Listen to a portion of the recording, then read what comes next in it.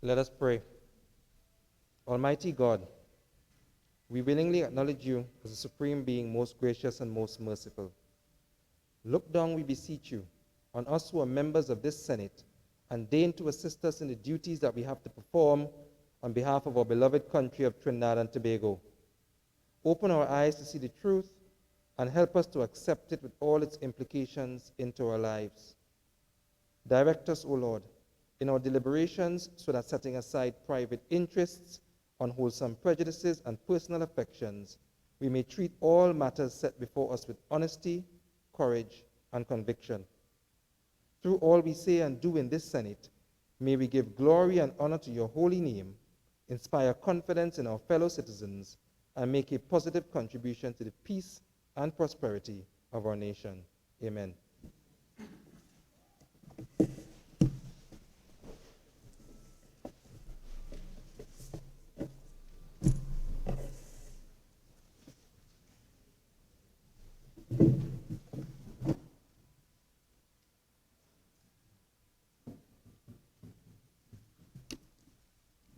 Papers.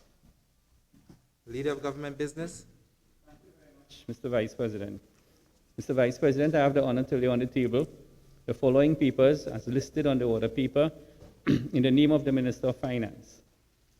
The US $50 million health emergency loan and the US $100 million regional contingent credit line of anti-cyclic support for the COVID-19 emergency loan agreements between Corporación Andina del Fomento, better known as SCAF, and the Government of the Republic of Trinidad and Tobago. And two, the provision of executed financing agreements issued under the External Loans Act, Chapter 7105. Introduction of bills. The Fisheries Management Number 2 Bill 2020 in the name of the Minister of Agriculture, Land and Fisheries. Minister of Agriculture, Land and Fisheries. Mr. Vice President, I beg to move that in accordance with Standing Order 621C, the Fisheries Management Number 2 Bill 2020 be referred to the Joint Select Committee hereby established for its consideration and report by December 31st, 2020. I thank you. Honorable Senators, the question is that in accordance with Standing Order 621C, the Fisheries Management Number 2 Bill 2020 be referred to the Joint Select Committee hereby established for its consideration and report by December 31st, 2020. Those in favor say aye. Those against say no. I think the ayes have it. The Shipping Bill 2020 in the name of the Attorney General. Leader of Government Business. Thank you very much, Mr. Vice President. Mr. Vice President, I beg to move that in accordance with Standing Order 621C, the Shipping Bill 2020 be referred to the Joint Select Committee hereby established for its consideration and report by December 31st, 2020. Honorable Senators, the question is that in accordance with the Standing Order 621C, the Shipping Bill 2020 be referred to the Joint Select Committee hereby established for its consideration and report by December the 31st, 2020. Those in favor say aye. Those against say no. I think the ayes have it. Public Business, Government Business, Bills, second reading.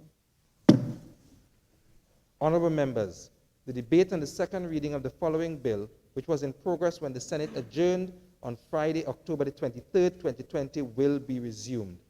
A bill entitled An Act to Provide for the Service of Trinidad and Tobago for the financial year ending on the 30th day of September, 2021. Honorable Senators, we had 12 speakers, including the mover of the bill on the last occasion. Leader of Government Business.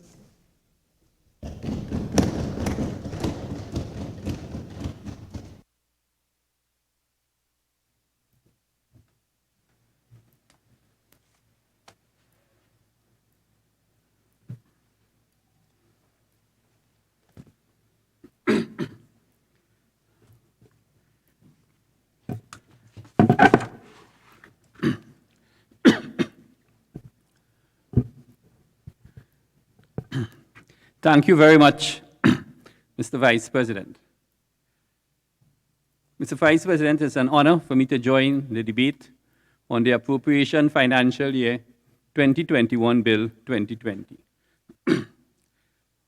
I must begin by congratulating the Minister of Finance and the Minister of Planning and Development and all the public service staff involved in the preparation of this budget. You have served this country well. Madam President, Mr. Vice President, what I'm about to say is not a cliche.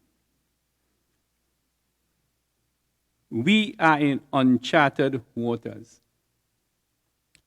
And as the Honorable Prime Minister has said on numerous occasions, the danger of this COVID-19 situation is that nobody knows what the end game looks like.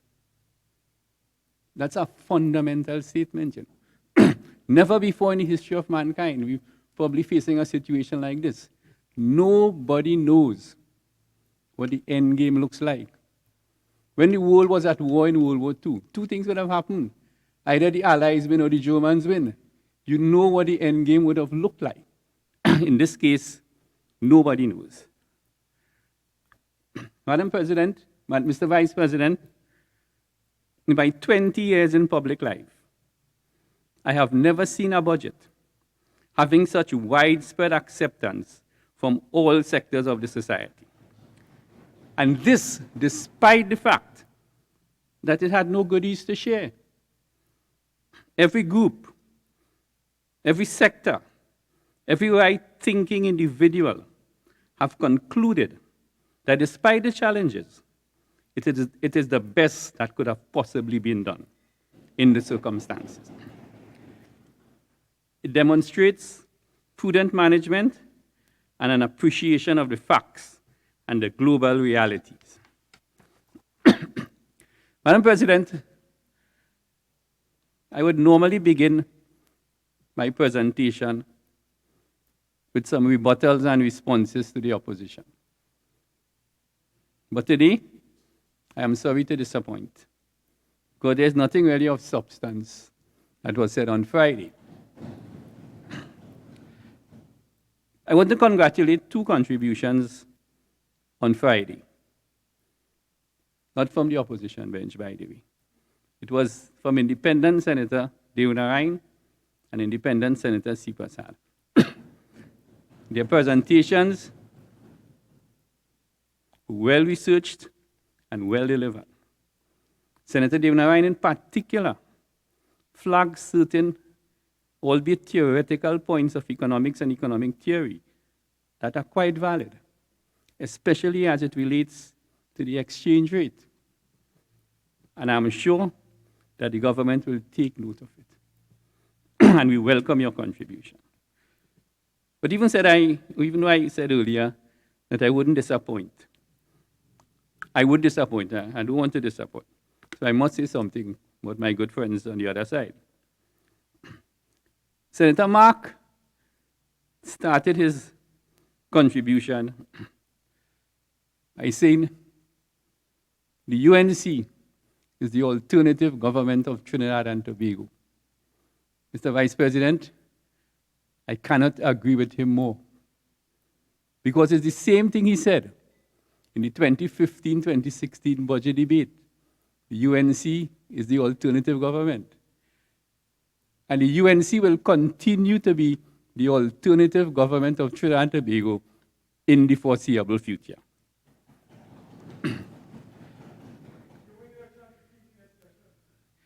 They will always be the bridesmaid, never the bride. The other thing I want to comment on is Senator Marx saying COVID did not crash the economy. The PNM did. First and foremost, the economy is not crashed, but there are challenges, and there's some significant contraction. But I asked Senator Mark, who crashed the economy of the UK? The PNM? Who crashed the economy of France? Who crashed the economy of Italy. The mighty Dubai is now on its knees. Dubai is supposed to run out of money, of cash.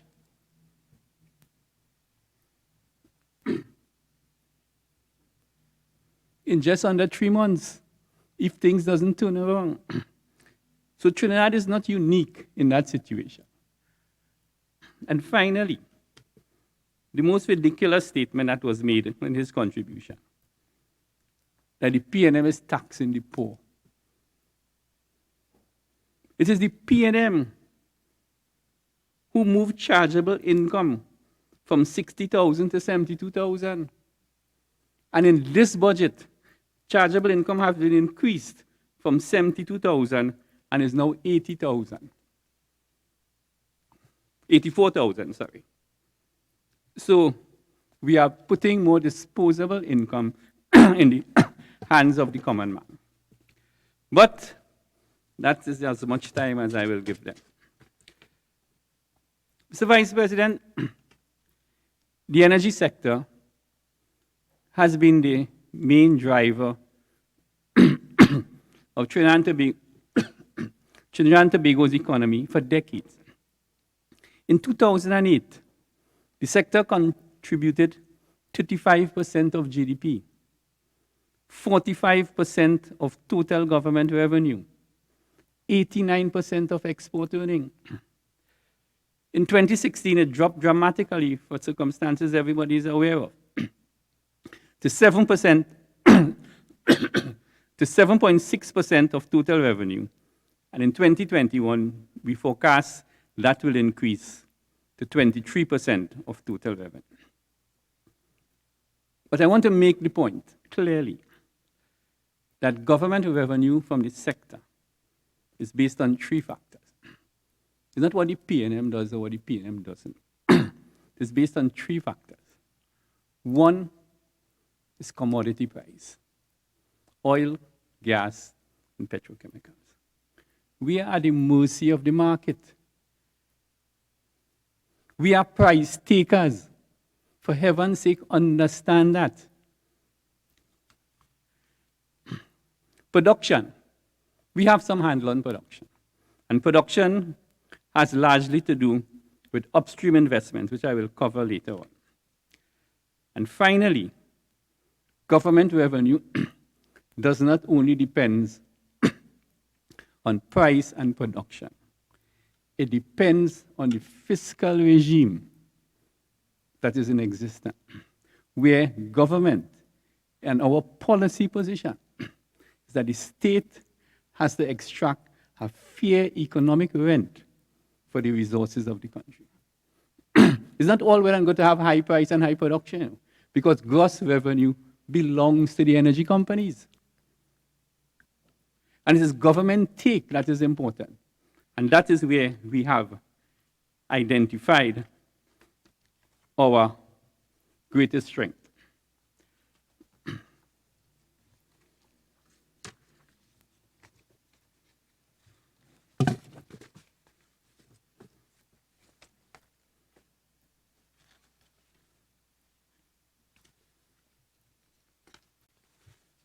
On the revenue side,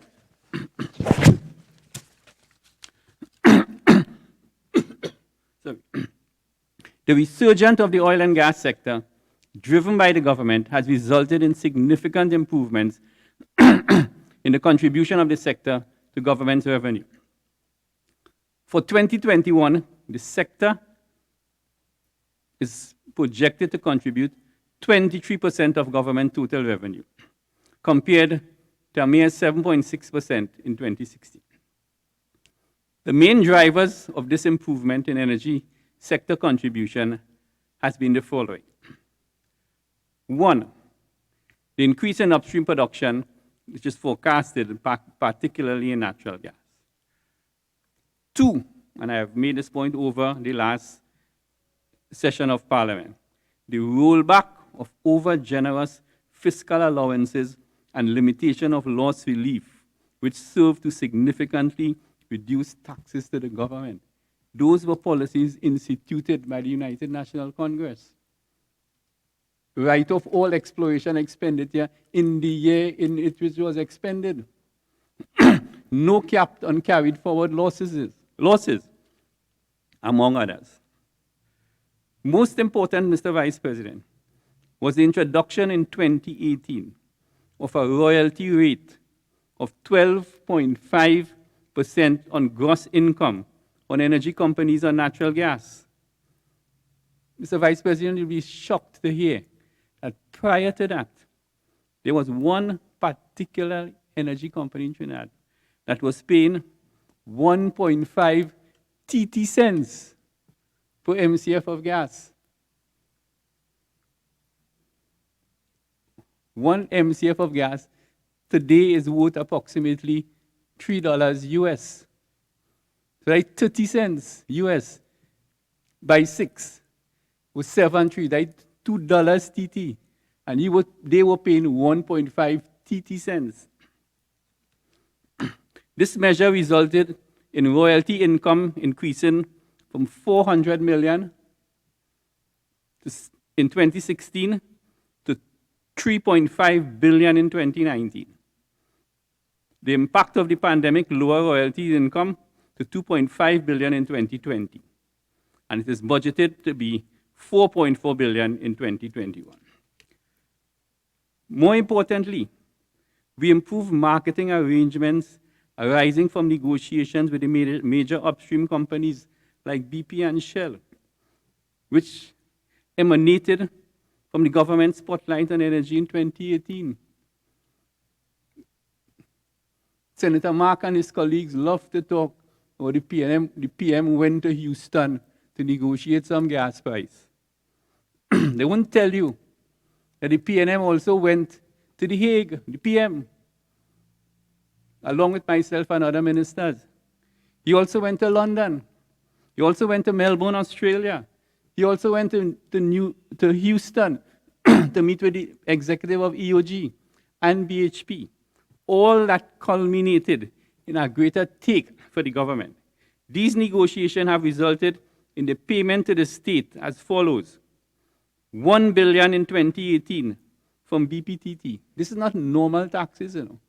This is settlement of outstanding loopholes in the system, which the company agreed to negotiate in good faith with the government of Trinidad and Tobago. They were not legally bound to make these payments.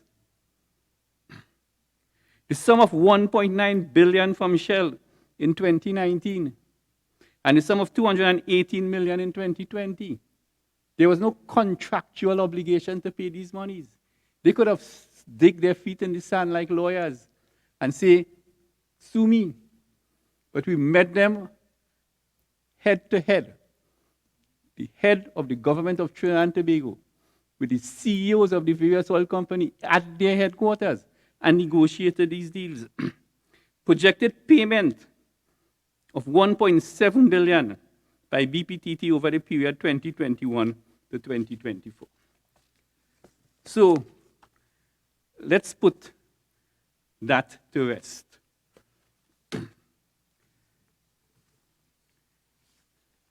I will come back to the gas industry shortly, but I want to deal with this aspect of the budget very early in my presentation.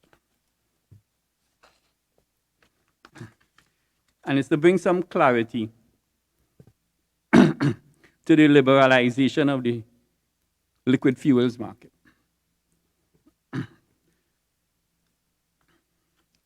It was always the intention of the government to stop the gasoline subsidy and to come out of fuel subsidy. In the 2016 budget, the Honorable Minister of Finance informed the country that the fuel subsidy represented a public policy agenda which only passes through partially the price of petroleum products to the national economy, and that arrangements have raised a number, and that arrangement has raised a number of economic concerns. In the 2017 budget, he said, quote, on the expenditure side, we have summoned the political will to take important steps towards the complete elimination of the fuel subsidy, which has been a major strain on the budget and which has been demonstrated to be regressive.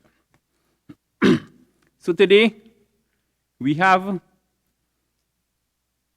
come to the end, hopefully by January 1st, 2021, to the fuel subsidy concept.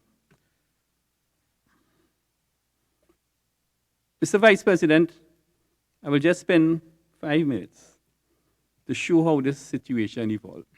Because, as everybody knows in the Senate, I am deeply rooted in historical antecedent. Because if we do not understand that, we cannot analyze the current situation in its proper context.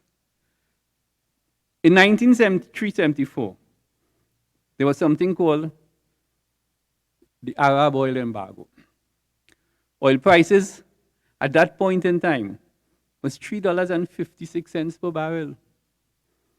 Within 2 months, oil price jumped to $12 a barrel. 400%.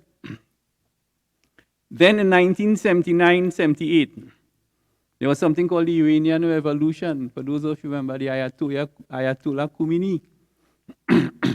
That again saw a steep increase in the price of oil, from $14.85 per barrel to $32 per barrel. Those were big, big sums in those days. That in today's money is over $100 per barrel.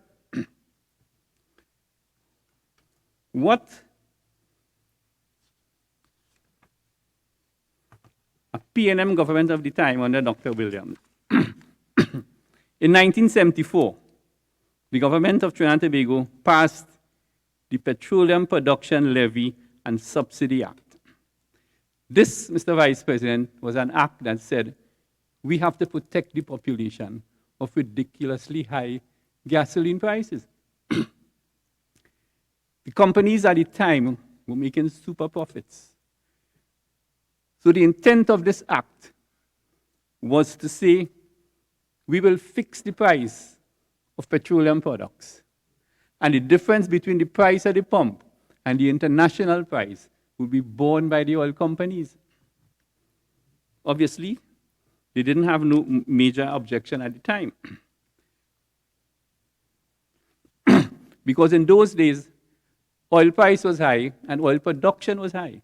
Those were the heydays of what you call TSP, Teak, Saman, and Pui. Trinidad was producing in 1977 230,000 barrels of oil per day. Right now we're down to 60.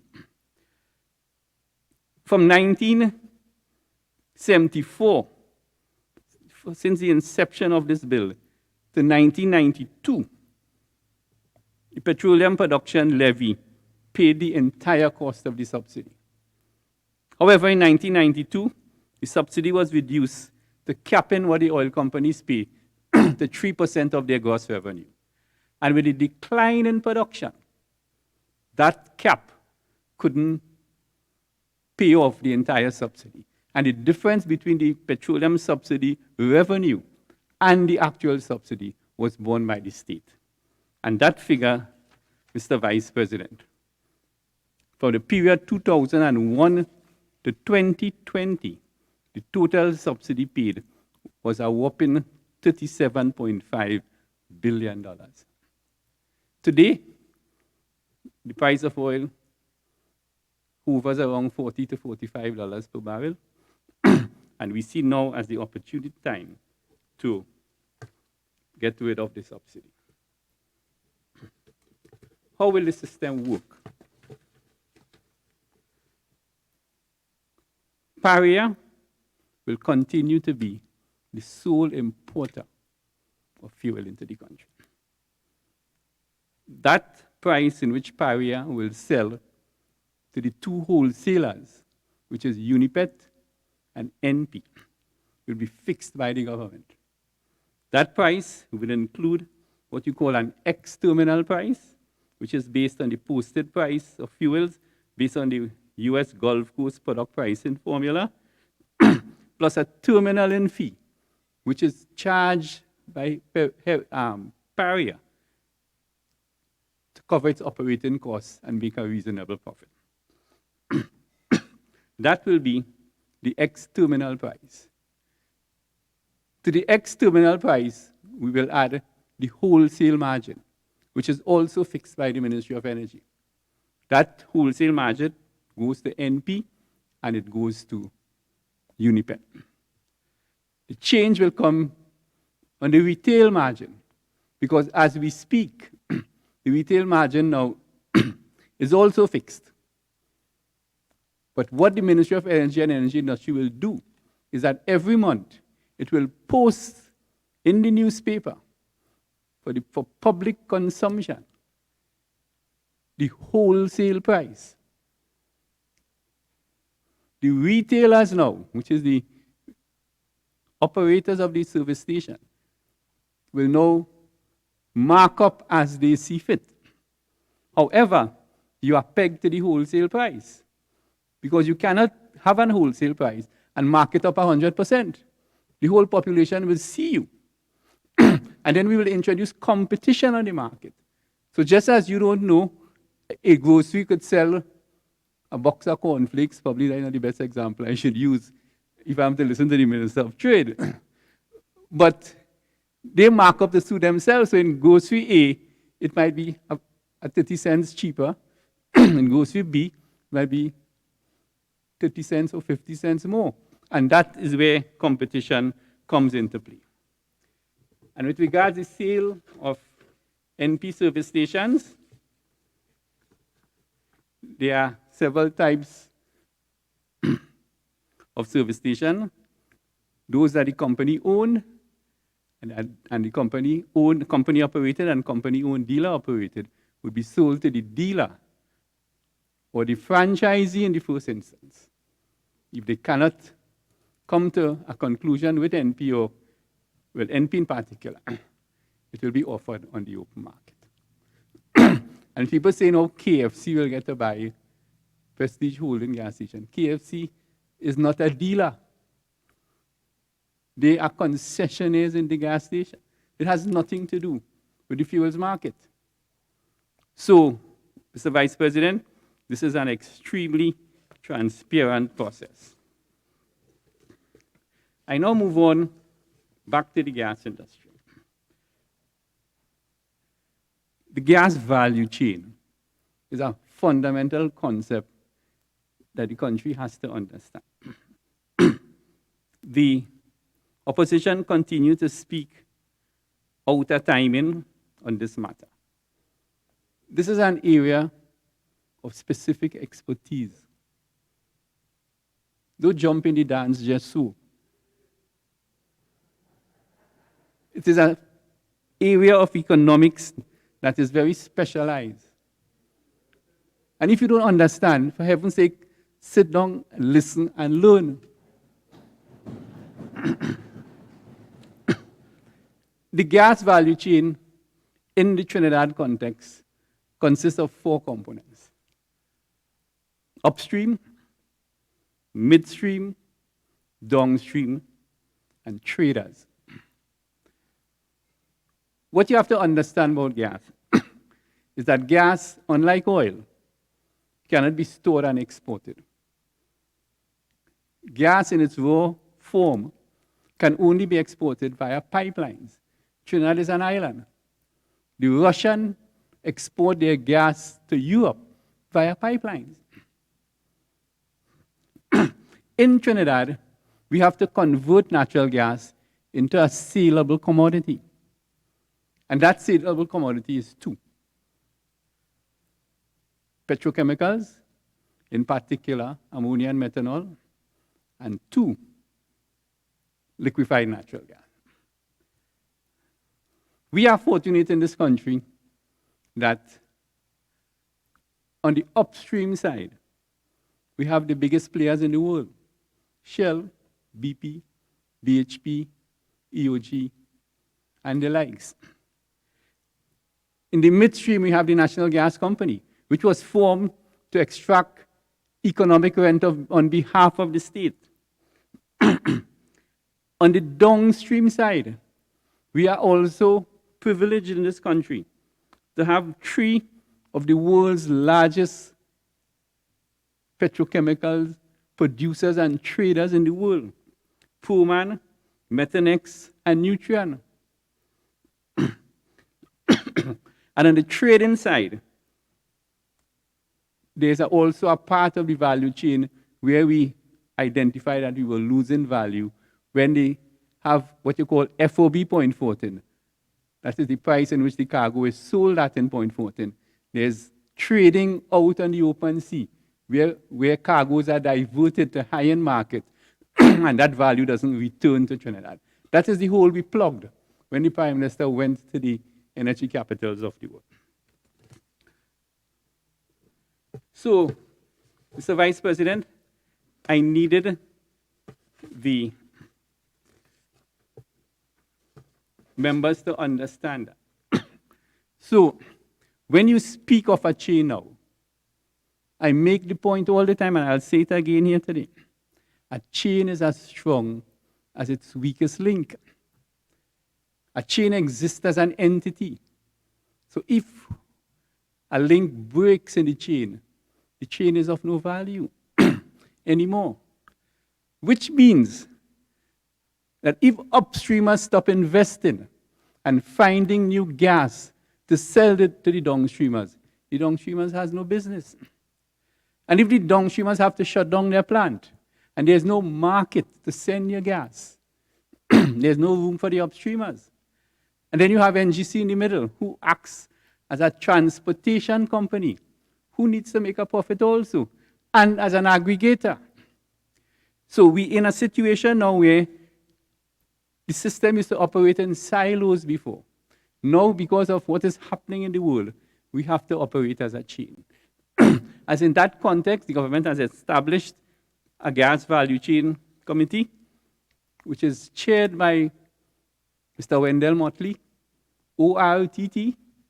It includes the Minister of Energy, the Minister in the Office of the Prime Minister, and the PS and the DPS. But we are guided, more importantly, by a company called Gas Strategies, which is an internationally known UK consultant who has expertise in this area of business. One of the reasons for our success over this period is that we were taking professional advice. We paid for it, We didn't pay lawyers for litigation, We paid top experts. Gas Strategies, Putin and Partners, a New York-based law firm called White & Case to advise us on how to structure contracts. And we, in this administration, will always seek, just as we have sought in COVID-19, professional, scientific, and expert advice before we act.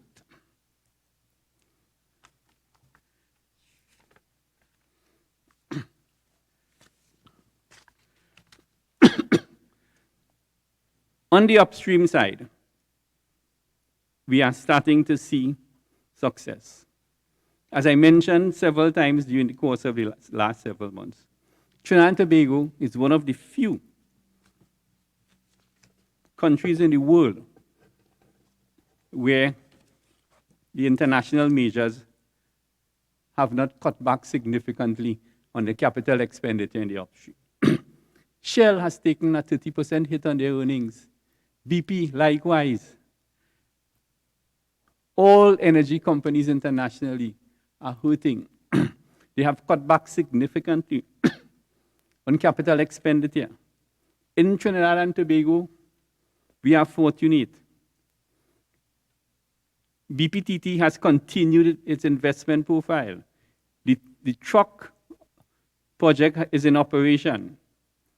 Shell is drilling in Barracuda and Colibri as we speak. BHP Ruby platform is being installed. Yesterday, I saw some pictures of it. BPTT has also started to drill on their Matapal prospect. All these areas will be coming in on the stream the latter part of 2021, 2022. An important thing to note, Madam President, is that for the first time in over 7 or 8 years, There are 5 offshore rigs operating in Trinidad as we speak.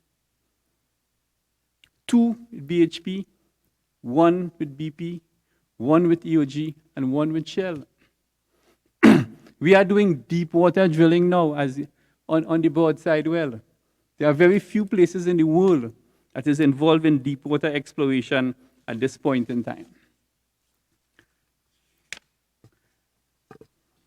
On the downstream side, a lot has been said about it. But the key factor here, and we're hoping for a turnaround, is that commodity prices for both methanol and ammonia are sub $200 per metric ton. Nobody can survive on that.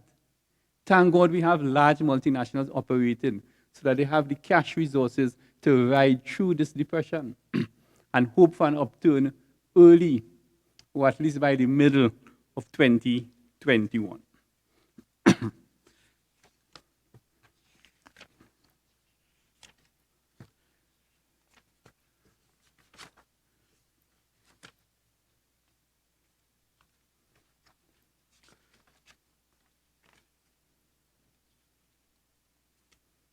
Madam President, I just want to spend 2 minutes on 2 pivotal projects that will come over the next 5 years in the upstream sector. One is BHP's possible development of the deepwater gas discoveries of the northeast coast of Trinidad and Tobago. As a matter of fact, the government has carded to meet with the senior executives of BHP out of Houston later this week to start discussion along those lines. If all goes successful, first gas from the deepwater development could come in 2026. These projects have a long gestation period. And then there's the Manatee project. A lot has been said about Manatee. A lot has been said about the Venezuelans. I don't want to repeat everything. When we went into Dragon, the UNC was writing the US Embassy to sanction Trinidad. We withdrew from Dragon because of the sanctions. Then there was a rumor that went out that Paria exported fuel via a ship through Aruba into Venezuela. Where's the evidence for that? All that has died a natural death. Then there's the FSO Nabarima. What all they have against Venezuela? Turned out to be fake news. And most importantly now in the budget debate in the other place, the leader of the opposition is now saying we shouldn't go at Manatee alone. The very person who said we shouldn't go into Dragon. We went and delinked Lauren for Manatee and got the permission via a treaty from the government of Venezuela to develop Manatee on our own so that we could get gas by 2024, 2025. And they're against that. They will never be for anything in the interest of Trinidad and Tobago.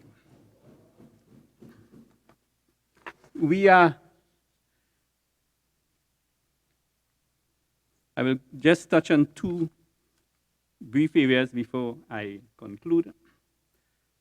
One is the success of the restructuring of Petrotrin. Minister, you have 5 more minutes. That has been fairly well articulated. Paria is now profitable. It made $1.4 billion in profits, paid $800 million in taxes, and most importantly, it serviced the entire debt in US dollars of the Petrotrin refinancing of its bond.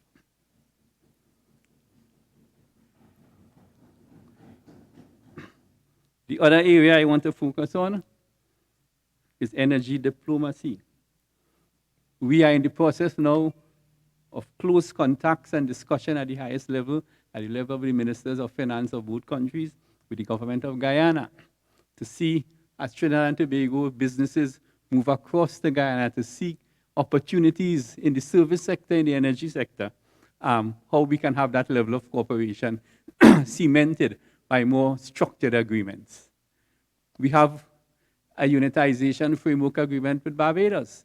because just off our northeast coast discoveries of gas lies the Barbadian border. And on the Barbadian side, there are also prospectivity there. So we are doing well on energy cooperation. And finally, I wouldn't be seeing the future properly if I do not mention renewables.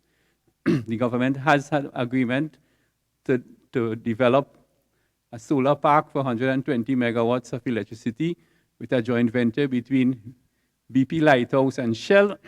That will be, Madam President, the largest solar plant or solar farm in the entire Caribbean.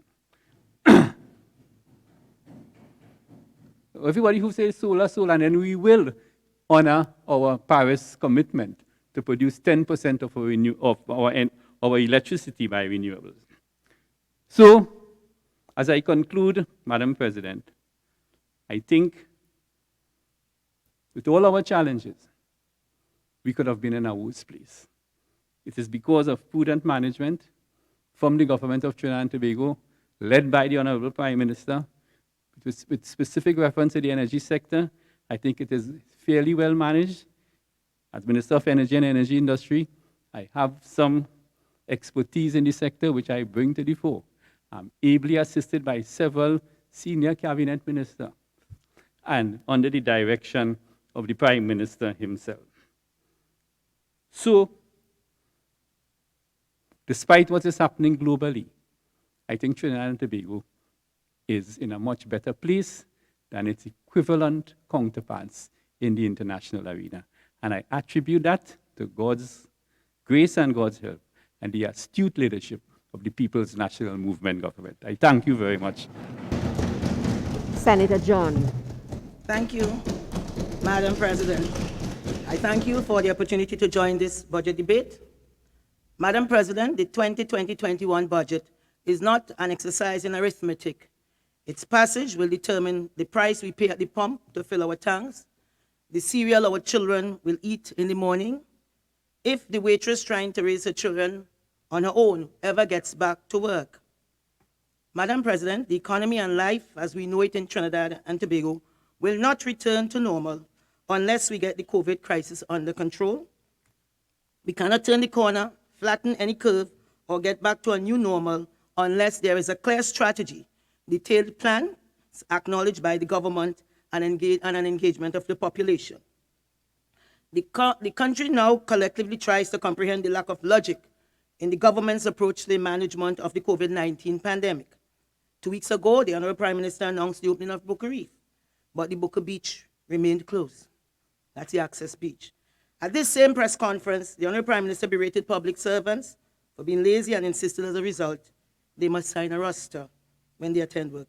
Madam President, last Friday, in this very honorable House, the Honorable Minister of Public Administration and Digital Transformation told the country, I quote, the Newsday of 26th October, West said the government is working on a remote work policy, and that could help the new normal become permanent.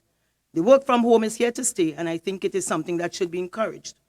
On Saturday, the day after, the Honorable Prime Minister announced that the entire public service must return to work from today, Monday.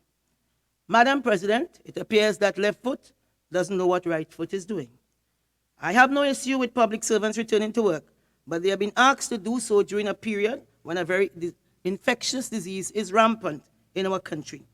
They have been asked to work at a workplace which accommodated pre-COVID interaction, but in this during COVID-19 period, isn't the government putting lives at risk? I think that is something the government has to contemplate, that by instructing these public servants to return at once, I have no issue with it, without any planning or the necessary protocols being put in place for high traffic interactions where groups of people will be congregating inside over long periods of time, will that be counterproductive, harmful to government's employees, which perhaps give rise to ministries and state companies becoming super spreader environment? So the Prime Minister also needs to tell us if he has given up on the mitigation strategies that are available to us, or whether he overs COVID. People, Madam President, are dying every day of this disease, although the government's medical doctors and spin doctors dismiss the 55,000 positive cases and 105 reported deaths as that of the elderly, those with pre-existing conditions and comorbidities. Perhaps everybody working in the public service either lucky, healthy, young, and disease-free. To be fair, Madam President, this pandemic would have been challenging to any prime minister and government. But the idea that this administration has done anything but taken us backwards because of the lack of foresight and the viciousness with which they scrapped every program meant to better the lives of our citizens. In adding digital transformation to the Ministry of Public Administration, we have heard little about the initiatives, we have heard little in the budget, about the initiatives to facilitate this transformation, except they are now begging every Tom, Dick, and Marshall Montano to donate devices for the children. Madam President, months into the pandemic, the opposition UNC to the political leader questioned the lack of testing, and contact tracing, because that forms a necessary part of the personal distancing, hand washing, etc. So we are doing no testing. So we raised queries about that and what was the government's rationale for leaving Trinidad and Tobago citizens stranded all over the world. For that, she was mocked and derided by some segments of the population, told in effect, shut your mouth, go away. During the period of the campaign, I was told that the UNC was irresponsible for advocating for the safe and responsible return of TNT citizens stuck outside the borders. This the government used as a wedge issue to further divide. Madam President, this is not an issue of red or yellow. This is about right and wrong. When you make a health pandemic political in nature and not driven by health and medical conditions, ultimately, people will take sides. Madam President, in the Express editorial of 14th October, they said after 7 months, the initial reassurance provided by the government's swift announcement of a suite of income support measures to cushion the impact of COVID-19 is disappearing under a grinding slowdown of the economy. You see, we are now seeing this because the Chamber of Commerce are now coming out, because on Saturday, when I think it was expected, widely expected, that the food and beverage sector, the restaurants and so on, would have been open, the Prime Minister announced that they will remain closed for 2 more weeks. So the Chamber now, well, they are saying it's a very challenging financial environment for many businesses, and that is so. Meanwhile, I'm quoting here from The Guardian, Teron Mohan, president of the Bar Owners and Operators Association, expressed disappointment as they have already incurred millions of dollars in losses. Mr. Peter George, CEO of Trent Restaurant Group, said that the business is now on its knees because of the decision that the government has made. So we are going into 8 full months of this lockdown. This is no longer a catastrophe. It is worse. I have nothing to lose. Mr. George has said the next step he has to take is to close restaurants and send home workers. Well, Madam President, well, it took a pandemic for the private sector to have a come to Jesus moment. And as my grandmother will say, if the devil bring it, it's God that send it. So at last, everybody's speaking up about this wicked, vicious government, that don't understand how much people are suffering out there. They sit and they talk, and I heard the good colleague across the aisle, giving a very glowy picture of what is happening. But out there, we have real issues, right? People don't know where to turn, and the people who work in this hospitality industry sometimes people are very poor and single mothers. And the sad thing is that those on the other side just cannot care less. The Minister of Health, when one had advocated earlier in the lockdown to at least, use the mitigation strategies and open the bars. We have people who are very poor working in them. And as reported in the Newsday of 28th April, the Minister of Health, it's reported, said, here what the UNC solution to COVID is. 1 state of emergency, but open bars. And it's that inference that the UNC is not patriotic. The UNC doesn't care about people. I heard it just now in the member opposite, that inference, that smear. Because, for the government, if they tell you go out there and the sky is red, you have to bow and say, yes, the sky is red. That is what they do when you speak on behalf of the poor, when you put a face and a voice to the vulnerable.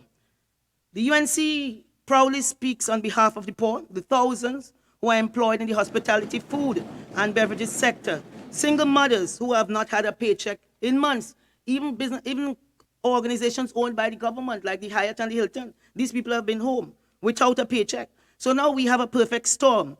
The government closing down, the private sector collapsing, well, cinemas closing, the mall are empty. As I said, Hyatt closed, Hilton closed. Everything is just closed. I don't know, does the government believe that citizens can wait one more day, much more, 2 weeks? What information this government will receive in 2 weeks about COVID? What information that is different than they know today that will cause them to reopen anything else or will cause them to change course? I mean, the World Health Organization, Anthony Fauci, all of these people of note, they're saying even when there's a vaccine, it doesn't mean that automatically you're turning on a switch. This will take time. How you apply this vaccine? Children, I don't think children are in the current tests being undertaken, the trials now being undertaken in terms of this vaccine. How you store the vaccine. So we are a long way off from the vaccine. What are we going to do? We are just going to sit down here and say, wait on the Lord and be of good courage, and who could open and who could close, and we open beach but we open river? That makes no sense, Madam President. So COVID-19 is going nowhere anytime soon. And really we have to understand what our new normal is and how we operate within this environment and start to do some work. Engage the population. On Saturday, the Prime Minister, yes, they say we are in this together, but we are in this together because it's my way or the highway. You understand? Because, of course, if you don't agree readily, it is that you are unpatriotic and you're enemy of the state. So today, just today, the same businessman, Peter George, I said, who is having this come to Jesus moment, has accused the Honorable Prime Minister, and I'm just quoting, it's not me saying, he said he doesn't have the courage to make difficult decisions. Our Prime Minister has been blown out of the sky by the likes of Mia Motley and Chastenay and Holness and Jagdeo. Well, Jagdeo is another matter. I don't know if they could go to Guyana, because the last time I think they were seen pelting out of there after Mr. Trump announced his sanctions. And Keith Mitchell. We have done nothing but throw a cold blanket on this because we don't understand the problem. He said none of them have skin in the game. George said the entire country is now paying the cake for Rowley's decision. That is Mr. George, I'm just quoting here. Madam President, again, it took a pandemic for the country to realize that when this government from 2015 to 2020 showed us who they were, we should have believed them the first time. Because the first time when they took away laptops, we should have believed them. The first time when they took away the baby grant, we should have believed that is who they are. The first time when they closed down Petrotrin and sent home 7,500 workers, right now, they are putting their keys to their car and their house in the banks, just putting it there and walking away. We should have believed who this government is. You know, all this thing about successor company, heritage, making a profit of 800 million. Petrotrin was making a profit of 3 billion. It's only this government could tell you 800 million more than 3 billion. Yes, it was a company that really needed to be restructured. But nobody said you close it down and send home everybody. And now want to tell me and want to tell the country that it is nice. Be happy. Don't worry, be happy. Because accept 800 million because it's more than the 3 billion. Yes, it was 3 billion. Money was going into the treasury. And we were getting foreign exchange. We could have gone and buy foreign exchange. No, nobody can get any foreign exchange. Anywhere business people are complaining. They can't run their businesses. So, Madam President, I mean, for some perspective, in 2015, the People's Partnership level Petrotrin refinery with a throughput of 688 barrels of oil per day. I mean, it's just the stats I got. And in February of this year, the Now Oil magazine said the oil production in Trinidad and Tobago reached 55,685 barrels per day. And now I'm being told we are down to 40,000. I mean, it's a good thing. I had some questions to pose to the Minister of Energy, but he spoke prior to me. So I heard what he had to say. And he was there sounding very jolly, right? Because they now in February, Oil Now magazine said that 55,000 barrels, it was the lowest production since 1950. Now they're at 40,000 barrels a day. You understand? But that is a matter, don't worry, be happy. Who complain, you know, they're unpatriotic. So on Friday, sorry, Madam President, you recall again the Prime Minister in September promised us that the government is not closing down Petrotrin. That was in 2018. He said, in case you're not closing your fridge and did not hear me, the government is not closing down Petrotrin. Madam President, I believed because it was my Prime Minister. I mean, when there's a Prime Minister, it's a Prime Minister for all of us. His lips were moving. Yet 2 months later, all of the 75,000 people, and 7,500 people, and it's not only those people, you have the fence line community. You have the casual man. The 7,500 represents casual, temporary and permanent workers. You have the casual man who rolls up to the gate of Petrotrin every day, and he hopes when he knocks on that gate to get a little badge, to go inside, to get 2 days' work, so he could look after his family. You see, what we do here, when a government's cabinet sits, it's about people's lives. It's not done in isolation. And this government seems to be, they are just the link from reality. You understand? So when our Prime Minister said, if you're closing your fridge, I am not pulling on Petrotrin. We believed. You understand? But last week in Philadelphia, another president, a former president, spoke. And he said, and I quote, he spoke in Philadelphia. He said, our democracy is not going to work if the people who are supposed to be our leaders lie every day and just make things up. And we just become numb to it. We just become immune to it. It is not going to work. When they say we are in this together, we have to be all in this together. 2 years has gone, and there is nothing to replace Petrotrin. And they could jump high, they could jump low. No heritage, no nothing can ever replace what Petrotrin meant to this country. It can't. It's all right. This was the greatest injustice ever perpetrated against the people of this country. And as as Martin Luther King said some years ago, he said the arc of the moral universe is long, but it bends towards justice. And in Tobago, where I'm from, we just say, monkey, know a tree to climb on. And monkey say cool breeze. And one day for police, one day for thief. So today we are facing another crisis in the energy sector and defense line communities. And the member on the other side just alluded to it, but he put a nice bow around it.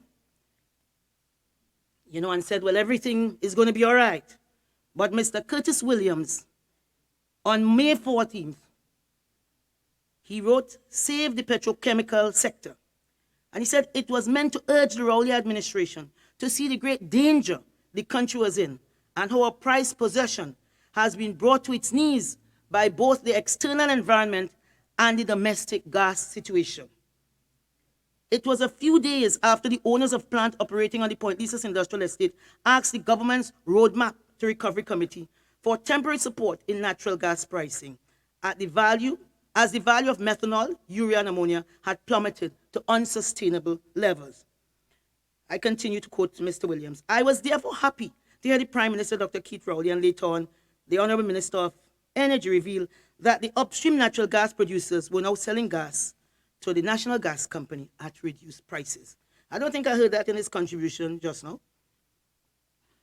He said, as a matter of fact, the upstreamers have recently reduced their price of natural gas to NGC, but still it is insufficient. Now, they reduced the price. The member opposite, Madam President, spoke about this fateful trip, which they're now not talking about. And I think Mr. Williams had also written about rewriting history. And before I go to that, he said, lest Mr. Khan misleads us. And I don't know if that is what was happening in the House today. But this is not me, this is Mr. Williams. The reality is that the COVID-19 pandemic has caused significant reduction. Sorry? Hi, you can't say that.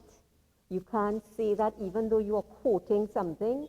By repeating the quotation, you're imputing improper motives. So I'd ask you to withdraw that. Madam President, I'm guided. Yes, about misleading. Sorry, I was just quoting the newspapers. But in any case, Trinity natural gas prices are no longer competitive, both in terms of unit cost and in value. And that's a fact. The Honourable Member just told that to the Honourable House. Planes will resume flying, but unlike what is being sold to the country by by members, they will continue to choose aviation fuel as their fuel of choice and not methanol. Madam President, this is all Mr. Williams. It was published in the newspapers. I just bought it for the benefit of the House. So, again, the member brought it in that there was a trip to the world capital that he said, and one was in Houston. And there is where the negotiation were had, and the Honourable Member spoke about folks who had expertise in energy, but that is not my information or the information that was published in the newspaper in an article entitled, well, many articles, but one in particular, The Truth Matters, published in the Trinidad Guardian on October 1st, 2020. Well, I don't know. So, Madam President, I want to ask if I can pose through you a question to the minister that he needs to tell the country if it is as a direct consequence of this negotiation of the price. He did not say what the price was, but the price I'm told that they negotiated was approximately 20% higher than the price the downstream plants pay or can pay for gas. And now the once mighty NGC is making a profit of $300 million when they were making profits in the billions. And that's another thing where the sky is red and not blue. You know, because they want us to believe that it is good that NGC is making a profit of $300 million and not billions. Through this, because of this negotiation, NGC is losing 1.5 billion TT in revenue per year, right? So, to be more specific, I was told NGC was ready to sign at a price of $3.10 per MMBTU, which is the measurement that they use, the unit measurement. And the negotiators in this place agreed to a price of $3.50 per MMBTU, right? But NGC was willing to settle at that. The upstreamers were asking for 3.25, but the experts from Trinidad and Tobago settled at 3.50. Right? So the country needs to know if the Port of Port of Spain now is on the chopping block because of that, because there is no money anywhere and there is nowhere in which they can find sources of income. So now they have gone to the port. So we need to know, and all of this rush negotiation didn't help it. And Honourable Madam President, I will only raise this because, again, the minister boasts about imposing some royalties in 2018 of 12.5% on all upstream gas producers, and that the former government would not have done that. And he suggested that this would increase the revenue base for the country. But what was not disclosed is that for the contracts signed by NGC, the contracts NGC has with the upstream companies, allowed this royalty increase to be passed on to NGC. So the government put a royalty, say pay a royalty. But in their contract, the minister didn't say that, embedded in the contract, Honourable Madam, they have to pass that back to NGC. So who in turn had the ability to pass on to the downstream sector, right? Because they have to pass on the cost. The Minister of Energy, however, instructed NGC not to pass on this cost to the downstream, but to absorb this cost. Effectively, what has happened is that an extra 12.5%, which was charged by the upstream companies to the government, and subsequently NGC paid back the same amount to the upstream company. So the sum effect of that is zero. They pay it, but because of the contract, NGC had to pay it back. So I really would like to have some clarity on that. You know, you see the plans of we on this side, we reopening in terms of the energy sector, and this is just in summary because there is not a lot of time. The reopening of a productive and viable Petrotrin refinery.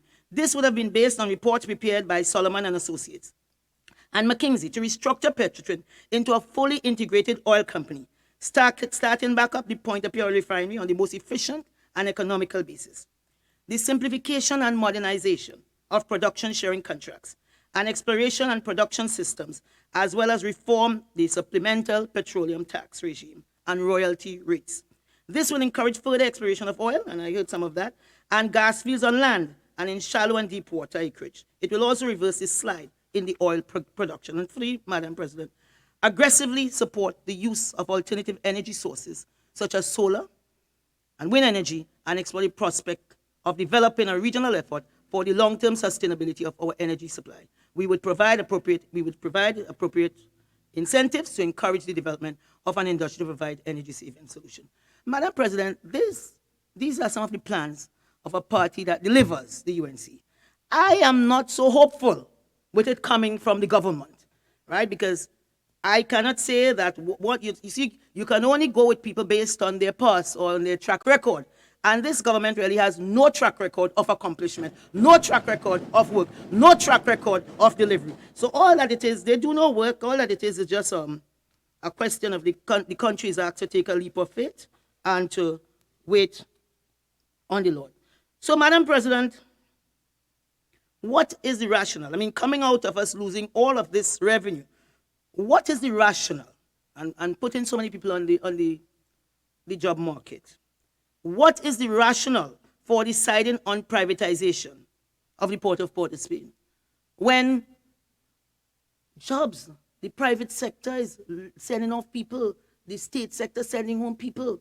You know, after Petrotrain has closed down, they can't tell us what is the head count now in that place. WASA is on the chopping block. You know, TNTech, TSTT, BPTT saying they're 1 in 3. Atlantic LNG, people are going home. Just point every company in this country, people are going home. And then on Saturday, the bars and restaurants and so on, cinemas, you can go, but you can't eat food. And they said, there's where the profit lies, so they don't know whether they're going to open. So what we have, Madam President, is a perfect storm. And what the government has to do is really to help the people. We have to help. We can't afford to put more people on the job market. So what is the reason behind this? What is their thinking? And when the Honorable Minister of Finance read his budget, I think he said, if I recall, that they're going to privatize all of our public-private partner. And the Minister of Works, I think, said that said it just about the same thing. Then, Madam President, the Prime Minister at a meeting he held recently, on a public meeting, and he said, if we have a proper modern port in Port of Spain, it becomes a bigger contributor to our national economy. Try as we might, the best place for the port of Port of Spain is not in the Ministry of Works. We tried that, and it has failed. Well, if the port, from time immemorial, the port is with the Ministry of Works and Transport. I know he tried that under his administration, and it failed. Why you find 1,600 people? We need to fire the Minister of Works and Transport. Because our organization takes on the DNA of the leader. You know, I can tell you now, I mean, they're talking about public servants lazy, but when my driving permit expires, I go to the licensing office in St. James, Madam President. I go there, I get there at 7:30, and there's nothing to do with the Minister of Works and Transport. That was happening long before him because they take credit for everything. You go there at 7:30, there's a line. It opens on time or before time. You go up, there's a security guard with a big smile, gives you a form, and so on. You are processed. You go to take your picture. The senior person in charge will give a word for the day. They have a kind of very unique way they do their business. And you're out within an hour. People can work. People work. If you challenge them to work, if you set objectives, and they are managed, people can work. Trinidad people can work. I have worked in the private sector and I've worked in the state sector, and I can tell you there's no difference. People will work hard as long as you work with them. When I was at HEC, we opened at 6 a.m. There was no union negotiation at 6 a.m. because we recognized people will come from all over the country. There was a hub next door, and you opened at 6 a.m. And at 7, the cashiers cages there. Those were normal Trinidad and Tobago people. They were open on a Saturday, they were open on Sunday, serving the people so people can work. So if there is laziness and people are not working now, as I said, an organization takes on the DNA of the leader. Take a look at the man in the mirror. Don't go and fire 1,600 people and put the people as zealots on the breadline and the people beat them and Laventil and Caronage and the Gomat where they're from. The main body of workers come from these areas. What are they going to do?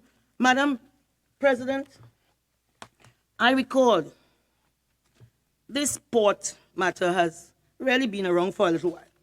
And when I went into Court, the Minister of Finance, who was the Minister of Works and Transport, and at that time, in 2008, that was prior to me going there, Court had already was engaged by the Ministry of Works to finance, procure, and project manage, design, and build up a new containerized port at sea lots.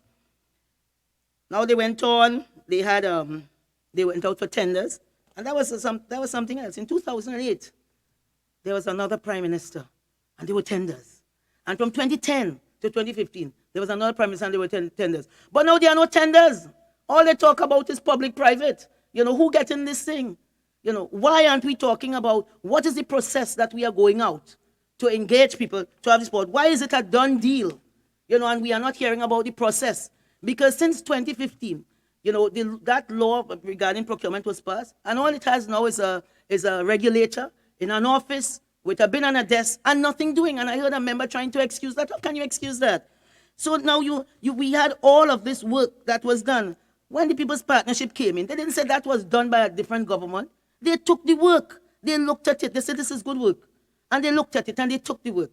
And they continued to do it because this was done by the citizens of this country, good public servants who were working hard. It was evaluated and so on. So at that time, Madam President, the current throughput was 390,000 TEU, right? That per 20-feet container unit. And the maximum, the capacity of the port was 400,000 TEUs. So it means the port 5 years ago was almost at its maximum capacity. And that is why the one took the decision to move the port. As a matter of fact, I went myself to the president of the union and asked him, why don't we consolidate with the port of Point Lisas? And he said, no, the people of Laventille will suffer. So what is happening now? Wouldn't they suffer when you just hand over the port to private hands?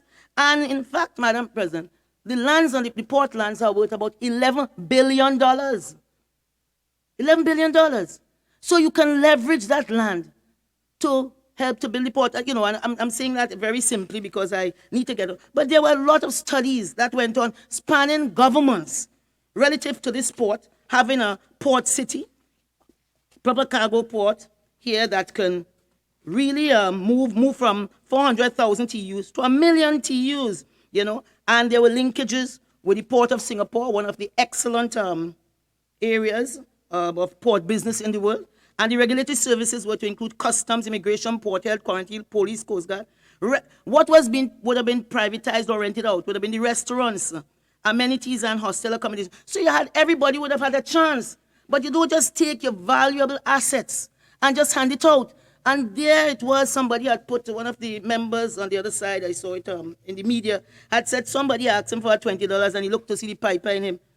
And President, pipers, by their very nature, they sell out everything.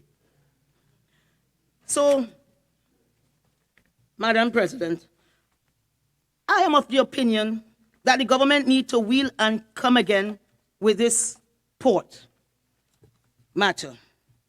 It really is not in the interest of the people who have worked there for over 20 and 25 years, the people of Breakfast Shed. I'm from Tobago, and I remember coming down on holidays to Breakfast Shed. I had 2 old aunts down there. That was long ago. They're dead. I don't want to dig that up now. They're dead a long time, and they were dead legally. And you saw the port, people come around, and they're very proud to be working on the port. The small business person selling nuts and chanas and pie and fruit. These are people who are going to be impacted because that private sector person, he's about maximizing his capital. That's what he does. So if it is you are selling all of these things, he's going to take it and he's going to have a stall and he'll sell all of these things. So what that means, everybody gone. Everybody was making a little living, a humble living on that port will be gone, right? I think there are a lot of young people there, very well qualified, willing to work. Why don't you engage them? I remember when we were going out to talk about all of this diversification, there was a People's Partnership government in office. And the first place I went was to the Port of Spain City Corporation. The mayor there was Mayor Timke. I didn't think that there was a PNM mayor. We went because you had to go to everybody. And when we were finished laying out our plans, Mayor Timke said, listen, I am in this with you. We went to every single major company across this country. That is what consultation is. You consult at the beginning, not after. You consult at the beginning because people matter, what they say matter, and this doesn't take long if you organize and you know what you're doing and so on. I remember going into a particular major private sector business, and the head of that business said, we are going to put with the government $4 billion because people want the country to develop. So if it is you go, and you believe and you know what you're talking about, people are going to invest in this country. But you can't just pick it up and decide in some room where you have folks in this particular place, Madam President, somebody jumping up 57 times because of conflict. I don't understand these things. I don't understand these things. So we can't just give away our assets because it is the easy thing to do. We are better than that. All right, we are better than that. These are not political issues. These are moral issues, right? If after all the billions spent, there is nothing, because there is still a mystery as to who got the grants for rent, who got the grants for food, who got the grants for salary relief, because people are suffering. I don't know, this is just, nobody could tell you that they got anything at all. Madam President, I don't know how much time I have again, because I just wanted to address very briefly. Senator John, you finish at 11:22. 11:17? 11:22. Okay. All right. Well, Madam President, just very briefly, I mean, I'm very happy to have contributed to this budget. Very recently, again, I heard that, I read somewhere that there was no member of the Senate from Tobago. I am very proud to be a person from Charlottesville, Tobago, very proud of that. The Minister of Tourism will be interested in Charlottesville because man of war Bay, the sands are golden and the sea is so blue you can see the fish swimming around in it. That is where I was born, the same place with J.D. Elder and the great sister Pam Nicholson and Vanessa James and Dr. Eastlyn Boris, etc. And there, Madam President, we learned about to do unto others. I learned to be kind, and we can disagree and yet be civil, and learn not to look down on nobody.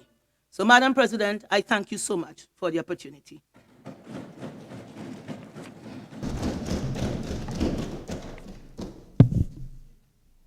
Senator Dillon-Remy.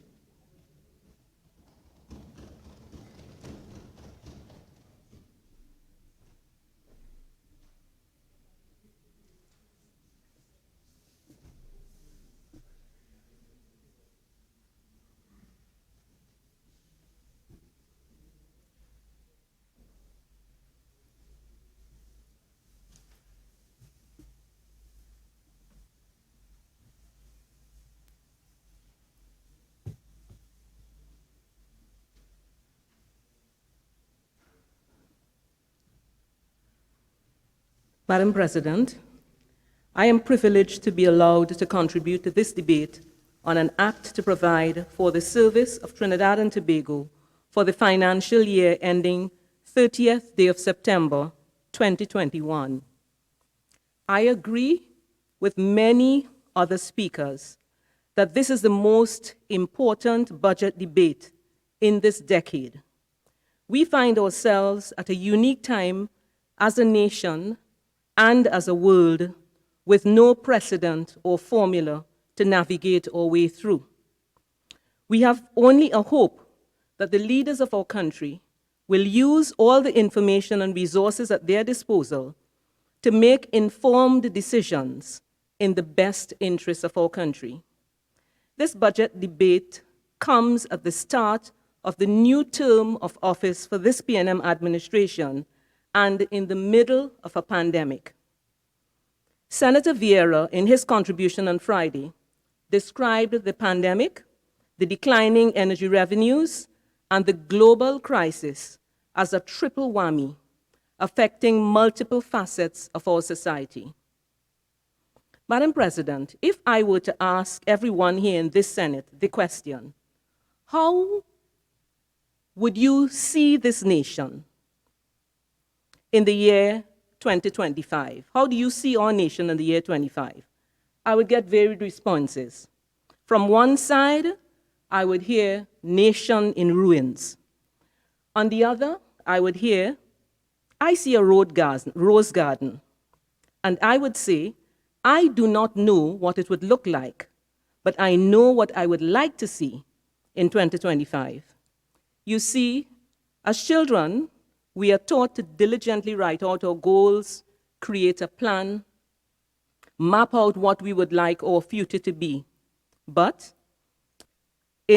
for some, life was right on schedule.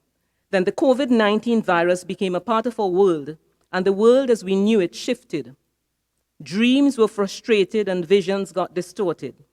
All of a sudden, there was this great divide between the normal and the new normal. And the reality is that we don't exist in either. We live in the gap between these two dichotomies. The gap where we continue to battle with the usual areas such as areas of concern, such as unacceptable level of crime, family violence and corruption, general lawlessness, a population that gets together to vote every 5 years but is otherwise disengaged from the political process, political divisiveness, with half of the population in support of the government and the other half perceiving the government as an enemy, and racial and classist divide, except at carnival time, when for some unknown reason the divisiveness is lessened.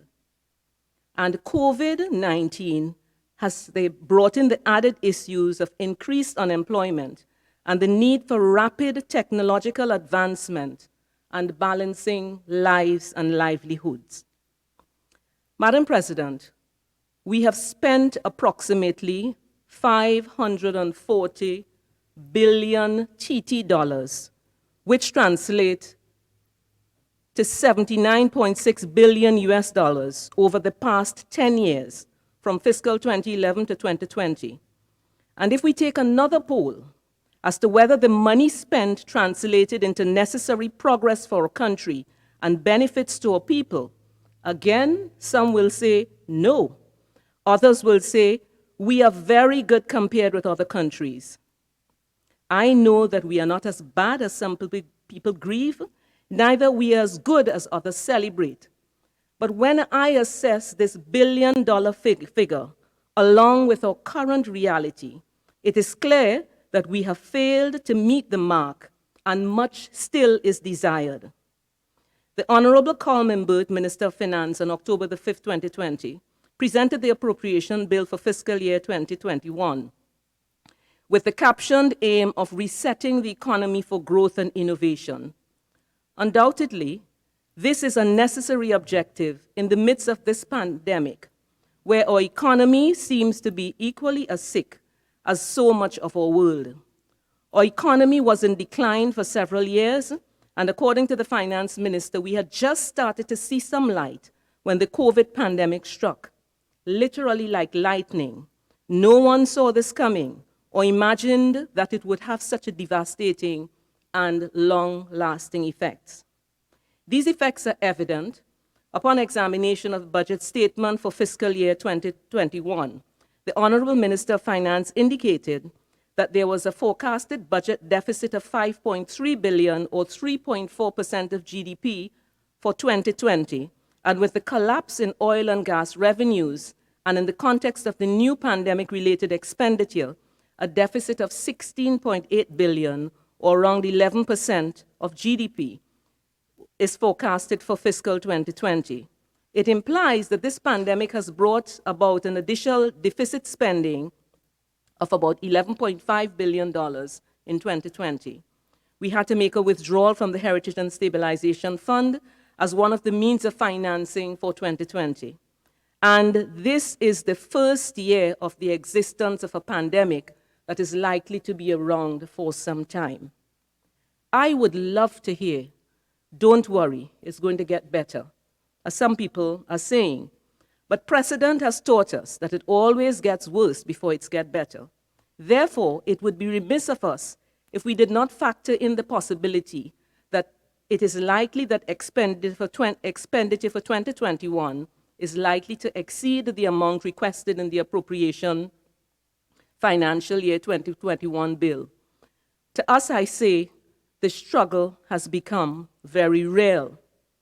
The declining financial state is occurring at a time when the costly feat of becoming as technologically operational as possible is being implemented. I understand that the measure of virtualizing the education sector, creating online public sector services, making work from home directives a reality is necessary to restore some semblance of normalcy. But I can't help but highlight the irony of the situation that we are in. When Trinidad and Tobago had more financial resources and labor capacity, governments through the years had not given priority to this area of improving our technological capacity. And now that the financial resources and labor capacity is less, we seek to do more. I say this with the understanding that technology has been around for quite some time, and it has been common knowledge that technology and the future are indistinguishable. Why are we now doing what should have been done many years ago? Was it because we did not anticipate what was going to come? Was it that we planned but failed to execute? The Honorable Prime Minister did speak to the fact that there were many plans for digital transformation that were in place but not actioned. And COVID-19 has caused us to accelerate this plan. I am happy that the decision is now taken for implementation. To my opposition colleagues, putting laptops in school is not a plan. I remember when preparing for the new Scarborough General Hospital in 2005, the radiology equipment, the CT scanner that was chosen for the hospital was an analog scanner, and that was 15 years ago. Well, do you purchase an analog equipment in the year 2005, and what will happen with digitalization? What would happen with you being able to export your images and stuff like that? We sought to get guidance, and it was difficult for us to get guidance because there was no policy in place, and that was 15 years ago. Eventually, it is because we insisted, the members of staff insisted, that there was a change in plan, and the Ministry of Health ensured that we got direct digital equipment. And as a result, our hospital in Tobago was the first hospital within the public sector that had direct digital equipment. All the radiology equipment was direct digital. Madam President, I'm saying this because the policy for technological change was required then, and that was 15 years ago. Might I also talk about the fact that we are supposed to have electronic medical records at the new hospital, and we still do not have it. It is not yet a reality. Something seemingly quite simple, but having far-reaching effects. Electronic medical records, not yet a reality, despite billions of dollars being spent. None of us should be comfortable with this. And this is neither a PNM problem or a UNC problem. It is a problem for Trinidad and Tobago. Madam President, I raise this issue as a point of caution to our governmental leaders, both present and future, to take a more proactive approach to progress progress our country and safeguard our people. I urge that going forward, we endeavor to envision trees of opportunity when they are presented as seedlings and plant steady roots of realistic execution so that we can bear fruit in and out of season. I am of the view that through more diligent stewardship by governments over the years, we could have been in a much better position at the present day. And these sentiments extend to more than just technology. Madam President, the Honorable Minister of Finance has placed a budget before us where the expenses are more than the revenues. And we've been in deficit spending for the last, I think, about 9 years or so. So the expenses are more than revenues, and it is a challenge for us. So my contention is that great leadership is needed and necessary for us to get through this year and those years to come. I now come to my main thesis as I approach this budget discussion. It is this: COVID-19 gives us as a nation an opportunity to do things we have never done before. You see, Madam President, COVID-19 has shown itself to be a great catalyst and can give us the greatest opportunity and stimulus for change. I implore us to embrace this opportunity. Madam President, for us to use the opportunity that COVID-19 has given us, I humbly submit that there are some things we must do. Firstly, we must develop our leaders. It is Dr. John Maxwell, leadership expert, who says that everything rises and falls in leadership. So for us to move across the Red Sea that is in front of us right now, we need leadership development in every sphere of influence. And I submit that the type of leaders we need to develop are leaders who are purpose-driven, principle-centered, and values-based. What do I mean by this? Leaders that understand their purpose is to serve people. Leaders that operate on principles such as fairness and justice, and leaders that operate by values that are agreed upon by all members of Trinidad and Tobago. I would like to point out to two leaders within the healthcare field in Tobago that show this type of leadership.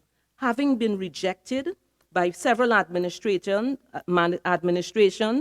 those leaders have remained steadfast and continue to serve the people of Tobago selflessly because they understand their purpose and their principle in their operation, and they operate by specific values. Secondly, we must agree on shared values. The shared values that we are going to live by in moving across this Red Sea. Values that would cross us, values like humility, curiosity, creativity, courage, honesty, to name a few. In line with this, I must say that I appreciate the finance minister's statement that the goal to reset the economy for growth and innovation will be undertaken through collective action at all levels of the society. Having a shared vision is one arm of the organizational success. Participation in this vision by stakeholders at every level of society is the other arm needed. Therefore, I plead with all of us to take off our party hats. The election is over. I heard Senator Mark in his contribution on Friday indicate that the people of Trinidad made the wrong choice. Senator Mark, the population has spoken.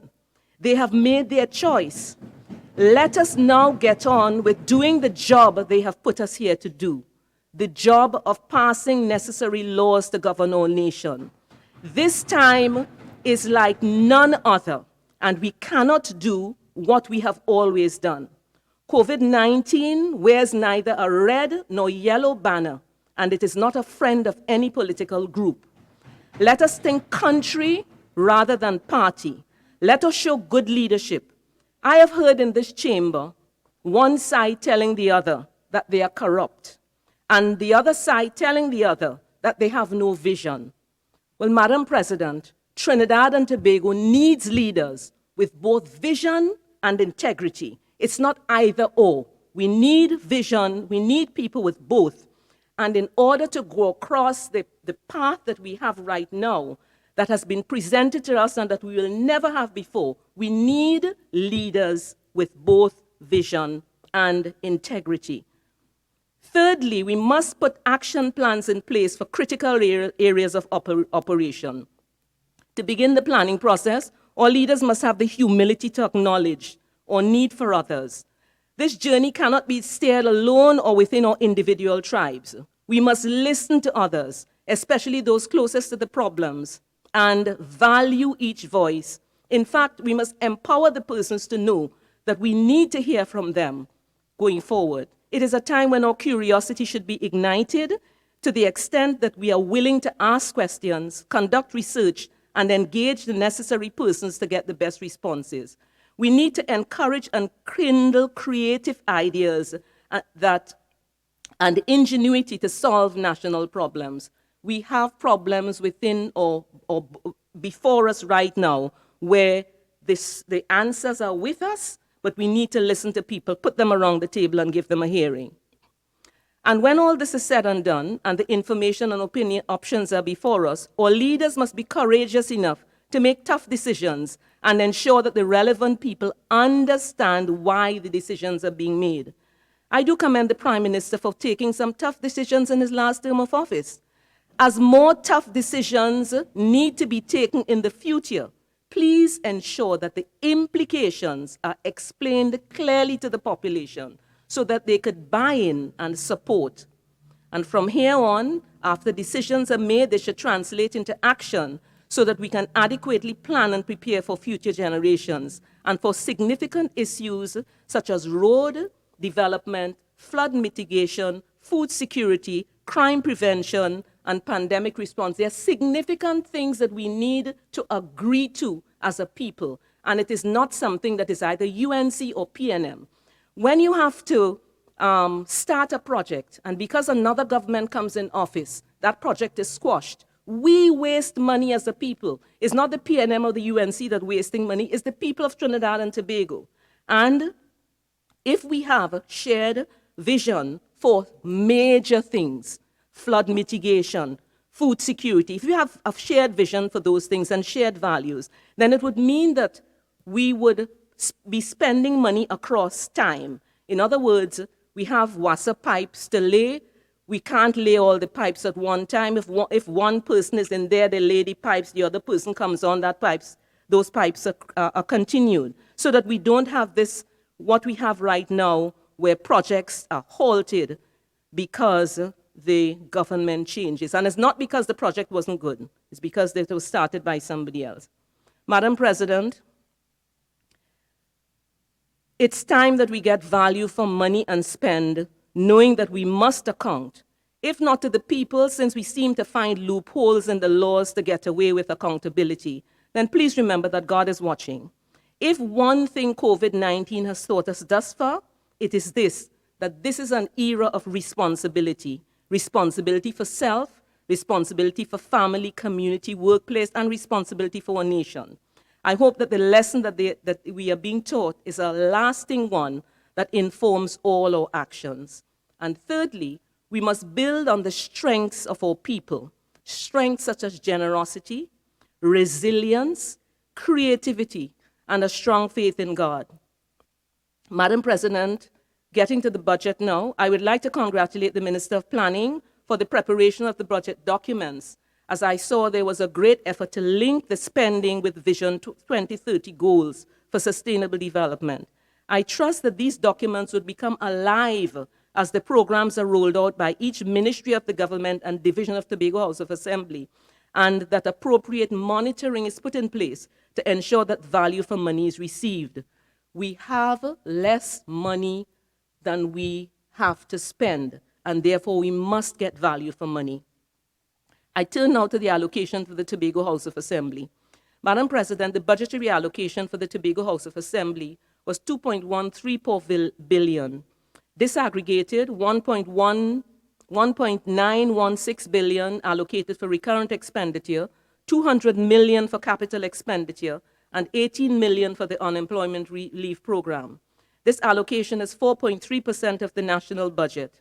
And in addition to the direct allocation to the Tobago House of Assembly, another $754.5 million is allocated for expenditure in Tobago by various government ministries and statutory authorities. Madam President, I note the response of Mr. Ansel Dennis, the Chief Secretary of the Tobago House of Assembly, as quoted in a CNC3 report dated October 5th. I quote, Tobago House of Assembly Chief Secretary Ansel Dennis has described the 2021 budget presentation by Finance Minister Colm Imbert as appropriate and fair.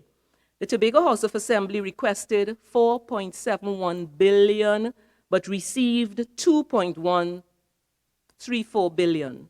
In an exclusive interview with the Guardian media, immediately after the budget preparation, Dennis said that he was pragmatic in his expectations, stating that the THA would make adjustments where necessary. He continues, we would focus on a number of priority areas like tourism, agriculture, social support, support for the businesses as well on the island, as we have been doing over the last 3 months. So that will continue, and we will make the adjustments where necessary. Of course, on the DP side, we are once again significantly underfunded, where we only got $200 million, $31 million less than last year. However, we expect an additional $300 million through bond financing, and we hope to utilize other mechanisms. I end quote. Madam President, Tobago tourism's product, which is the main source of employment other than the government, was struggling before COVID-19, and this product is now almost in ruins. Madam President, can these dry bones live again? Could the pandemic really allow the Tobago House of Assembly to look at the tourism product that is offered and seek to re-enter the market with new and improved product? Would the wellness tourism business be the way to go? Sports tourism or some other kind of tourism? Niche tourism? it will be difficult for Tobago to compete with the other Caribbean islands for sun, sand, and sea. We are now seeking to upgrade our airport. The project is due to start in January 2021. The seaport will benefit from the 2 new vessels in this financial year. Would these new additions be able to kickstart this ailing product? Madam President, the answer will only come from frank and open discussions with persons in the industry in Tobago. How could we pivot and do things differently? The answer lies with us. The Tobago Hotel and Tourism Association, in an article in the Newsday dated Thursday, October 15th, made in part the following recommendations. 1, establish a standing committee on tourism. 2, extend bank moratoria on loan payments. 3, expand the government loan guarantee programs. 4, make additional funds available to Tobago's accommodation providers through the Tourism Accommodation Relief Grant. 5, make Tobago a duty-free zone. 6, abolish the land license order of February 2007. Those are some of the recommendations they've made. I cannot speak to all of them, but the establishing of the Standing Committee on Tourism, I was there in 2005 as hospital medical director when that committee was working. And at the table, you had the people on the ground with the issues and the decision makers there at the same time. I still remember one afternoon when Tobago was having a problem with flights. I'm not sure what the details of the problem, the details of the problem was. However, the decision was made at that point in time, and the next day, Liat was flying into Tobago. The people at decision-making level were at the table, and the decision was made quickly and executed. It is stuff like that that the Tobago Hotel and Tourism Association is asking for again. It should be considered. The other area is the funding that the Ministry of Finance has made for the Tourism Accommodation Relief Grant. So far, my understanding is that from reliable sources that 63 properties have received 50% of the grant funds applied for, and that's a grant of 50 million. So far, 63 properties have received 50% of the plans. Madam President, in my budget speech of 2019, I mentioned the success of the tourism product of a small village in Castara. I'm asking again, as the stakeholders undertake their discussion, that they please ensure that these small people are heard. They have something to say. When on long-awaited new fast ferries arrive, as they are due to arrive soon, as a Tobagonian, I wait expectantly for the service. As we go forward, can I again suggest that it would take great organizational leadership to ensure that this service is provided in a professional and cost-effective manner. And it would take great self-leadership for our people to use the ferries and keep them in a manner that would cause them to last. We must look at a maintenance plan to put in place to make sure that the service is sustained. Can we use this as an opportunity to raise the standard of what we have been providing over the years? We are unlikely to have this level of resource to pay for ferries in the foreseeable future. I'm also tying this service to the proposed privatization of the port.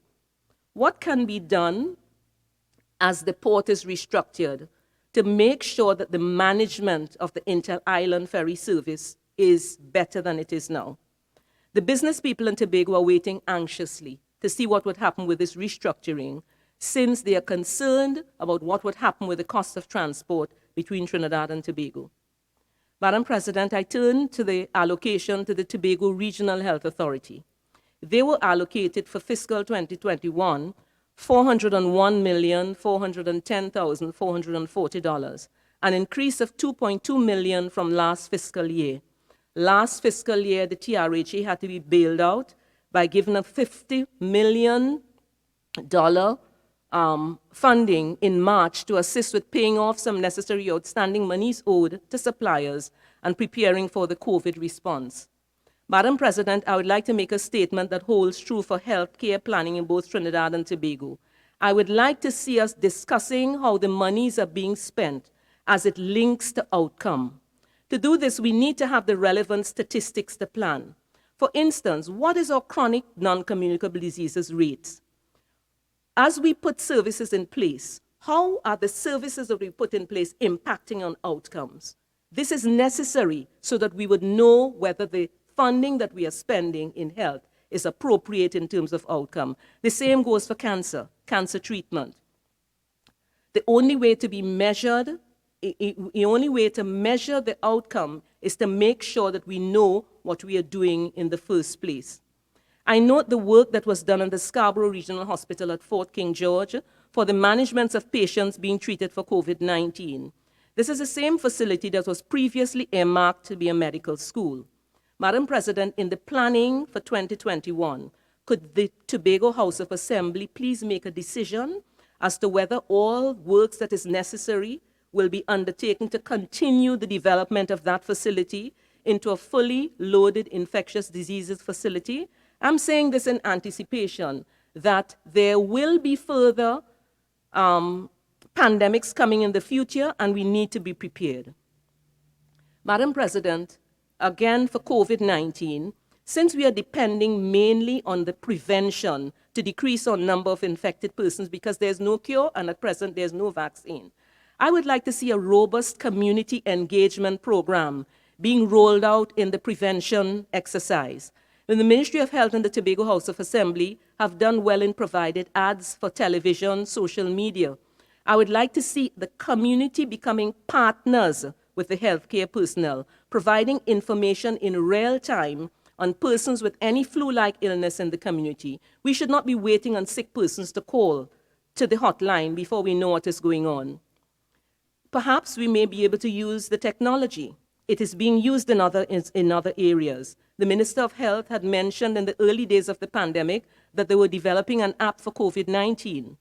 Jamaica is using an app now. As people go into the country, they download the app and they are monitored on a daily basis through that app. Could we consider this as we roll back the restrictions to movement? It would certainly get our turnaround time for people's illness being quicker. Madam President, I want to talk about the new Roxborough Hospital, which is near completion and which would have been funded through the development program last year. How is it going to be operationalized in a period where we have less funds?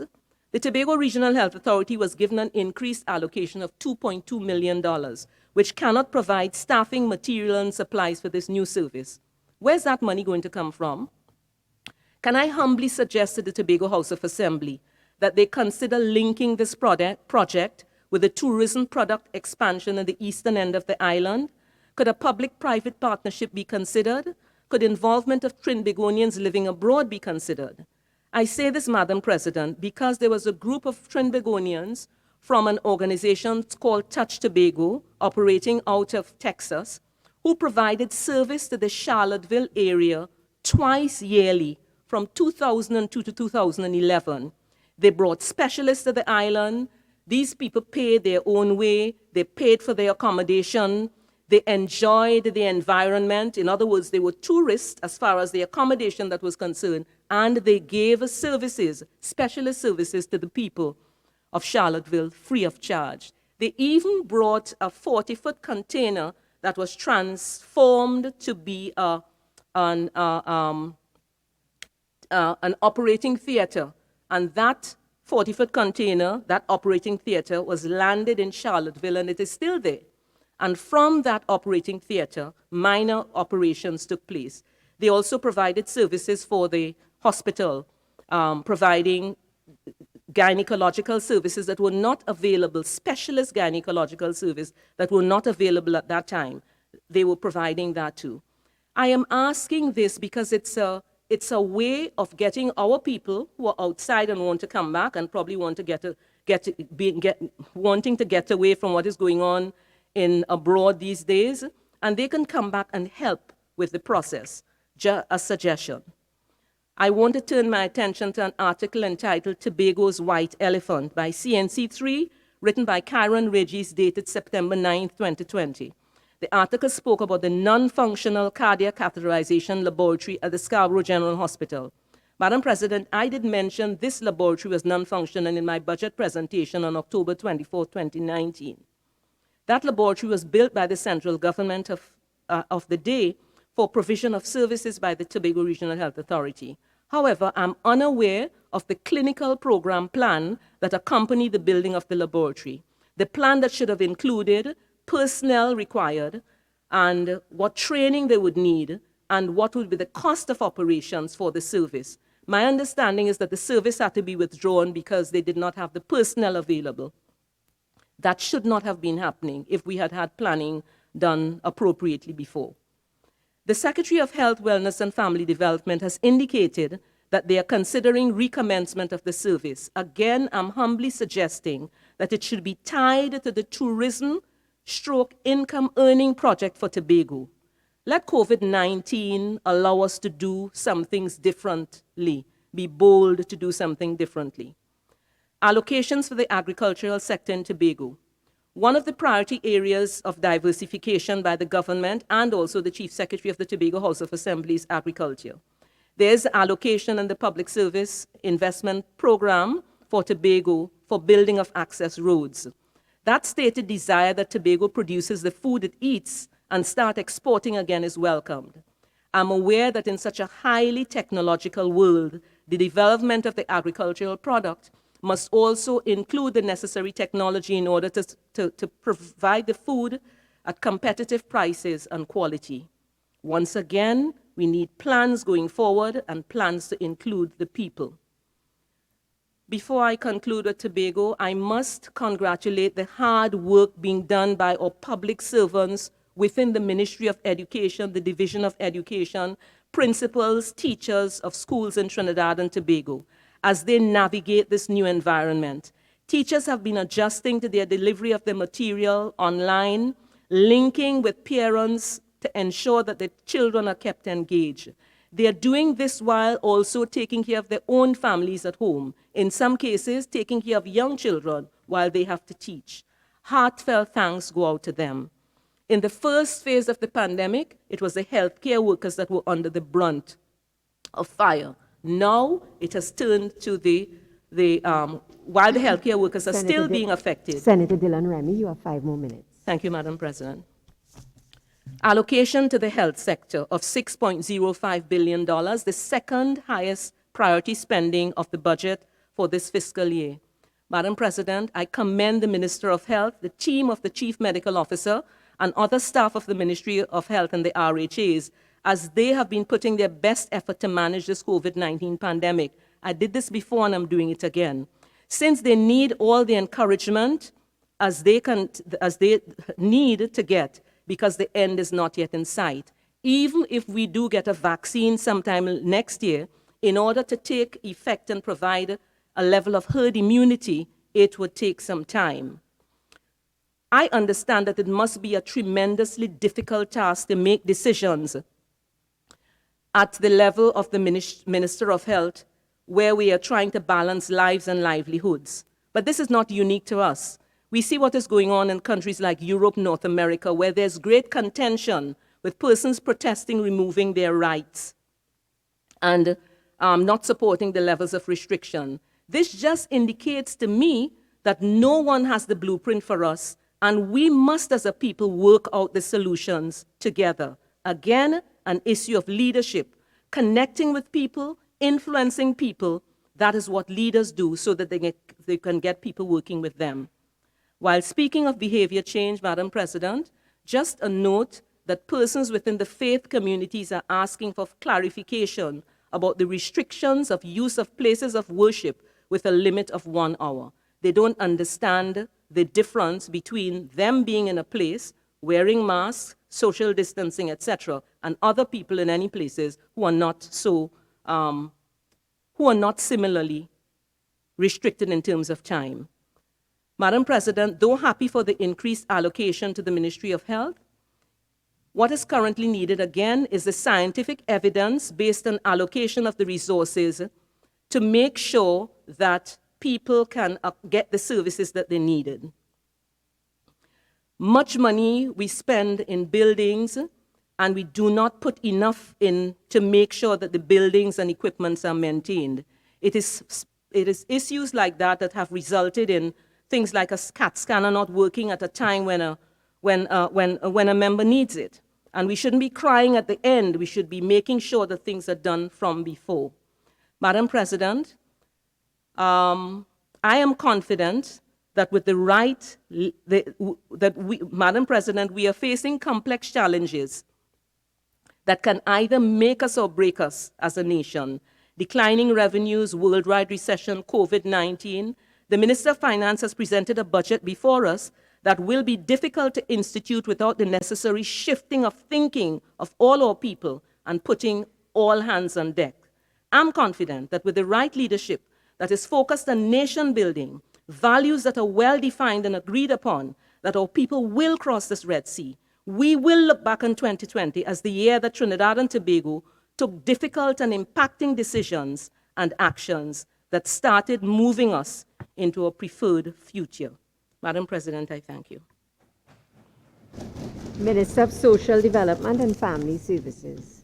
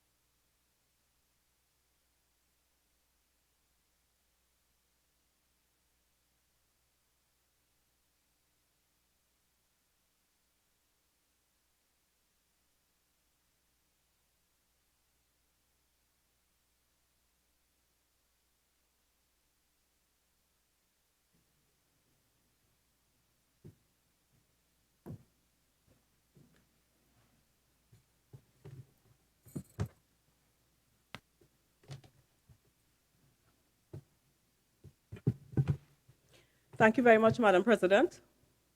Thank you for the opportunity to speak on the appropriation fiscal year 2020. Fiscal year 2021 of this bill 2020. I want to start, Madam President, I just want to congratulate Senator Dillon-Remy on her contribution, which reminds us that COVID is not about yellow or red. And I think we all need to remember that. But I want to just refer to the Senator Jearlean John on her contribution. Madam President, you know, some of the information that we got here today was really wrong, and I'm going to point some of them out. I wouldn't be able to do all. The fact she spoke about people are suffering, people have real issues, spoke about poor and single mothers, and that the government doesn't care. In my presentation today, I will show how much this government cares. The Senator also mentioned that about the workers from Hyatt and Hilton that they are not being paid. I would like to say that is not true. The persons from the Hyatt, all the workers from Hyatt and Hilton have been receiving their salaries. I also saw desk thumping for the comments about the Senator being the only person from the only senator from Tobago in this House. This is not true also. Where is Senator Dillon-Remy from? Where is Senator Nigel De Freitas from? They are also from Tobago. I also want to refer to the fact that the senator spoke about, made some comments about what was said by Peter George, Curtis Williams, and so on. and spoke about the fact that the government should open up, which I think is indeed very irresponsible. And I would like to say, who here would like to watch their family members suffer or die from COVID-19? And I think we all need to speak about being responsible instead of just talking about open up. And it says a lot, because I'm wondering why it is that a focus was placed on bars to be opened. Okay? And I heard the senator quoting the Bible, talking about Jesus' moment and so on. And no time he spoke about opening up the church, places of worship, and so on, at no time. But yet, the focus is on opening bars. I wonder why. There were some comments about NGC, and I would like to say that, I would think that the UNC government should be ashamed to even mention NGC, because that UNC government, when they were in office, plundered, pillaged, ravaged, and raided that company. And I don't think that anybody should even mention NGC. And since when they care about Laventille? I represented Laventille, Madam President. And I can tell you that while I was in opposition and I was pleading with the government to assist, they did nothing to help Laventille, except there was a program dealing with, I think it was something like Color Me Orange, which was for votes. There was at no time was there any care about Laventille. So since when now? The senator is coming out to talk about Laventille, and people are suffering, and people from Laventille over and over. I mean, such hypocrisy. And I would like to now move on to my presentation. About 2 weeks ago, I addressed the other place and described in great detail the comprehensive response of the Ministry of Social Development and Family Services to both the COVID-19 pandemic and the continuing necessity of government intervention to ensure that the most vulnerable amongst us are still afforded the opportunity to engage in a decent quality of life. Madam President, while I will account for the monies expended by this government in the last fiscal year and indicate our plans for the current, it is not my intention today to repeat all the details of that presentation. I intend to focus not only on what the government has done and will continue to do for persons who find themselves in certain situations, but also to what the government's plans are to take those persons out of those situations into a place where they can better survive on their own. One of the most repeated questions since the 2020 budget was presented by the Honorable Minister of Finance was, where the money gone? Indeed, the opposition leader has gone on record as calling for a forensic audit of the money spent on COVID-19 on the citizens of Trinidad and Tobago. I have said it before, and I will repeat in this August chamber. The Ministry of Social Development and Family Services has nothing to hide, and we will welcome any probe by any agency into the ministry's operations. The Ministry of Social Development and Family Services was faced with the dilemma of continuing to provide services to clients already in the system, while at the same time providing emergency services to persons affected by COVID-19 pandemic. Indeed, Madam President, at no time since the local onset of the pandemic in March has there been any delay in the payment of senior citizens' pensions, disability or public assistance grants, or any of the many grants offered to citizens by this ministry, and that in itself is a phenomenal achievement. I can report to this honorable chamber that as at September 2020, the ministry provided support to 174,798 individuals and households through the various core social programs. Outside of this, the ministry provided assistance in the form of income, food, or rental support to over 173,000 individuals and families who were impacted by the measures to reduce the spread of COVID-19. In short, as at September the 30th, 2020, this government provided food, income, and other support to more than 1/4 of the entire population of Trinidad and Tobago. Yet we are hearing that we don't care. Madam President, in fiscal 2020, the Ministry of Social Development and Family Services touched the lives of more than 700,000 citizens of this country. The provision of these grants and services, which include senior citizens pension, public assistance, disability grants, food cards, etc., cost the taxpayer approximately $5.113 billion. So therefore, the evidence is clear. This is a substantial contribution to the fight against poverty. This investment has been able to close the poverty gap and reduce inequality. The government's investment through the safety net programs offered by the ministry also contributed to building household resilience during the prevailing pandemic. Of that figure, the ministry expended $4,12,344,121 on the senior citizens pension. Over the last 5 years, government introduced measures aimed at providing greater protection to our elderly population. And these measures resulted in an increase in the number of older persons accessing the senior citizens grant. Between October 2015 to September 2020, more than 41,000 new persons were added to the system, inclusive of 9,417 in fiscal 2020. Older persons are now in a better position to overcome the many challenges they encounter. More than 71% are receiving the maximum senior citizens pension of $3,500 per month. Madam President, more than 85% of our population over 65 years are currently in receipt of the senior citizens pension. This on its own is quite a phenomenal achievement. Madam President, in a 2017 report titled Caribbean Synthesis Report of the Implementation of the Madrid International Plan of Action on Aging and the San Jose Charter on the Rights of Older Persons in Latin America and the Caribbean, ECLAC cited that Trinidad and Tobago has the most comprehensive contributory and non-contributory pension scheme in CARICOM. The report also cited that the pension scheme has evolved to become the highest per capita in Latin America and the Caribbean region, and assures that no older person should be in hunger or poverty.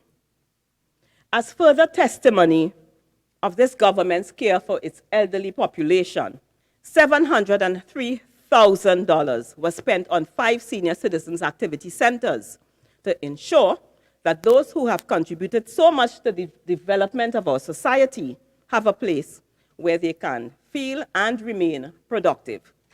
Moreover, mindful of the fact that not every family is in a position to take care of its elderly at home, this government paid $3,874,021 to house 91 residents in community care homes in fiscal 2020, and a further $1,144,384 to house residents in 8 homes for the aged. For those elderly persons who need assistance in their homes, the government continued to provide support through the Geriatric Adolescents Partnership Program to the tune of $19,852,000, benefiting 988 older persons. As evidence of this government's commitment to the community of disabled persons, this ministry disbursed the sum of $47,278,912 in subventions to 22 NGOs, inclusive of 3 statutory boards, to support their work and facilitate the delivery of specialized services for persons with disabilities in their care. So, Madam President, in fiscal 2020, the government also provided the support to those in need as follows. And I want the members on the other side to listen carefully, because we are hearing that the government doesn't care, and the government and people are sick, people are distressed, people are hungry, people are poor and needy. Permanent food support. 27,741 households at a cost of $193,703,710. Public assistance grants, 18,942 families at a cost of $339,409,457. Other miscellaneous grants received, 1,004 families also benefited from a number of other grants, inclusive of household grants, household furnishings, medical equipment, funeral grants, house repairs, along with others at a cost of $5,994,392. Disability grants. The investment made in 2020 was $567,003,594. Natural disasters. The ministry paid 1,554 affected persons, a total of $11,652,000. With specific reference to the support to citizens affected by the COVID-19 pandemic, as at September 30th, 2020, this government has provided assistance to 173,020 individuals and families at a cost of $329,600,240. And this support came in the form of rental relief paid directly to landlords, loss of income support, food support for families, as well as for households where children were supported through the school feeding program. So, Madam President, I have outlined these programs and the cost to the national economy, if only to indicate to those opposite where the money was spent. For various reasons, including double dipping and attempts at fraud, not all of those who applied for assistance were able to receive such. The ministry had cause to reject almost 5,000 applications, and some of these reasons for rejection include some applicants were non-nationals, some were students, lack of the required documentation in some cases, and some were unwilling to provide the documentation that they were asked to provide. Some applicants had income that exceeded the qualifying limit. So, Madam President, some of the applications were blatant attempts to mislead and defraud the government. All these made them ineligible for the grant. But more importantly, and this is of great concern to me, that the system was clogged, of course. They clogged the system and stopped genuine applicants from accessing support quicker. At the end of the day, though, the ministry is satisfied that we have done our best in providing support to citizens of our beloved nation in the midst of the COVID-19 pandemic. I wish to publicly commend all the NGOs, CBOs, and FBOs, and all others who stepped up to the plate to ensure that no one was left without. Proverbs 14:31 says, "He who oppresses the poor shows contempt to his maker, but whoever is kind to the needy honors God."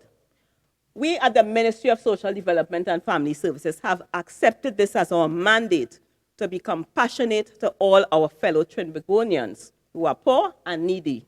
But we have gone one step further to ensure that through the programs I will now outline, they are presented with opportunities not only to help themselves, but also to maintain a decent standard of living. Madam President, the ministry has been delivering our mandate. Can we do more? The answer is yes. Can we do better? The answer is yes. Can we be more efficient? The answer is yes. But we intend to redouble our efforts in the new fiscal year to fulfill our mandate to reach the most vulnerable in our beloved country. And perhaps, Madam President, I could begin with the ministry's last initiative, which is the relaunch of the ministry's website. As the government progresses to a state of full digitalization of the economy, our ministry's website becomes an essential tool both in bridging the communication gap that exists between government and end users and ensuring greater efficiency and impact in the delivery of government services. In this regard, the ministry's website was redesigned and relaunched to ensure that as far as possible, all forms, processes, information about the different grants, etc., are readily available to those who need it most. This new website was therefore developed with three principal functions in mind: to offer a more desirable, user-friendly service to our clients, to facilitate greater and easier collaboration among our partners, and to support the work of our internal teams. I am extremely elated to use this opportunity to thank the executive and staff of the ministry, as well as other key stakeholders who all played critical roles in ensuring that this newly redesigned website met and surpassed the expectations of all for whom it is intended to serve. One such group, Madam President, is the community of persons with disabilities who were integral partners in the website's redesign. This was an exercise in collaboration and mutual respect and demonstrated, among other things, government's commitment to establish a greater sense of inclusion, equity, and the creation of opportunity for all citizens of our country. Madam President, the eradication of poverty, social injustice, and inequality depend on a lot more than the distribution of grants and services. It is against this background that many of our programs, grants, and services at the ministry are designed to help persons transition from dependence to self-reliance and sustainability. In this regard, there are a number of additional developments coming from the ministry that need to be highlighted in the interest of empowering those who are considered the most vulnerable amongst us. Among such are the Adult Education Program, the SEED Grant, and the Step Up Program. The Adult Education Program is a long-standing program designed to help and empower adults through the opportunity of a free second chance at acquiring their primary, secondary, and technical vocational education. Delivered at community centers throughout the country, mainly by our retired educators, persons who avail themselves of this opportunity are trained in literacy, numeracy, and equally important courses through which they can in fact obtain an income. These courses include beauty culture, garment construction, cake decoration, home decor, mixed crafts, tiling, masonry, plumbing, electrical installation, welding and fabrication, among others. We also provide free literacy, computer literacy courses and associated ICT studies through this program. As a reminder, a few weeks ago, this ministry commissioned Trinidad and Tobago's first wholly owned and operated ICT lab by government for participants in the adult education program. And these programs have the benefit of offering to participants the opportunity to now earn an independent and sustainable income, and in so doing, lift themselves out of their current circumstances. 8,204 persons graduated from the adult education program since 2015. And today I want to encourage our citizens to register for these courses. Find what you like and take that second chance at learning. The SEED Grant, the Sewing Empowerment Through Entrepreneurial Development, called SEED initiative, provides financial assistance to persons in difficult socioeconomic circumstances. And this grant, Madam President, is not merely a cash grant to spend on daily requirements, but rather seed assistance for persons to establish, expand, or grow their small business venture, as well as develop requisite business management competencies through its training component.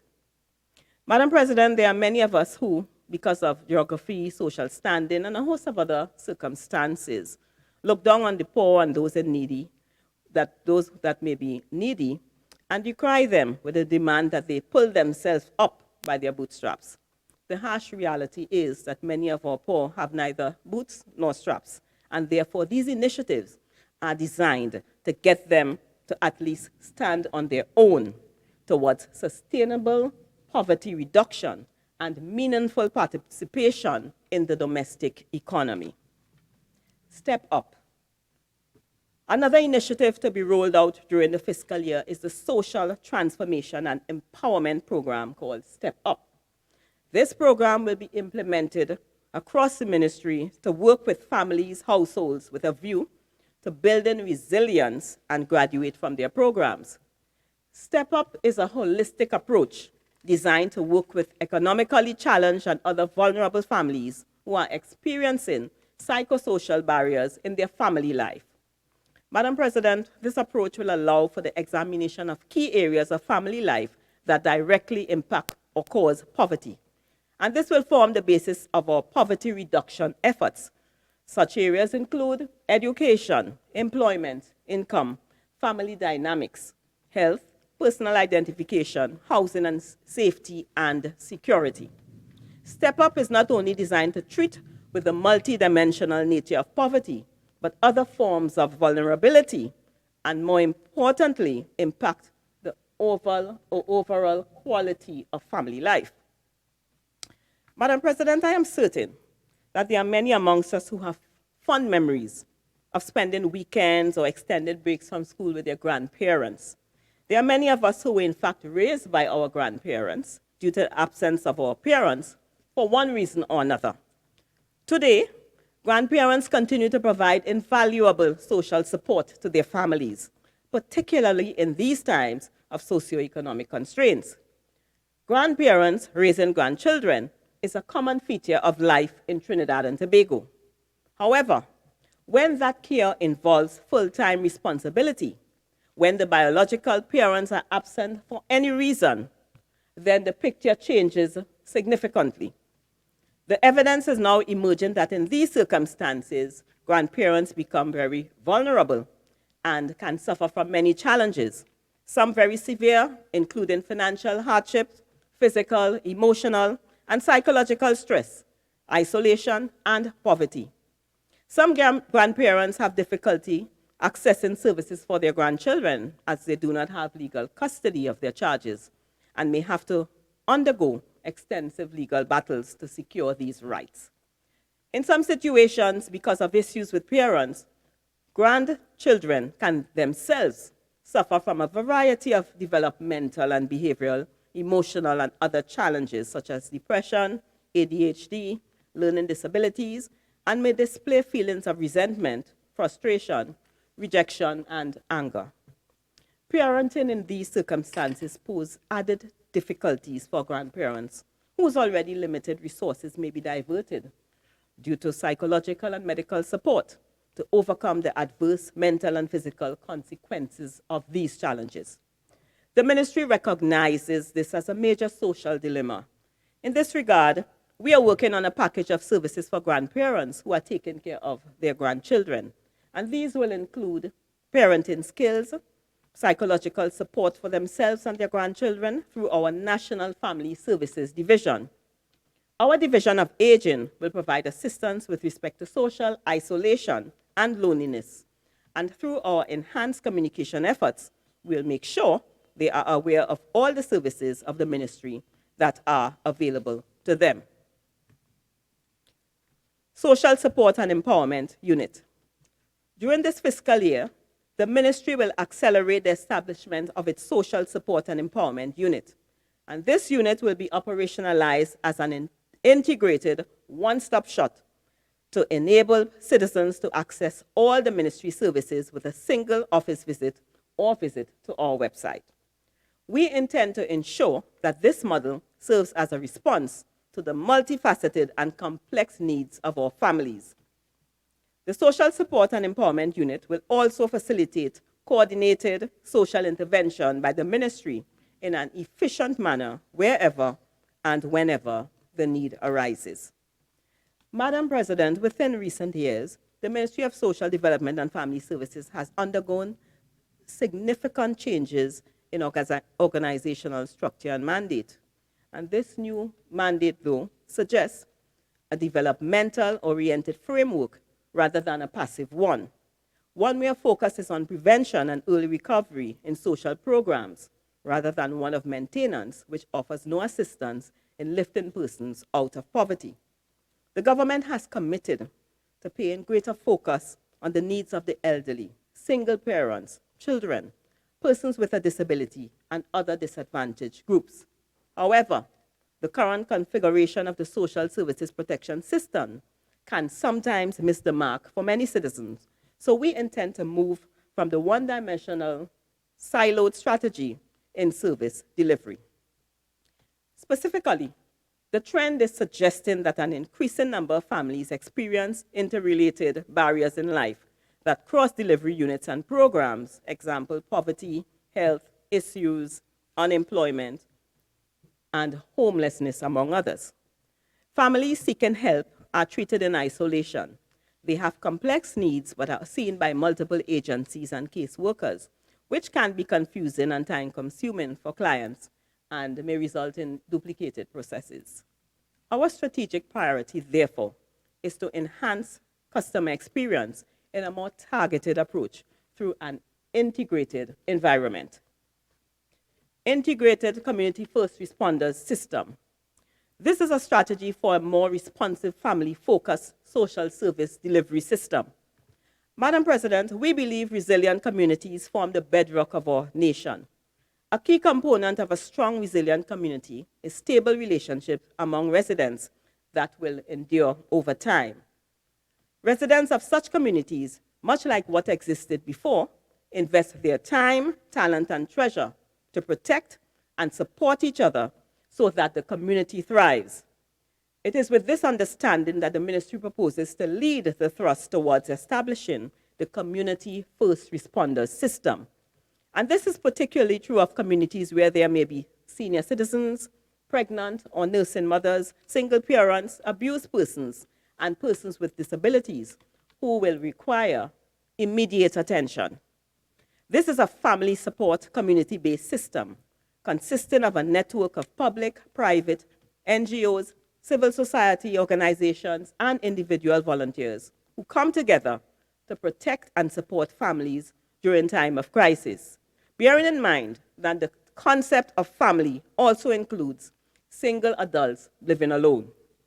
Crisis may be unexpected events such as natural or man-made disasters, bereavement, critical illness, or family disputes that have a physical, psychological, or emotional impact on families within that community. We are all familiar with the critical role played by the police, the fire services, the regional corporations, the ODPM, and international NGOs such as the Red Cross and Is There Not a Cause during this time of crisis. They will remain an integral part of the integrated community first responder system in their existing capacities. This integrated community first responder system is guided by the National Policy for Sustainable Community Development and will be activated for any family within a community upon the occurrence of any one of the following: a public expression of assistance for families and individuals due to losses resulting in homelessness, need for counseling or other services provided by the Ministry of Social Development and Family Services. A critical incident that would affect families and individuals that is brought to the attention of the head office and the district offices of the ministry. A review of statistical reports indicating a family is or will be in crisis. Retrenchment or closing down of businesses due to structural adjustments in the economy, which affects the family. A referral by a division or unit within the ministry, a partner ministry, or agency. And how will this work? This will be led by the National Family Services Division of the Ministry of Social Development and Family Services. Once alerted, the relevant members of the ministry will be activated, briefed, and utilizing the case management approach, deliver the appropriate team response with critical designated roles for each member of the team. Standard operating procedures and individual and group protocols will be established to govern the seamless functioning of the team.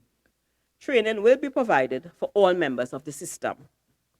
Performance will be monitored and evaluated using critical incident analysis protocols, response times, client satisfaction, and other metrics. The integrated community first responder system will be an important factor in building resilience and more positive relations within communities. When fully implemented, it is expected to usher in a new era of national peace and stability. The ministry has already identified a broad framework for such collaboration and has begun reaching out to members of parliament, partner ministries, and other individuals and groups. The Integrated Social Enterprise Management System. Madam President, if this ministry is to live out its brand promise of good governance and service excellence, a comprehensive information system to administer the ministry's various programs, grants, and services cannot be overemphasized. It is, in fact, the only way forward if we are to reduce duplication and increase efficiency. And there is no better time for its implementation than now. I am pleased to inform this honorable chamber that in fiscal 2021, we expect to see the digitalization of all our grants that are currently in our electronic database through this integrated social enterprise management system called ISEMS. And what will ISEMS do?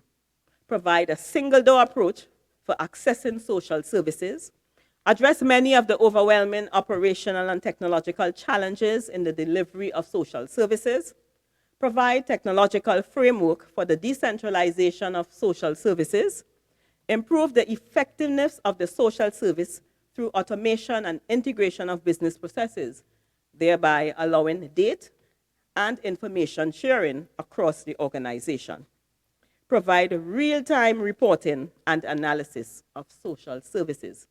A client portal will be established so that clients can interact directly with the ministry.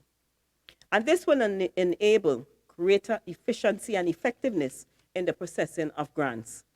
The introduction of this technology will also facilitate an integrated, more dynamic and responsive system, and by extension, a more effective solution to the issues raised by our end users. The principal benefit of this exercise, Madam President, is a decrease in the ministry's response time to persons who are in need of assistance.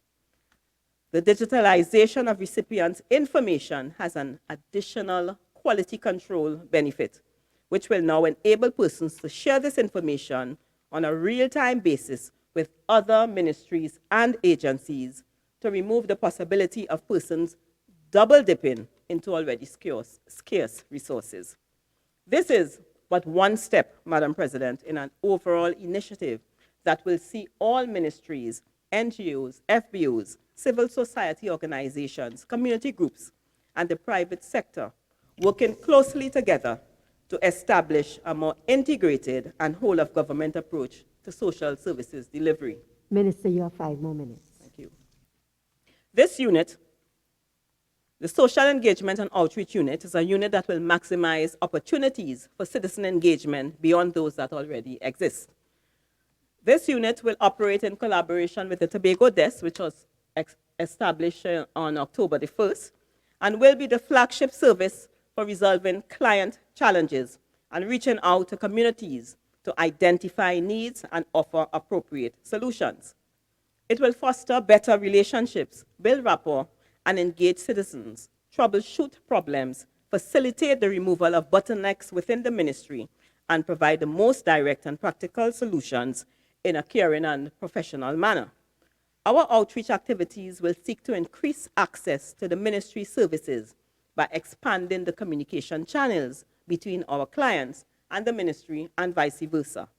In this regard, we will offer a prudent, cost-effective mix of engagement options, including traditional and social media, socially distanced and face-to-face meetings, and community walkabouts to meet with the communities, discover what is happening in those areas, and respond appropriately. And this will not be a one-size-fits-all approach. And we have begun reaching out to partner ministries, members of parliament, members of the private sector, and other community organizations to meet with us in their local communities. All 41 members of parliament throughout Trinidad and Tobago would have received letters from me inviting them to meet with the ministry's technical teams in their constituency offices or elsewhere in their community to begin the process of collaboration and dialogue on the specific needs of the local area. We shall engage and find solutions to national problems, one constituency at a time. Madam President, none of the great initiatives I have outlined would be possible if the one final piece of the puzzle is not in place, and that is a change in our values, attitudes, and behaviors to emphasize acceptance of personal responsibility, to recognize that our actions and behaviors have a knock-on effect on our fellow citizens, and to normalize delayed rather than instant gratification. Chapter 4 of the National Development Plan Vision 2030 speaks to the need for more concentration on a positive value system to be embedded in our families, workplace, and places of worship, among others. Now more than ever, as our world is at risk with the negative impacts of COVID-19 pandemic, and we are all called together as a nation to unite, to reflect on what keeps us together, what will help us to recover, and how we will achieve full restoration. The Ministry of Social Development and Family Services recently launched the internal aspect of the Values, Attitudes, and Behaviors campaign to initiate the transformation among the staff of the ministry. It is our intention later on to launch at a national level. And it is my hope that this initiative will re-energize our citizenry to rally around each other and restore family life and our society with the love, discipline, respect, and productivity that we all know is possible. In conclusion, I am of the firm view that Trinidad and Tobago continues to be fortunate in that we have had the benefit of caring and prudent government to guide our country through past and present challenging times. At the Ministry of Social Development and Family Services, we are therefore proud to carry the mantle for the resetting of our economy for growth and innovation through the revitalization and modernization of the social sector. And as I close, I wish to thank the staff of the Ministry of Social Development and Family Services for their hard work, particularly during this COVID-19 pandemic. I also wish to thank you and this Honorable House for the opportunity to make this presentation in support of the remarkable budget presentation for fiscal 2020-2021. The budget ensured that the most vulnerable in our society have access to a multifaceted safety net, especially at this time and beyond. I thank you. Minister of Tourism, Culture and the Arts.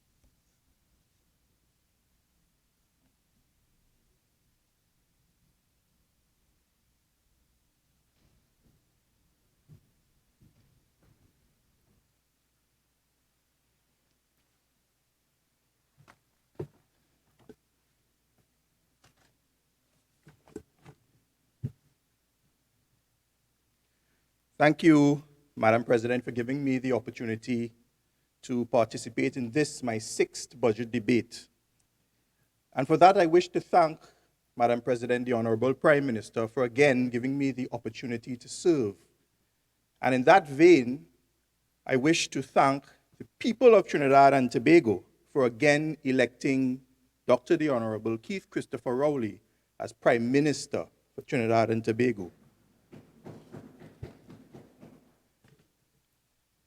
As I'm on that, Madam President, and only now having the opportunity, allow me to congratulate you, as well as Senate Vice President Senator De Freitas, on your reascension to the President's chair, and as well to the Vice President's chair.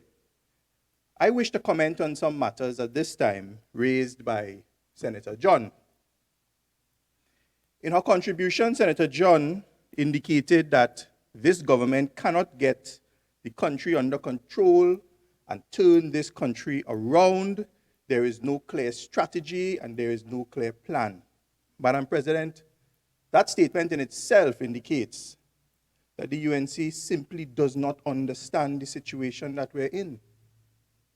COVID-19 is an infectious disease. It is a pandemic. It is unpredictable. Just last weekend, Spain had to shut down in a state of emergency.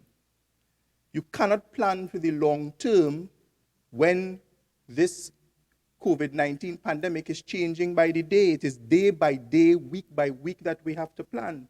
And Madam President, this is not a time for 5-day weekends. Madam President, Senator John also indicated that public servants returning to work is to put public servants at risk. And I would forgive the Honorable Senator. The Honorable Senator may not know that since the restrictions had been put in place, the civil servants, the civil service, had been putting health and safety measures in place at offices all around this country. So there's no abnormal risk facing them at this time. The Senator also indicated that the Prime Minister announced that bars and restaurants would remain closed and the chambers are disappointed and angry. Madam President, the restrictions are placed on in-house dining. I myself had a slice of Buzo pizza over the weekend, Madam President. But I would remind the Honorable Senator that there is no food and rum and coke to be had if you are dead. And the $10 that you want to sit down and pay for a beer does not compare to the $10,000 it would cost for a funeral. So we are right to keep the restrictions in place so that we don't suffer the states of emergencies and the complete lockdowns and shutdowns that other countries all over Europe are experiencing right now, having tried to reopen their economies before time. The Honorable Senator spoke about Petrotrin. And her arguments about the closure of Petrotrin, or if the UNC were in office, they would keep Petrotrin, are largely emotional. What the Honorable Senator is not saying is that the $3 billion in profit that the Honorable Senator spoke about occurred over a decade ago when oil prices were at their record highs. What the Honorable Senator is not saying that from 2014, the projections were that government, Petrotrin, would lose $2 billion per year going forward. And there was a massive bullet payment to be made in 2019. Government had to act.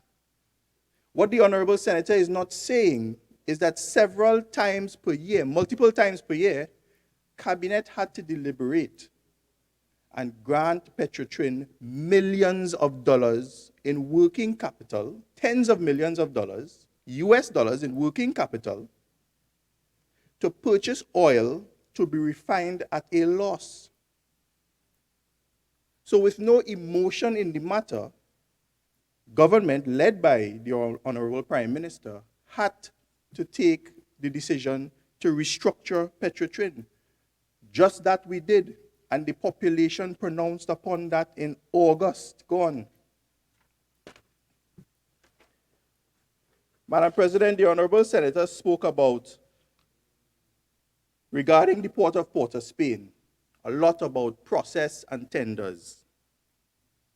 Curious, because, Madam President, I clearly remember that when I entered the Ministry of Housing in 2016, I discovered that 3 contracts worth $3.5 billion were giving out to 3 contractors without any tendering process, without any process at all. In Union Hall, $1.5 billion to one contractor. In Egypt Village, $1.5 billion to one contractor. And in Princestown, about $800 million to one contractor.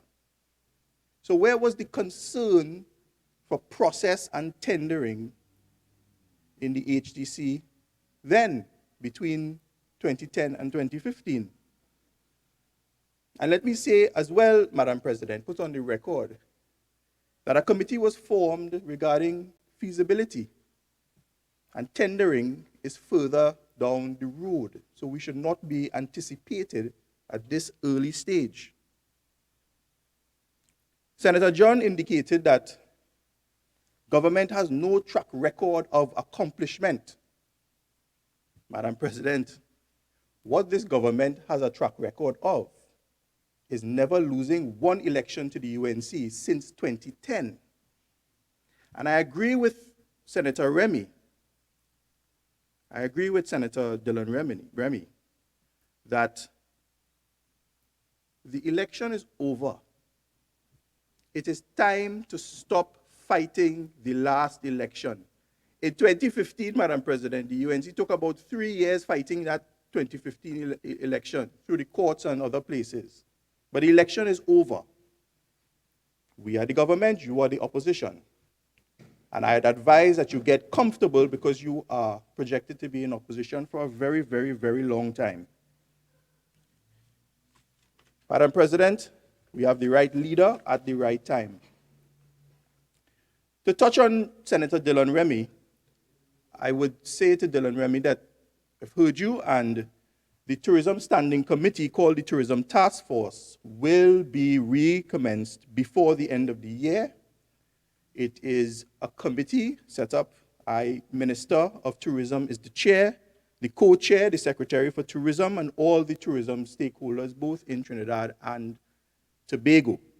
And we will be looking at items such as the ones that she described, as well as airlift, cruise, and joint marketing efforts. And the suggestions by the tourism stakeholders in Tobago are being taken on board and discussed between the Chief Secretary and the Minister of Finance. I wish to touch on something regarding San Fernando, Madam President. Last Friday, Senator Yokymma sought to indicate that nothing much was going on in San Fernando except a sign up on the waterfront. Let me just put on the record, Madam President, there's road widening at Lady Hales. At the old PTSC compound, a $750 million housing contract has been awarded. A multipurpose car park by the San Fernando Hospital is in the advanced stages and very shortly to begin. Carlton Lane housing project has already started. The district court, it's no longer called the magistrate's court, but a district court has been started near Irving Street. A family court has started at the old Clooney Center. So, Madam President, as a San Fernandian, there has not been this much development in San Fernando for a very, very, very long time. And I would not be surprised if Senator Yokymma confessed in her private moments that she too may have voted for the Honorable Attorney General. But, Madam President, I say that, and San Fernando has re-elected the Honorable Attorney General. He is the first MP re-elected there since Errol Mahabia, I think. And Madam President, San Fernando is very happy with their representative. I wish now, Madam President, to counter this narrative that the UNC has been peddling for the last few weeks and even in the campaign, that the PNM crashed the economy before COVID. And Madam President, it's like they came together and they decided, this is a strategy. We will use this narrative and we will tie the COVID crash of the economy to the PNM. But that is to insult the intelligence of right-thinking people in Trinidad and Tobago, Madam President. So we have to re-examine again how we got to this point. Not too long ago, in 2014-2015 budget, the UNC administration, having enjoyed extremely high energy prices and a GDP of close to $180 billion, estimated revenues of $60 billion, unveiled the largest budget in our history, $64 billion. So even though we were enjoying extremely high GDP as a consequence of our very high energy prices, the UNC still did put forward a deficit budget. It was living for today, no inkling of conservatism, no saving for tomorrow, Madam President.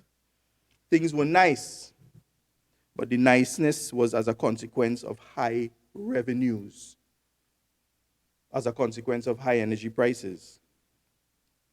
And when you examine that budget, Madam President, the size of the budget was really attributable to transfers and subsidies, recurrent expenditure, unsustainable expenditure.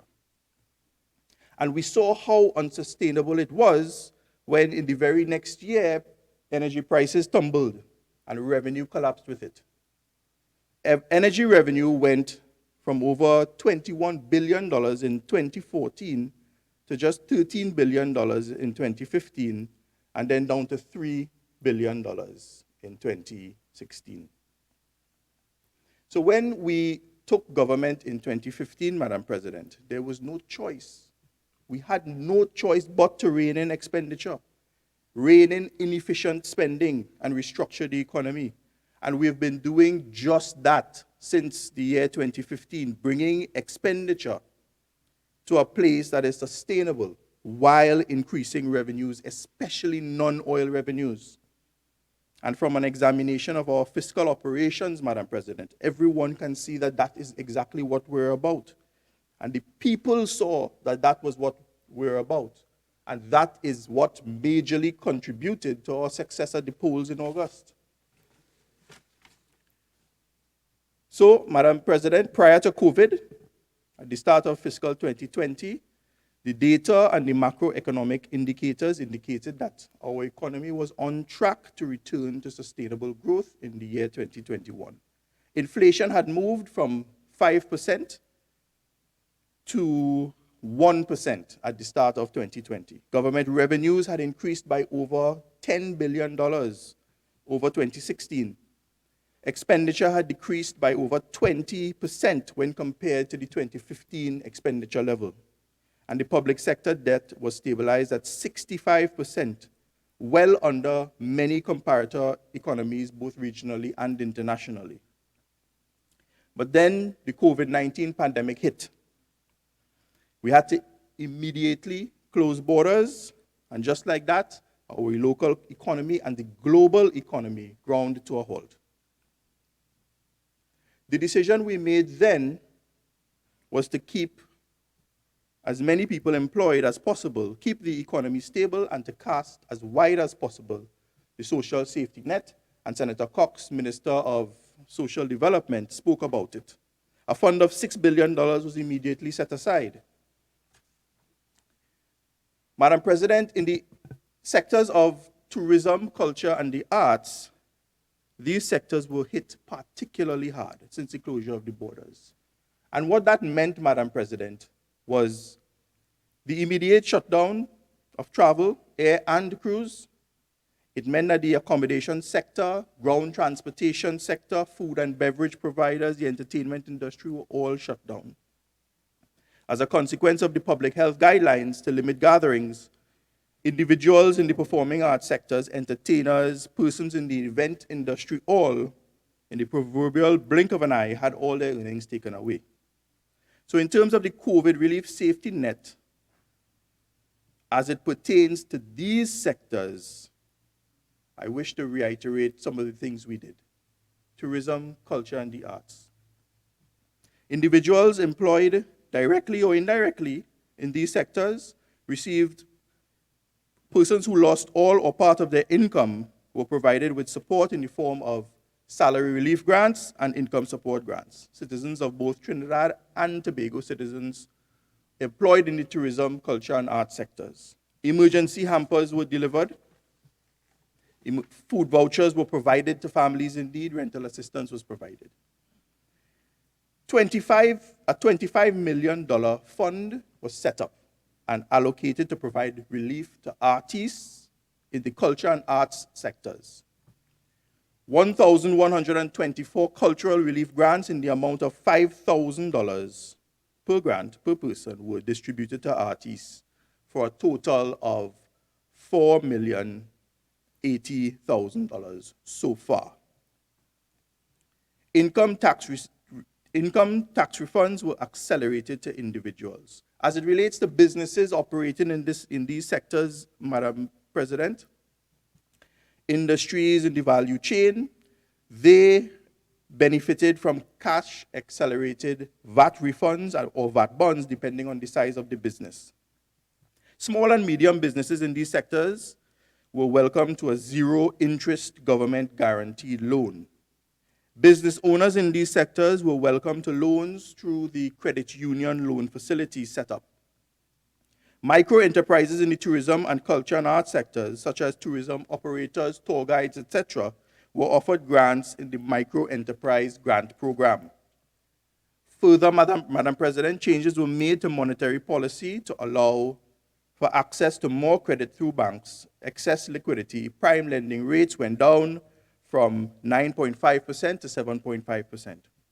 Mortgage payments through TTMF were deferred, and the HGC deferred mortgage and rental payments for a period of 3 months. So citizens in these sectors who own TTMF mortgages or HGC mortgage or rental arrangements were allowed to defer their mortgages, allowing them some relief.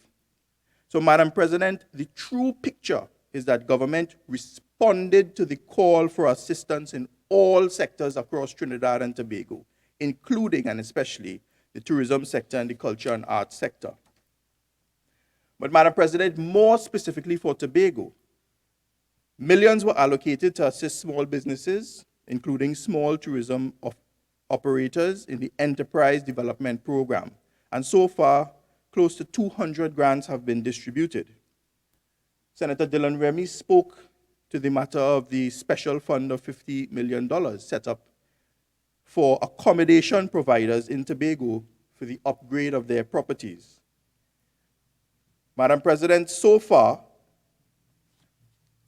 there have been 63 applications, but 48 property owners have received assistance through the Tobago Accommodation Grant Program, specifically for COVID-19 support, in the amount of $18 million so far. So, Madam President, I'm happy to be a part of a government that has assisted to the tune of tens of millions of dollars provided to individuals and businesses in the tourism, culture, and arts sectors. So, Madam President, turning now to government's fiscal package, the Resetting the Economy for Growth and Innovation, I've listened to the Honorable Minister of Finance, and at this stage, I wish to congratulate the Honorable Minister of Finance, and I wish to commend and thank all the efforts of the employees at the Ministry of Finance for their sterling work during this very, very, very difficult time of a pandemic in providing this fiscal package going forward over the next fiscal. Madam President, resetting, as we reset the economy for growth and innovation, resetting means continuing to eliminate wasteful and inefficient expenditure. And it also means improving our revenue position with particular focus on our non-energy revenues. And the Minister of Finance also announced a number of institutional building initiatives to improve our revenue position.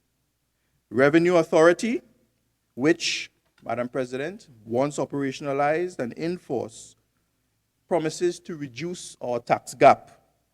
That is the amount of tax leakage we experience every year by approximately $5 billion.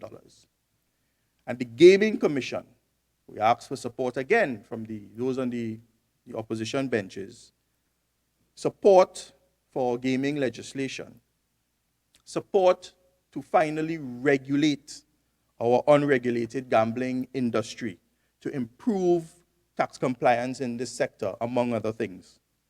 And the National Statistical Institute, we need support as well for that legislation, that piece of legislation, so that government as well as businesses will have all the data and all the information that is needed for better decision-making going forward. Madam President, with respect to tourism performance in calendar year 2019 and the first 2 months of 2020 before the pandemic hit, there are set performance indicators that help to paint the value of the tourism sector in any destination. Madam President, it is no secret that in the years 2015 to 2018, that tourism had seen a decline in terms of the international arrivals by air, which is the most important, the main tourism indicator that we all look to, from 439,000 persons to 375,000 persons. And Madam President, this is directly attributable to the decline in marketing spend in the tourism sector on account of the downturn in the economy for that period, 2015 to 2018. But more so, it is also attributable to the transition that we had put in place from the inefficient arrangements under the TDC, the former marketing company for both destinations. The transition now being the marketing entities now being separated into Tourism Trinidad for marketing the destination Trinidad and the Tobago destination marketing entity, Tobago Tourism Agency. And I'm happy to announce, Madam President, that since 2019, our efforts at turning around the tourism sector started to bear fruit, as there were notable increases in international arrivals, carnival arrivals, visitor spend, and room occupancy rate. In terms of GDP, the World Travel and Tourism Council estimates that the tourism sector in Trinidad and Tobago's direct contribution to GDP is 3%. And using total value of GDP in Trinidad and Tobago at $165 billion, the tourism sector in Trinidad and Tobago produces just around $5 billion in value annually. And by definition, direct contribution to GDP is the value of goods and services generated by industries that deal directly with tourists, including hotels, travel agents, airlines, and other passenger transport services, as well as the activities of restaurants and leisure industries that deal directly with tourists. In terms of employment, Mr. Vice President, the World Travel and Tourism Council estimates that direct employment in our tourism sector accounts for 3.7% of the total persons employed in that country. And if we use the figure of 634,000 as the employed labor force, as according to the CSO, we can estimate that direct employment figures in the tourism sector is 23,000 persons. This is, of course, at 2019, and we don't have accurate estimates for what that looks like now as a consequence of works and workers being displaced by reason of the pandemic. However, Mr. Vice President, with respect to disruption, I've already indicated what government has done with respect to the displacement felt by employees in that sector. In 2019, Mr. Vice President, international visitor arrivals by air transport increased over 2018 by 3.5% to 388,000 international visitors. The rebound continued into the first 2 months of 2020 with an increase of 11.5% over the same 2 months in 2019. And that trend, Mr. Vice President, was projected to continue had it not been for the arrival of the COVID-19 pandemic. Where our top source markets are concerned, our top source markets continue to be in 2019. The United States continues to be our top source market with 178,000 and 26 visitors traveling on passports from that country. 74,110 visitors came from the Caribbean islands.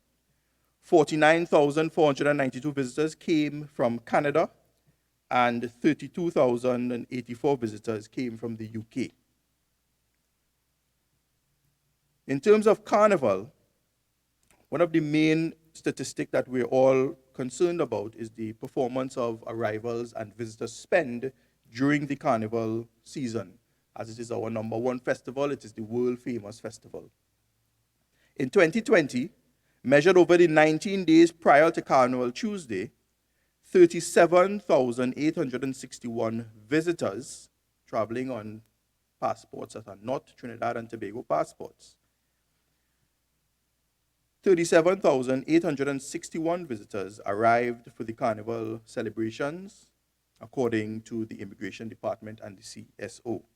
This represents, Mr. Vice President, a 6.5% increase over the previous period in 2019. In terms of visitor spend, the CSO conducts a survey of departing visitors bi-monthly throughout the year at the country's 2 international airports. Interviews are done over a period of 6 days in the non-Carnival period. In the Carnival period, the survey is carried out for 10 days following Ash Wednesday. And for the Carnival period, the average visitor spend was approximately $10,660 TT dollars per person, which works out to approximately $820 per person per day for an average stay of 13 days per visitor. So estimated for Carnival 2020, Carnival spend was 403 million Trinidad and Tobago dollars by international visitors, or 63 million United States dollars. For the year 2019, average visitor spend was $8,245, which is an increase over 2018 by 16%. At the Ministry of Tourism and the marketing agencies, we will continue to look within the tourism ecosystem to maximize visitor spend where we can. And the merger between tourism, culture, and the arts provides us with excellent opportunities for doing just that. In terms of cruise, in 2019, 91,423 cruise passengers came to our shores. This figure is an increase over the previous years, except for 2018, which was an aberrant year due to the closure of several regional ports on account of a severe hurricane season in 2018, where we had unusually high numbers of cruisers in that year. We continue to be at a disadvantage due to our geographical location, but, Mr. Vice President, we continue to work with the shipping agents and the cruise lines so as to increase the number of calls to these islands. And as soon as the cruise season opens back up, one cruise line that had not been here since 2010 has indicated a willingness, in fact, has indicated that they are putting the destinations of Tobago and Trinidad on their itinerary. With respect to room occupancy is measured by STR Global, that is the Smith Travel Report Global. And according to that report, occupancy rate for Trinidad hotels increased by 3% in 2019. And it now stands at 62.1%. Room occupancy rate is now at 62.1% in Trinidad. And for Tobago, the data available for the first 6 months shows that occupancy rate is at 36%, an increase of 6% over the previous year, but still, Mr. Vice President, at an unsatisfactory rate.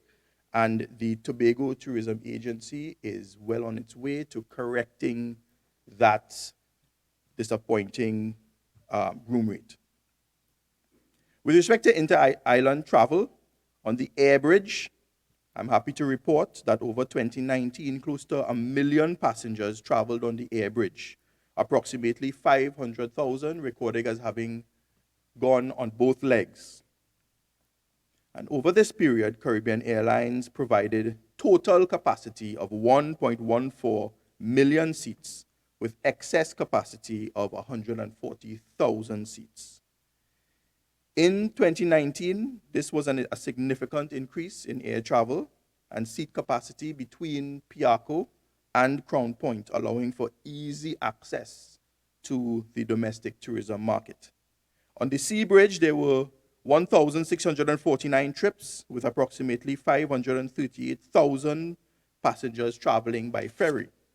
And with the introduction of, very shortly, 2 brand new state-of-the-art vessels from Ostal and Incat, Sea Bridge operations will see significant increases in trips and passengers, with an estimate at this time that we can make of over 1 million passengers opting to use the fast ferry.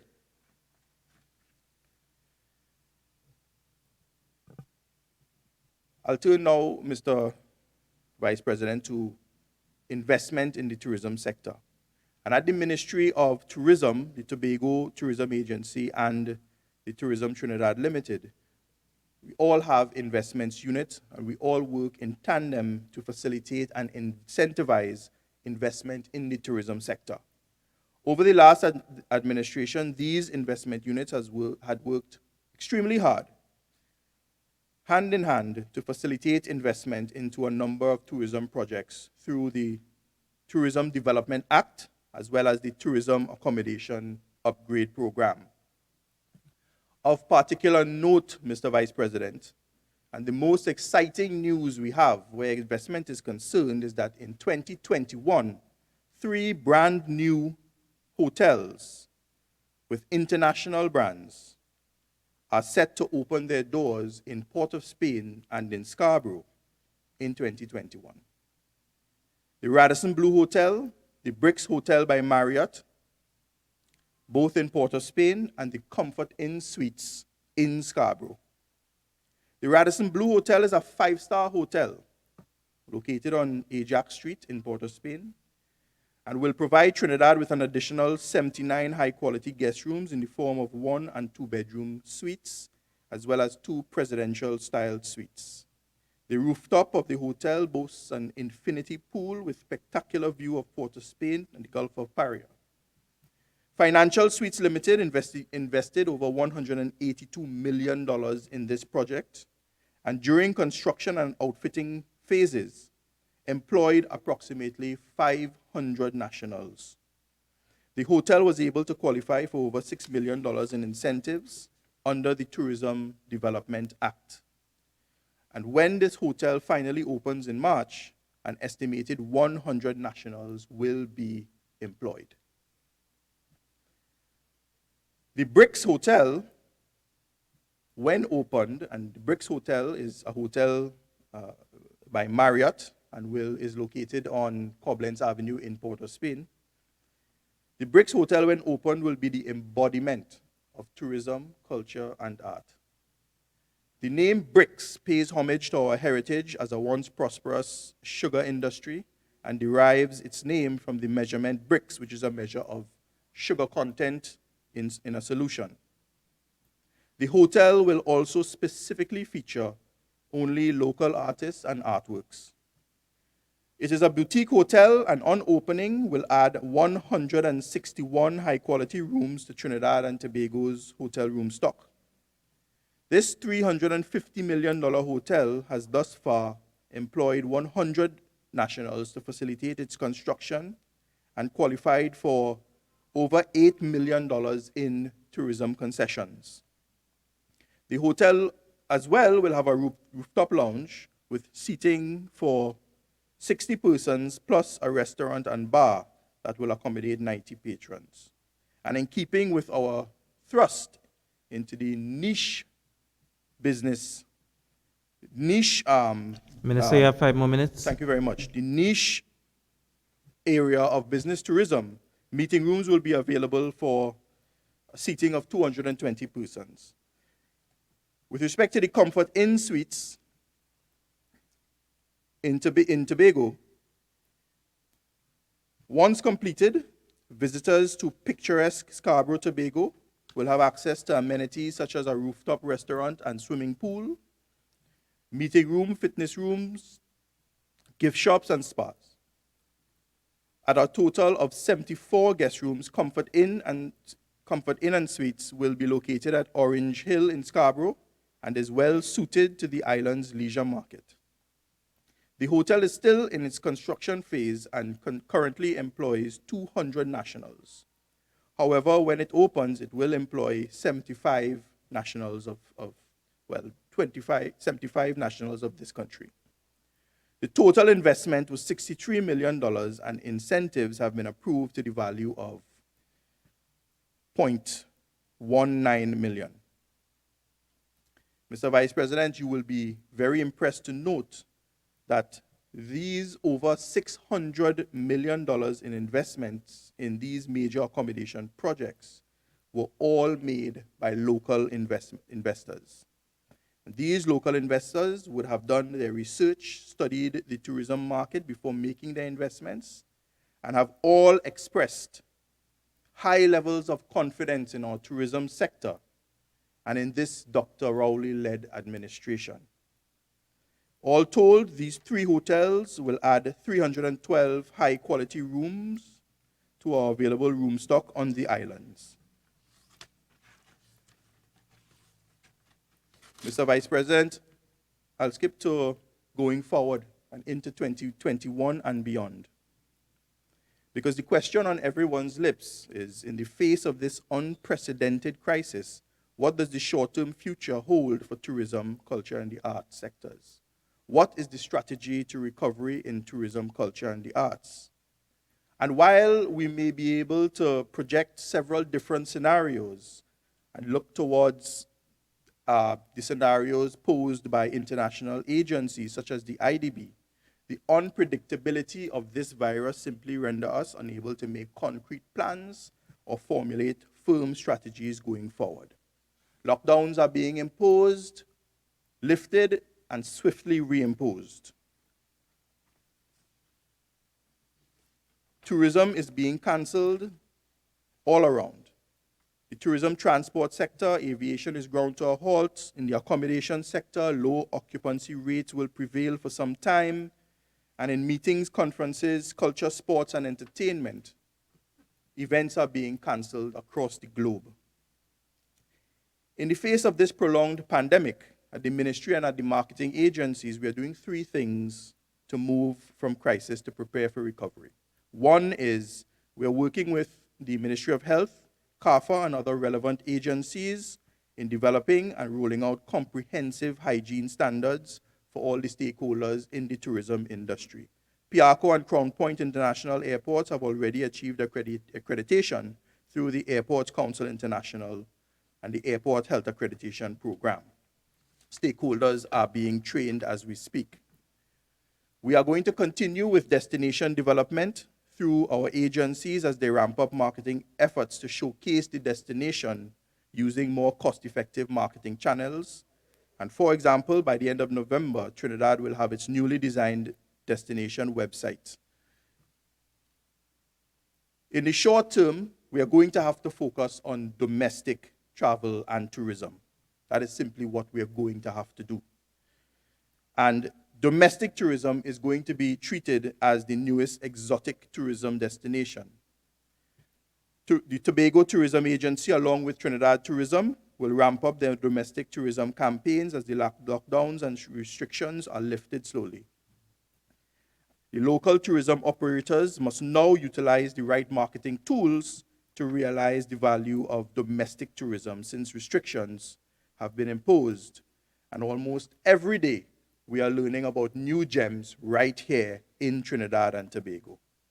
So, Mr. Vice President, I see you almost about to rise.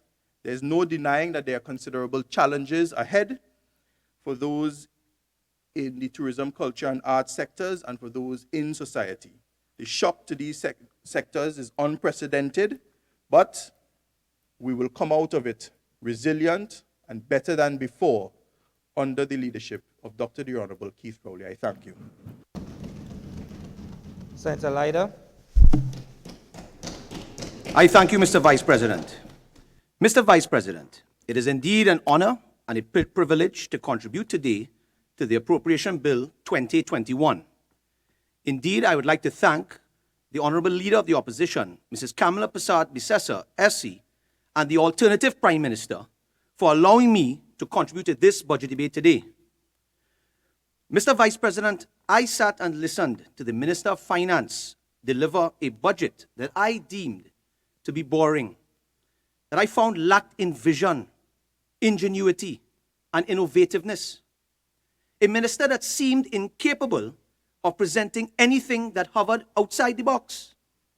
Instead, Mr. Vice President, I listened to a minister deliver bad news to a nation using flowery words as if to comfort them from an unknowing pain.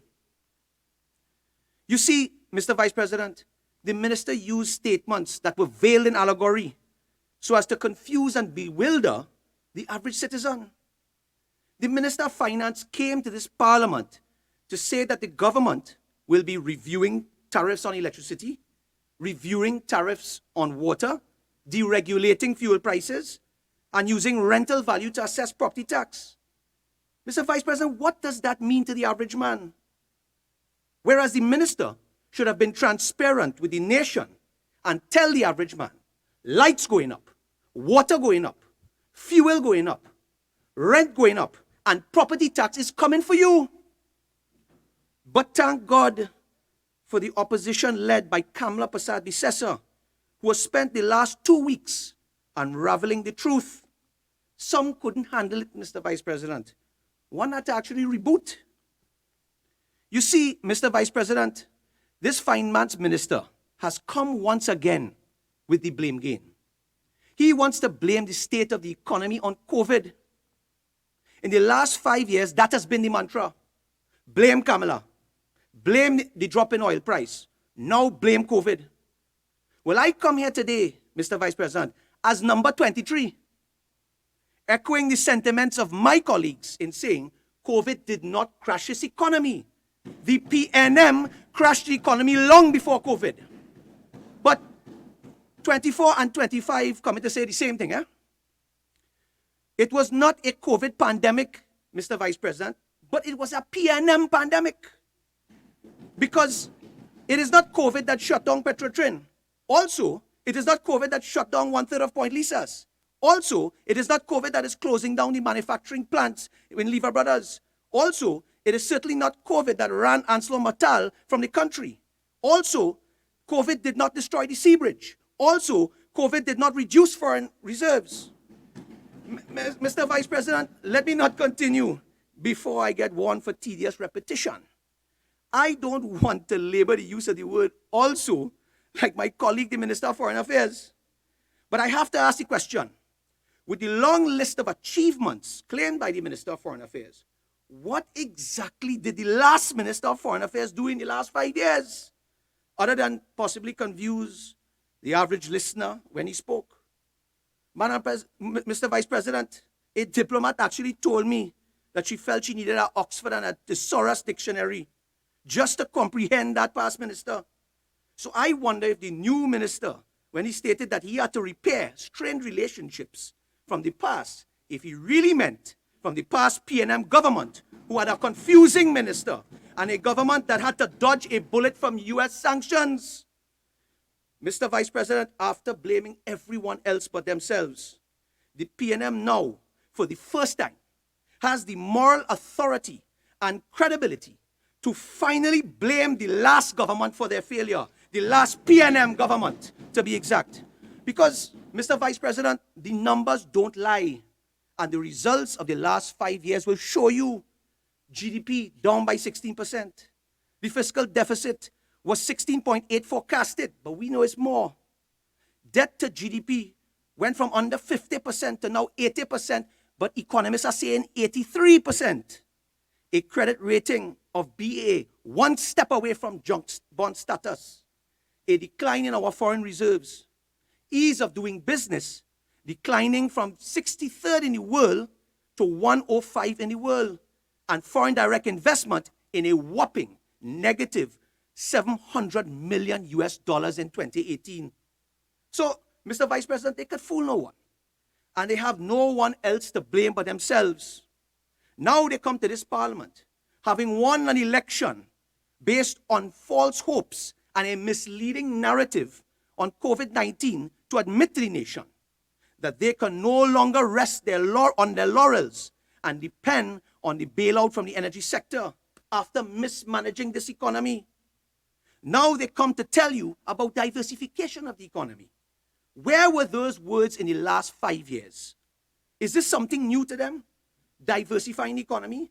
Has the UNC not been telling them to diversify the economy for the past 5 years? Yet now, two of their pillars that they boast so much about for this diversification process were in the sectors of agriculture and manufacturing. So, Mr. Vice President, let me now turn to the agriculture sector. The Minister of Finance, in his budget contribution in the other place, presented what can only be deemed as a lip service budget, masquerading around town a renewed focus on the agricultural sector. Today I say, Mr. Vice President, that contribution was nothing more than pie in the sky and a total insult to every hardworking farmer in this country. I'll show you why. Mr. Vice President, I want to deal with the issue where the Minister of Finance continuously boasts that the agriculture sector is tax-free. The reality, Mr. Vice President, is this simply not true.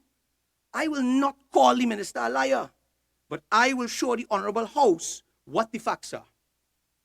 The Minister of Finance bragged in this year's budget statement where he states, and I quote, "We have already decided to make agriculture in all of its facets a tax-free industry, and we are going to build on this base." Mr. Vice President, he throws these words out and yet gives no indication in the budget statement as to what exactly tax-free means to a farmer. Yet, he goes on to say, in the very same budget statement on the issue of property tax, that, and I quote from him, "The taxation of commercial, industrial, and agriculture properties will follow in that order." So we are clear from the minister's statement that farmers will have to pay property tax. This does not appear to be tax-free. Furthermore, in budget after budget, they have talked about tax-free. But farmers who are registered farmers, who registered their business, have to pay income tax, corporation tax, VAT, and other taxes. So to come to this house year after year and throw out words, tax-free and agriculture, is indeed facetious. In last year's budget statement of 2020, Mr. Vice President, the same Minister of Finance says, no taxes for registered farmers. Madam Speaker, the agriculture sector is now tax-free. Mr. Vice President, this was a year ago budget statement. So it's every year the agriculture ministry becomes tax-free. Mr. Vice President, this reminds me of that movie. Some of us have seen it, Groundhog's Day, where every year the star of the show wakes up every morning, the same chain of events, the same music playing, the same everything. When I listen to the overall budget, I realize this is a Groundhog's Day budget, Mr. Vice President. This is the bold-facedness and facetiousness that this PNM administration, they have no problem repeating the same rhetoric year after year whilst implementing nothing. Mr. Vice President, PNM promises never materialize. Mr. Vice President, we could go back to 2019 and 2018, 2017, 2016 budget statement by the same Minister of Finance, and we see the same khaki pants. It is since the first PNM budget presentation under the leadership of this current PNM leader in 2015 that they promised a tax-free agriculture sector. Mr. Vice President, this was 5 years ago. It's either the minister has some memory loss or he takes the people of Trinidad and Tobago for fools. Since 2015, they're boasting of a tax-free agricultural sector. Duties and VAT on chemicals in the agricultural sector were waived years before this. But you come to talk about tax-free chemicals in place since 2015. Mr. Vice President, as you see, consecutive budget after budget, the minister boasts of a tax-free agricultural sector, which I showed you is not true. They're still paying income tax, VAT, corporation tax, and now property tax.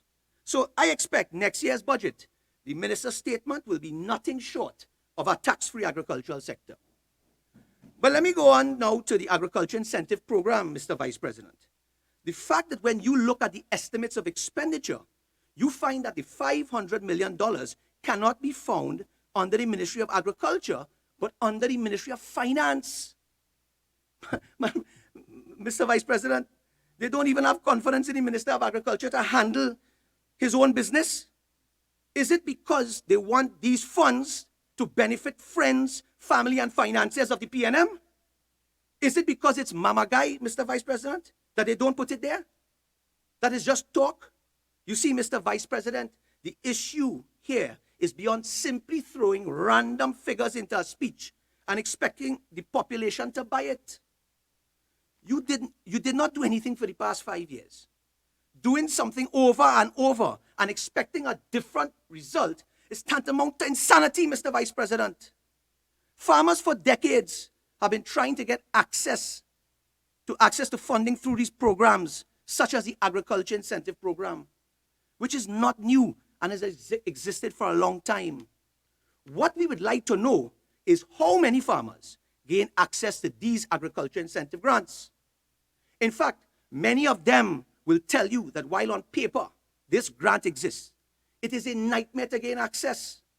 Oftentimes, farmers have to make several trips to one office with paperwork, then to be told they don't qualify because perhaps they don't have land tenure, or if they do qualify, they're waiting 2 to 5 years before receiving the grants. The cow done starve already. Let us look at what transpired over the last couple of years with this agriculture incentive program. Mr. Vice President, a detailed look at the draft estimates of expenditure over the last 5 years will show that the bulk of the agriculture budget, between 48 to 60%, goes to the administrative and personnel costs, whilst the farmer has to fight against a bureaucratic system and red tape to gain access to a mere 1 to 6% of recurrent agricultural budget. This is the incompetence of this government that does not invest the right amount of money into agriculture. And I feel sorry for my colleague, the Minister of Agriculture, that he's had to go through this. Mr. Vice President, the Minister of State in the Ministry of Agriculture came to this house boasting that he's a registered farmer and he was a product of gate. Well, ironically, it is his own government closing the gate on so many today. And that his PNM government, so proud over the last 5 years, gave out $100 million under the Agriculture Incentive Program. Imagine $100 million over a 5-year period is a mere $20 million per year, Mr. Vice President, on average. He also said that there were 25,138 registered farmers in this country. So by a simple mathematics, Mr. Vice President, the minister is therefore proud to report to this house that on average, a farmer receives a mere $3,978.04. He came here in this chamber with his big dog and pony show. And in the end, Mr. Vice President, there was no dog, there was no pony, but only a puppy show, Mr. Vice President. A puppy show because you come here having spent only $100 million in 5 years. Yet you want farmers to believe that in a PNM crashed economy, you're coming to spend $500 million on farmers? I'm sorry, but we simply don't believe it. And I believe many farmers have doubt. So, Mr. Vice President, I could go on many other issues like predial larceny, land tenure rights, infrastructure, or lack thereof, but my colleagues have dealt with that. But let me move on to the topical issue of marijuana. Not one mention of the marijuana industry in this budget. Last year, there was a joint select committee for marijuana. I believe it was the Cannabis Control Bill. The government was beating up their chests on marijuana. how they decriminalize marijuana and would eventually license farmers to grow and commercialize medical marijuana. Their term comes to an end. Elections call. We come to the parliament now. They having won, and not one mention of marijuana, except for the words of medical marijuana mentioned by the Honorable Minister of Trade. Mr. Vice President, St. Vincent and Jamaica, our CARICOM neighbors, are now miles ahead of us in marijuana. There are Trinidadians today in St. Vincent involved in marijuana growths legally. Globally, marijuana is now $1 billion cash crop. The United States of America and Canada and countries in Europe are leading the way and generating significant revenues. Much needed revenues that TNT needs right now, especially as it pertains to Forex. Why are we now getting this silence? You see, Mr. Vice President, this takes me back to the trust deficit for this government. The silence makes you ask the question if the government is keeping things quiet to ensure their friends, family, and financiers get a chance to take over this industry in times for the law to be passed. Senator, so I've been listening to your contribution so far, and just some guidance.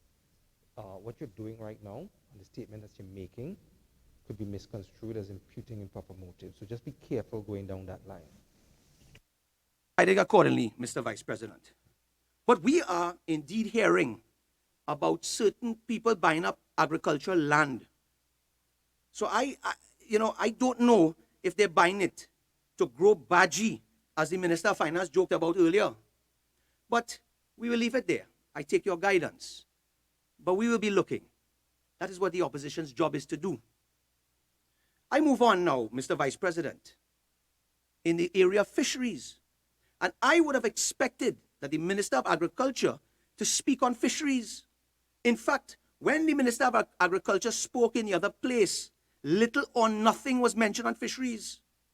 When we look across the length and breadth of this country, the fishing depots are becoming derelict, becoming dilapidated, with no maintenance plan in place. We see fishermen who are now becoming uncompetitive on the global market, a dying breed of ocean farmers. We see the government removing the subsidy on fuel, doubling the cost of fuel. We see these fishermen becoming the red-headed stepchild of the agriculture ministry. No plans in place to improve their plight of our fishing sector. We hear nothing of value whatsoever on fishing in this budget. The price of fish in this country has skyrocketed due to this government's policy or lack thereof. And we see locals playing a negligible part in supplying fish processors in this country. In fact, Mr. Vice President, it is the Venezuelans supplying the fish processors. We have no problem with the fish processors buying from outside, just as our manufacturers are forced to import their inputs because of inadequate supply of raw materials locally. But the Venezuelans are now in a competitive position against our own fisherfolk. What is this love affair that this government has with Venezuela? Everywhere you turn is Venezuela. This is starting to sound like a Mills and Boone novel. How can a PNM government be embracing a president who has been described in the United States of America as a dictator and is wanted by the US government for narco trafficking? But Mr. Vice President, what I'm about to tell you, even you will be surprised. I have seen a number of posts on Facebook with Venezuelan fishermen fishing and moving in our waters, while our fishermen are being locked up in their waters and attacked by pirates because we can't secure our fishermen. One can go right now, Mr. Vice President, in the constituency of none other than the Prime Minister of our country, in Deoroop West, and see Venezuelan boats parked up mere feet from the jetties of powerboats, national fisheries, and cruising 18 to 20. I went down there myself and saw it with my own eyes. These Venezuelan boats are sailing past Tetron, coming into the national fisheries. They are docking at our jetties, walking onto our land, jumping into taxis and going off to supermarkets and pharmacies. When they arrive, Mr. Vice President, no customs, no immigration. Immigration's not too far, just right there in cruising. No COVID tested, no quarantine, and not abiding by the health ordinance because they're not wearing their masks. I have no problem, Mr. Vice President, with Venezuelans, but there are Venezuelans walking on our land, some not going back on their boats. What is going on in the Prime Minister's constituency is a clear and present danger to our national security, as well as a potentially a major health and safety issue for the society and every citizen of Trinidad and Tobago. We are fully aware of the out-of-control situation with the COVID pandemic in Venezuela, with almost 90,000 positive cases, and it is likely to be in the hundreds of thousands, because we also know that there's a collapse in their social and medical situation in Venezuela. So we wonder where the COVID came from and how this government lost control over the COVID pandemic in Trinidad and Tobago.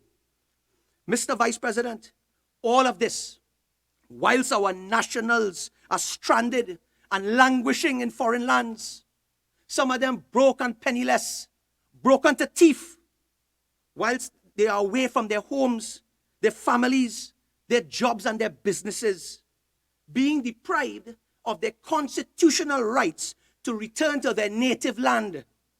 Madam, Mr. Vice President, the government continues to leave our borders open to Venezuelan nationals, yet they have closed it to our own citizens. Imagine, Mr. Vice President, for a moment, you are a citizen of this country. You belong to nowhere else. You lived your life in sweet TNT. You contributed to the development of this country. You've paid your taxes, but you have found yourself outside of TNT when the borders were closed. And your country tells you you cannot come back. Your country has a national airline that they won't send for you, but they will send to other countries. Where are you supposed to go? You have no rights in whichever foreign land that you have found yourself in. You cannot work. You have no food, accommodation. What are you supposed to do? Look for a next country? Mr. Vice President, the government has left these citizens stateless, poor, and penniless, Mr. Vice President. Imagine, Mr. Vice President, you are to hear it from a member of Parliament of the United Kingdom about the plight of our nationals languishing in his constituency in England. And the Prime Minister has the audacity to attack the UK MP and accuse him of conspiring as a mouthpiece for the UNC. The PM's hysterical outbursts and abnormal conduct towards a sitting MP in the UK Parliament who was simply demonstrating his compassion and his love for our stranded citizens in the UK, and more specifically in his constituency, now, Mr. Vice President, demands an unconditional apology from the Prime Minister of this country. And maybe the Minister of Foreign Affairs can add a call to this MP as one of his list of alsos. How do you think the many families of those who have died and fallen sick trying to return, how do you think they feel right now? How much anxiety, sleepless nights many are going through, knowing they are trapped in a foreign land whilst their businesses are falling apart.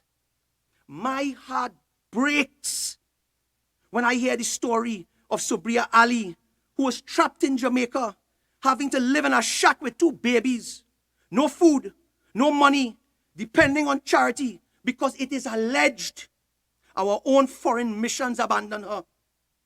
We hear similar stories about many TNT foreign missions in other countries where citizens complained about feeling abandoned.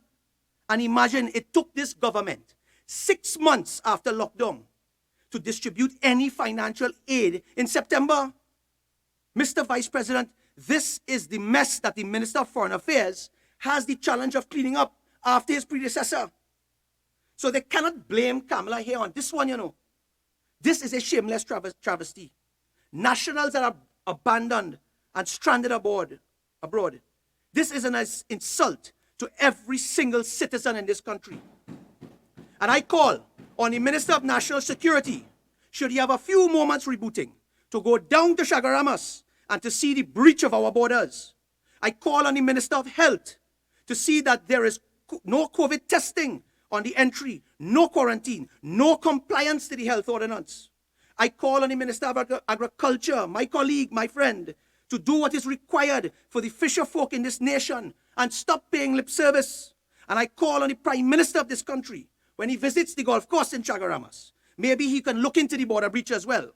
And I call on this PNM government to stop denying the citizens the constitutional right and return citizens to this country, not on November the 2nd.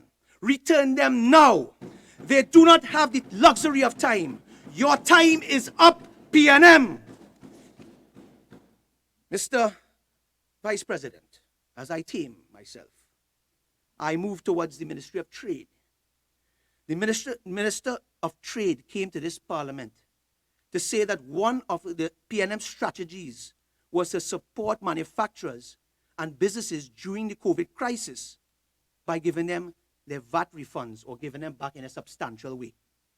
Mr. Vice President, this is not the government's money to form any strategy with. This money belongs to the manufacturers. They must give it back to the manufacturers. Mr. Vice President, on the food import bill, the Minister of Trade has spelled out the failures of her colleague in the Ministry of Agriculture. I want to commend here today the Minister of Trade for her honesty in exposing her colleague in his failings in agriculture. The Minister of Trade spoke to a high food import bill in excess of $5.6 billion. And would you believe, over $1 billion in fruits and vegetables imported? We heard the TTMA, Ernst & Young, and the various chambers of commerce commenting positively and lauding this government. They commented that the government is finally speaking the right language and making promises. But promises are a comfort to a fool, Mr. Vice President. And behind closed doors, these same agencies huddle in their circles with doubt on the government's capability to deliver on these grandiose promises. We even saw in a particular WhatsApp conversation that was leaked by a particular person in a chamber who was critically giving constructive criticism about the government. And the Prime Minister gets on his high horse on Facebook, and of all places, Facebook, to rebuke and scold this man. Where's freedom of speech in this place? Madam President, the number one flag in listening to the TTMA, red flag in listening to the TTMA, chambers of commerce, and the general business community, including that well-reputed panel that spoke last month in the spotlight of the economy on the 20th of September, is the situation of the ease of doing business. This is the fundamental issue facing the private sector, causing the economy to decline by 16% between 2015 and 2020. Minister Imbert said all ministries have to get involved to solve this problem. The question is, why have you failed as a government over the past 5 years, moving us from 63 in the world to 105 in the world? This government has to stop paying lip service to this process and start putting their shoulders to the wheel. This is the position of the Minister of Finance, Minister Colin Burt. Every single minister has to get involved. We now understand, Mr. Vice President, why the Minister of Trade's hands are tied. They're slipshod. Because it doesn't depend on her. She's a lovely lady. She is. Always willing to take calls. But the Minister of Finance, by his own admission in the spotlight on the economy, declared that the work of ease of doing business is the fault of a long list of ministries. In essence, the Minister of Finance has said that the entire cabinet has failed at this. There has to be a difference between the previous administration and this one, because we were ranked at 63 under the UNC-led administration. We were receiving accolades from the European Union. There must have been something horrible that happened to decline us to to 105 since the People Partnership Government. Mr. Vice President, what happened was the PNM. The World Bank does not take into account the level of corruption, inadequate access to foreign exchange, and labor productivity when they are doing the ease of doing business measure. If they covered access to foreign exchange alone, we may have been worse off. Because local businesses now, Mr. Vice President, are struggling to get foreign exchange. I know. Remember, they kill the cash cow, eh? They close our fridge and kill the cash cow. Mr. Vice President, foreigners are bypassing us as an investment destination. Foreign direct investment has been in a negative zone since 2016. Our last data shows that in 2018, foreign direct investment was a negative $701.9 million US dollars, showing that the foreigners have literally deserted us. Yet you have a Minister of Trade in this budget debate and in the other place, consoling herself with a mere $300 million in local investment, when in excess of $4 billion Trinidad dollars has left in net foreign direct investment outflows. Incompetence to the highest level, I say, Mr. Vice President. When we refer to the central bank data on loans to the manufacturing sector, the central bank is showing that loans to this sector has declined. This is a clear indication that local investment has declined in general. Meanwhile, Mr. Vice President, Jamaica increased their foreign direct investment by US $744 million. To compound these problems, the Minister of Trade reverted to speaking about the same e-tech parks she has been recycling in the last 4 budgets. Remember I tell you about the groundhog? The parks in Moruga and Phoenix Park, after 5 years, employs not a single employee. But let me tell you what is not pie in the sky. The reality of ease of doing business in this country. If you want to improve, if you want to do construction, it decreased from 77 to 125. So if you want to improve your manufacturing plant as a manufacturer, you now have double the challenge in construction permits. Just getting electricity alone went from 10 to 41, 4 times harder in the last 4 budgets. Getting credit in this country went from 20 to 60. So even if you want to manufacture, you can't get the liquidity for it. And you can't get the liquidity, and then they don't want to give you your VAT back. But, Mr. Vice President, this one is interesting. Eh? Resolving insolvency.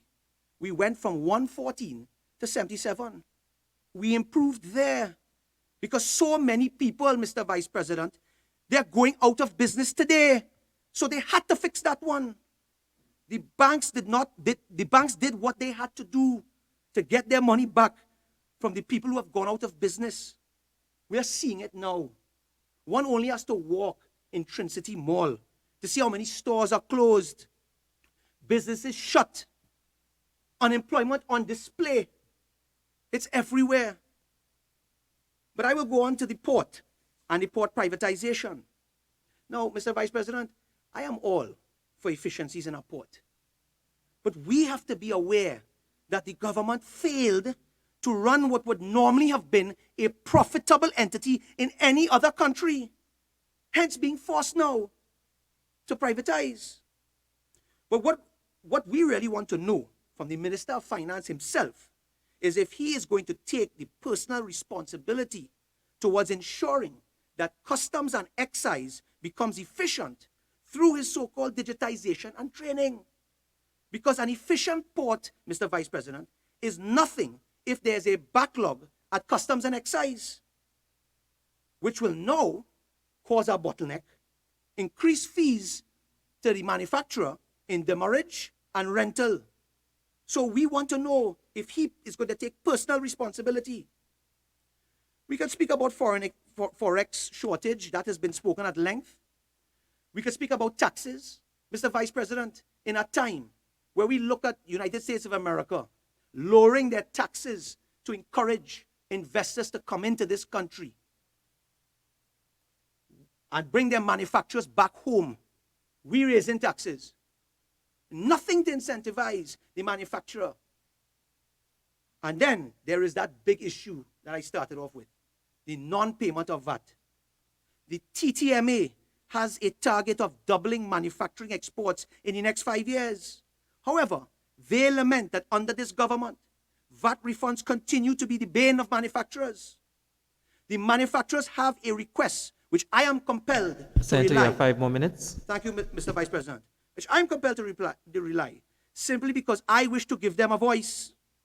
The domestic manufacturers, after suffering for the past 5 years with no respite on VAT refunds, have asked that the government remove the VAT from the consolidated fund to a separate entity so as not to muddle it up with other items, such as their notorious Toko port, where there's no expected value for money. Some manufacturers are not trusting the VAT bond. The problem is not the VAT bond, but it is in correcting the system. The taxpayers are therefore paying for the mismanagement of this government regarding VAT because they had to dip into the Heritage and Stabilization Fund to pay VAT returns in this country, Mr. Vice President. So, Mr. Vice President, as I'm winding down on my time and conclude, I would like to state again for the record, this economy crashed before COVID. The Prime Minister laments that everyone on this side is singing from the same hymn sheet when we remind the nation that the economy crashed before COVID. But no doubt, over 300,000 persons who voted for the UNC are saying the same thing today. And I'm certain that if we ran our current poll on those that voted for the PNM, they would be feeling and sharing the same sentiments. It was Dr. Roger Hossain in a newspaper article last week that even said that the economy crashed before COVID. And if the PM wants us to suggest ideas to fix the economy, well, I invite him to review the UNC manifesto. I invite him to do that. Bottom line, this economy crashed before COVID. If I had more time to tell you some of the issues, I would have told you about the many industrial parks that have fallen into disrepair under this government. Lights, power, drainage, security falling apart. The TTMA made recommendations. I hope the government listens. But I think the biggest thing here is the ease of doing business. If you are to take manufacturing seriously, if you want to diversify this economy, if you are to put the right measures in place to support the manufacturing sector, to support the agricultural sector, to limit imports of food, to increase our exports of manufacturing products, the government must fix the ease of doing business in this country.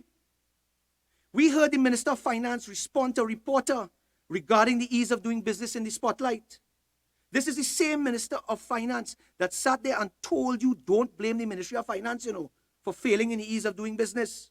He sat there and said there are other ministries that are not doing their part. He said the Ministry of Trade, Ministry of National Security. He spoke about a plethora of ministries that needed to work together. The Minister of Finance, in his own words, echoed this in the spotlight on the economy. And in his own words, he said that every ministry has to put their shoulder to the wheel and stop paying lip service. Mr. Vice President, you have to give the Honorable Minister of Finance some credit.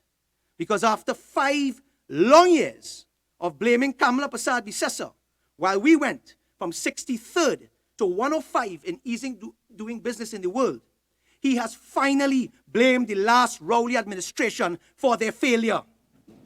He inherited it from the last Rowley administration, and now he has to fix it. And I ask the People's National Movement to take the advice from the Minister of Finance, stop paying lip service to the ease of doing business, and every minister must sign a pact and put their shoulder to the wheel, as he so said. And should they need my assistance, Mr. Vice President, in signing that pact, I have here in my hand a golden pen, not a gold-painted fake PNM pen, but a gold-plated cross pen, which I can lend them to sign that pact. And with those few words, Mr. Vice President, I thank you.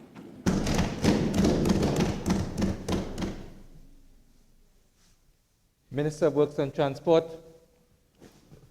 Thank you. Thank you, Mr. Vice President.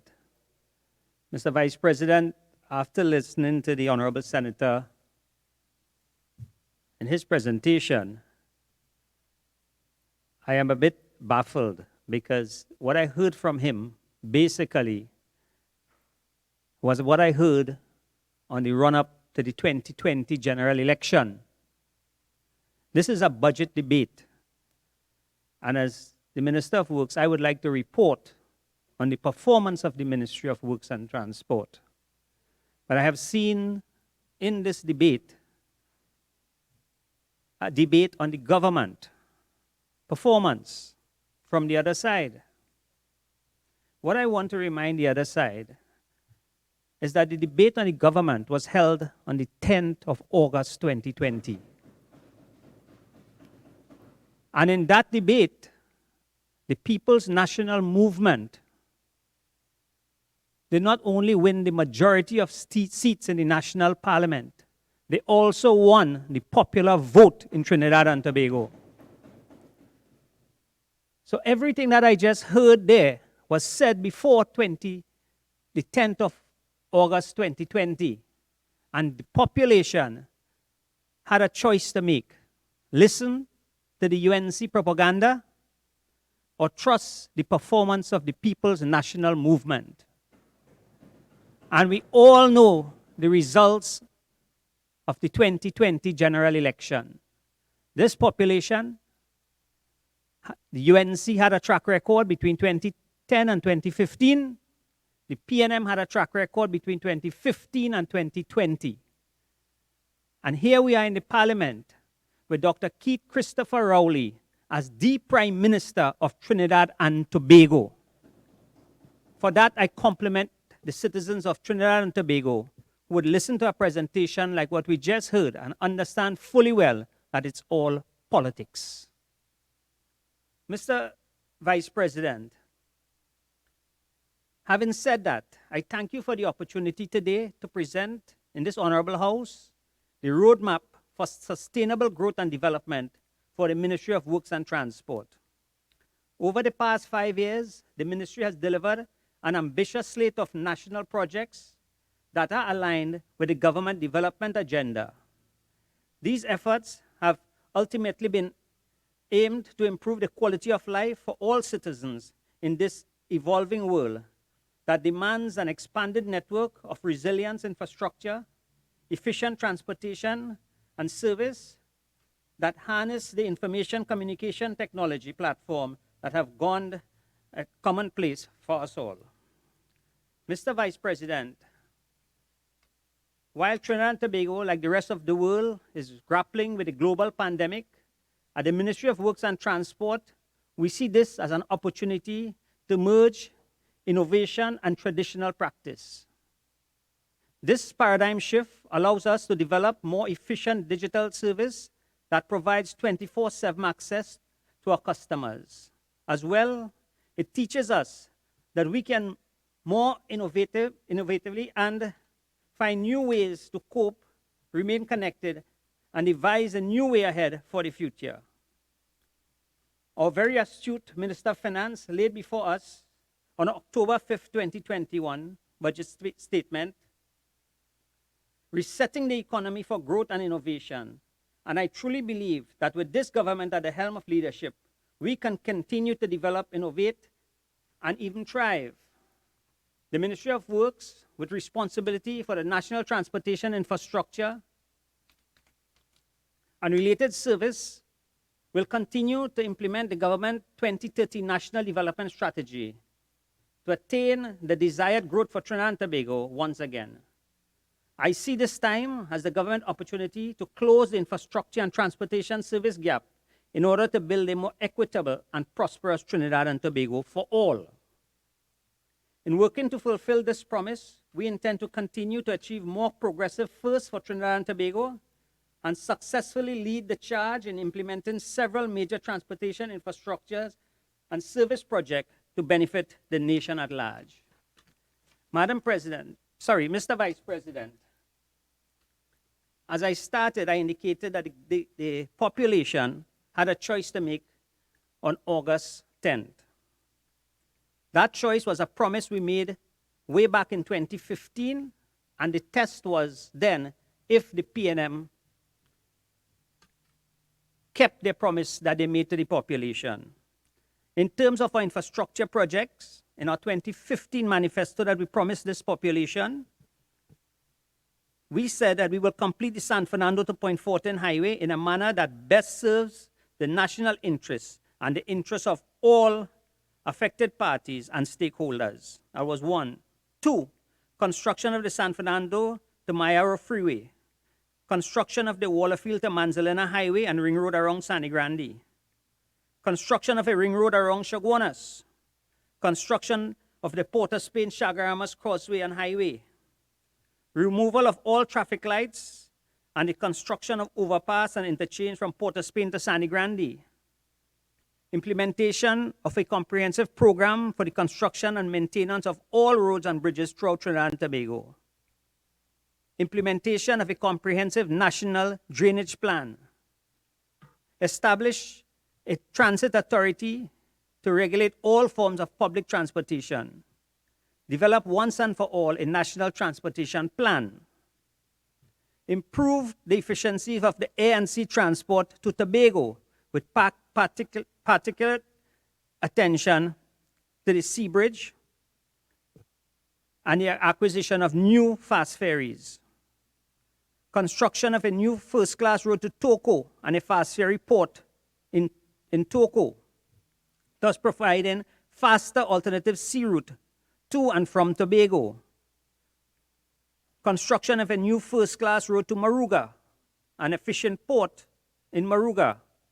Construction of a world-class container port in Port of Spain. And construction of a new world-class international airport in Tobago. Mr. Vice President, I speak about these projects because this is about reporting. This is not just about coming and making allegations and not being able to report on the achievements or the non-achievements of any government. I look at this process as a very serious process in reporting to the population. At the end of the day, the population voted us into office based on the promises from our manifesto and the belief that they had in us as a government. Mr. Vice President, for the first time in the history of Trinidad and Tobago, there are several ongoing highway projects in every quadrant of the country. The completion of these projects will rest in economic growth and innovation, as well as reshape and rejuvenate the economies of smaller communities across Trinidad and Tobago. Mr. Vice President, these projects are not merely about constructing roads, but instead creating opportunities for all, thereby ensuring no one is left behind. Mr. Vice President, I speak of projects like the Solomon Holchoy Highway extension to Point Fortin. This project will advance the entire southern peninsula. 2, the Churchill Roosevelt Highway extension to Sangre Grande. This will offer new and improved access to communities between Cumana and Sangre Grande, which are now unserved by a highway. The Valencia to Toco Highway. This will deliver faster and safer travel and create economic activities that will invigorate smaller communities along the path like Salibe, Cumana, and Grand Riviere. The Churchill Roosevelt Highway extension to Sangre Grande will eventually link seamlessly to the Valencia to Toco Road. The Diego Martin Highway Western Main Road Improvement Project. This project will address the problems of the traffic congestion in the Western Peninsula. Port of Spain East-West Corridor Expansion and Improved Work Program. This will remove all traffic lights along the Churchill Roosevelt Highway. This project will not only reduce traffic congestion, but will also decrease travel time for commuters, thereby improving levels of productivity. The Moruga Road Rehabilitation Project will rehabilitate the road from Pitikafe in the north to Marak Village, Moruga in the south. This project will improve access to the Grand Chemi Port that is currently under construction. The program of upgrade road efficiencies. Mr. Vice President, under the PURE unit, over 150 projects are scheduled for completion, including the San Fernando waterfront project. And I did hear one of the senators indicate that the only thing happening in San Fernando is some signs up. That's the furthest from the truth. The PURE unit in fiscal 2019-2020 created over 2,331 jobs across 8 counties in Trinidad. In 2021, it is envisaged that the expertise of hundreds of construction workers, including skilled and unskilled laborers, technical and administrative construction professionals, will be utilized. The San Fernando waterfront redevelopment project. This year, the ministry commenced work on key elements of this project, which includes the widening of the Lady Hills Avenue to a dual carriageway by the PURE unit, repairs to the seawall along Kings Wharf Central, the establishment of a broadwalk along Kings Wharf Central and the South Node. These are projects that are ongoing. It's just not about a sign up. These projects have been started, and there are 2 major contractors on the ground employing people and rejuvenating San Fernando. Mr. Vice President, the PURE unit will focus on preventative maintenance, which includes spot paving and minor rehabilitation work on sections of the roadway that are in a critical condition. The Highway Division will utilize the Agua Santa plant to facilitate extensive patching work throughout the country. The Highways Division will place more focus on vegetation and management and cleaning of drains and culverts and the repair of damaged manholes in fiscal 2021. The ministry will continue to collaborate with the Water and Sewerage Authority to improve road maintenance and repairs.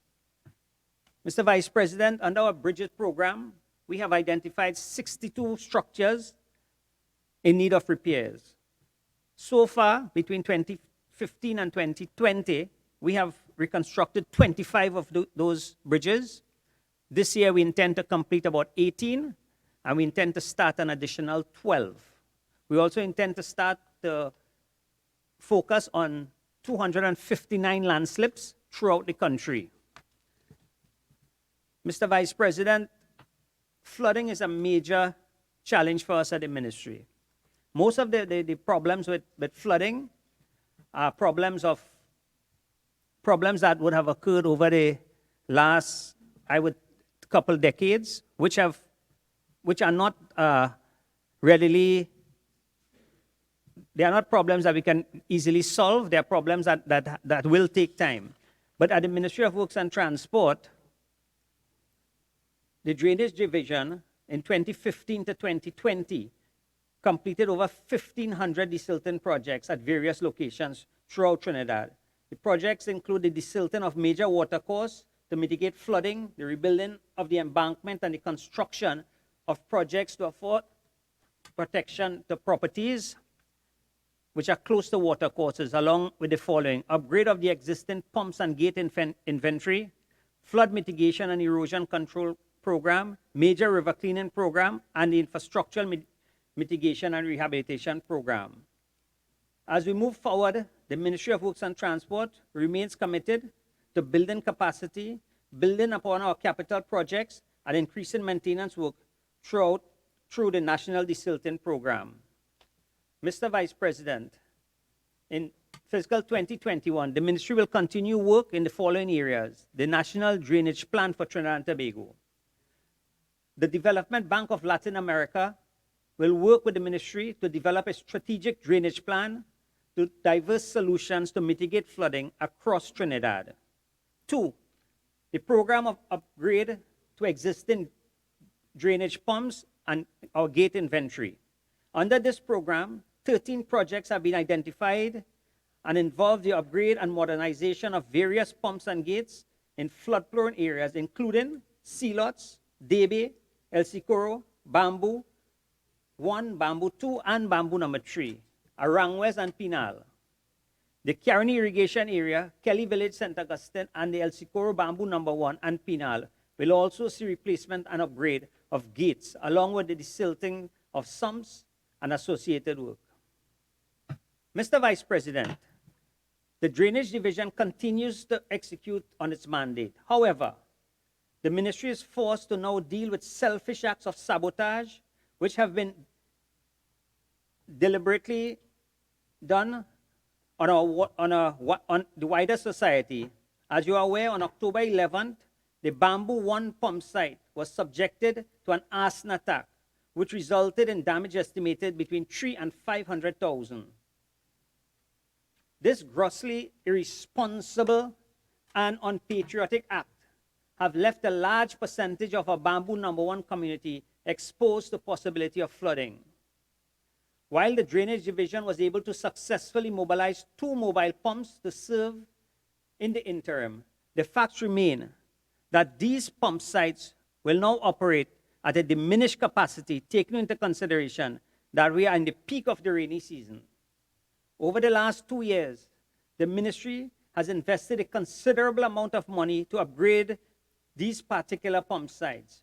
Regretfully, the money now allocated for repair work could have been invested in other areas for development, as opposed to remedying unlawful actions. Mr. Vice President, while the ministry has its role to play, I urge all citizens of Trinidad and Tobago to be more responsible in their action, as each one of us has a role to play in sustaining national development. Furthermore, as we continue to treat with the critical issue of drainage to mitigate flooding inland, the ministry is also focused on finding the best and most practical solution to treat with coastal erosion and coastal flooding. Mr. Vice President, the Ministry of Works and Transport has developed a program of work to treat with the effects of coastal erosion and coastal flooding in Trinidad and Tobago. Through the comprehensive National Coastal Monitoring Program, the ministry will bridge the gap between science and decision-making as it pertains to management of our shorelines and how we treat with coastal erosions in a strategic manner.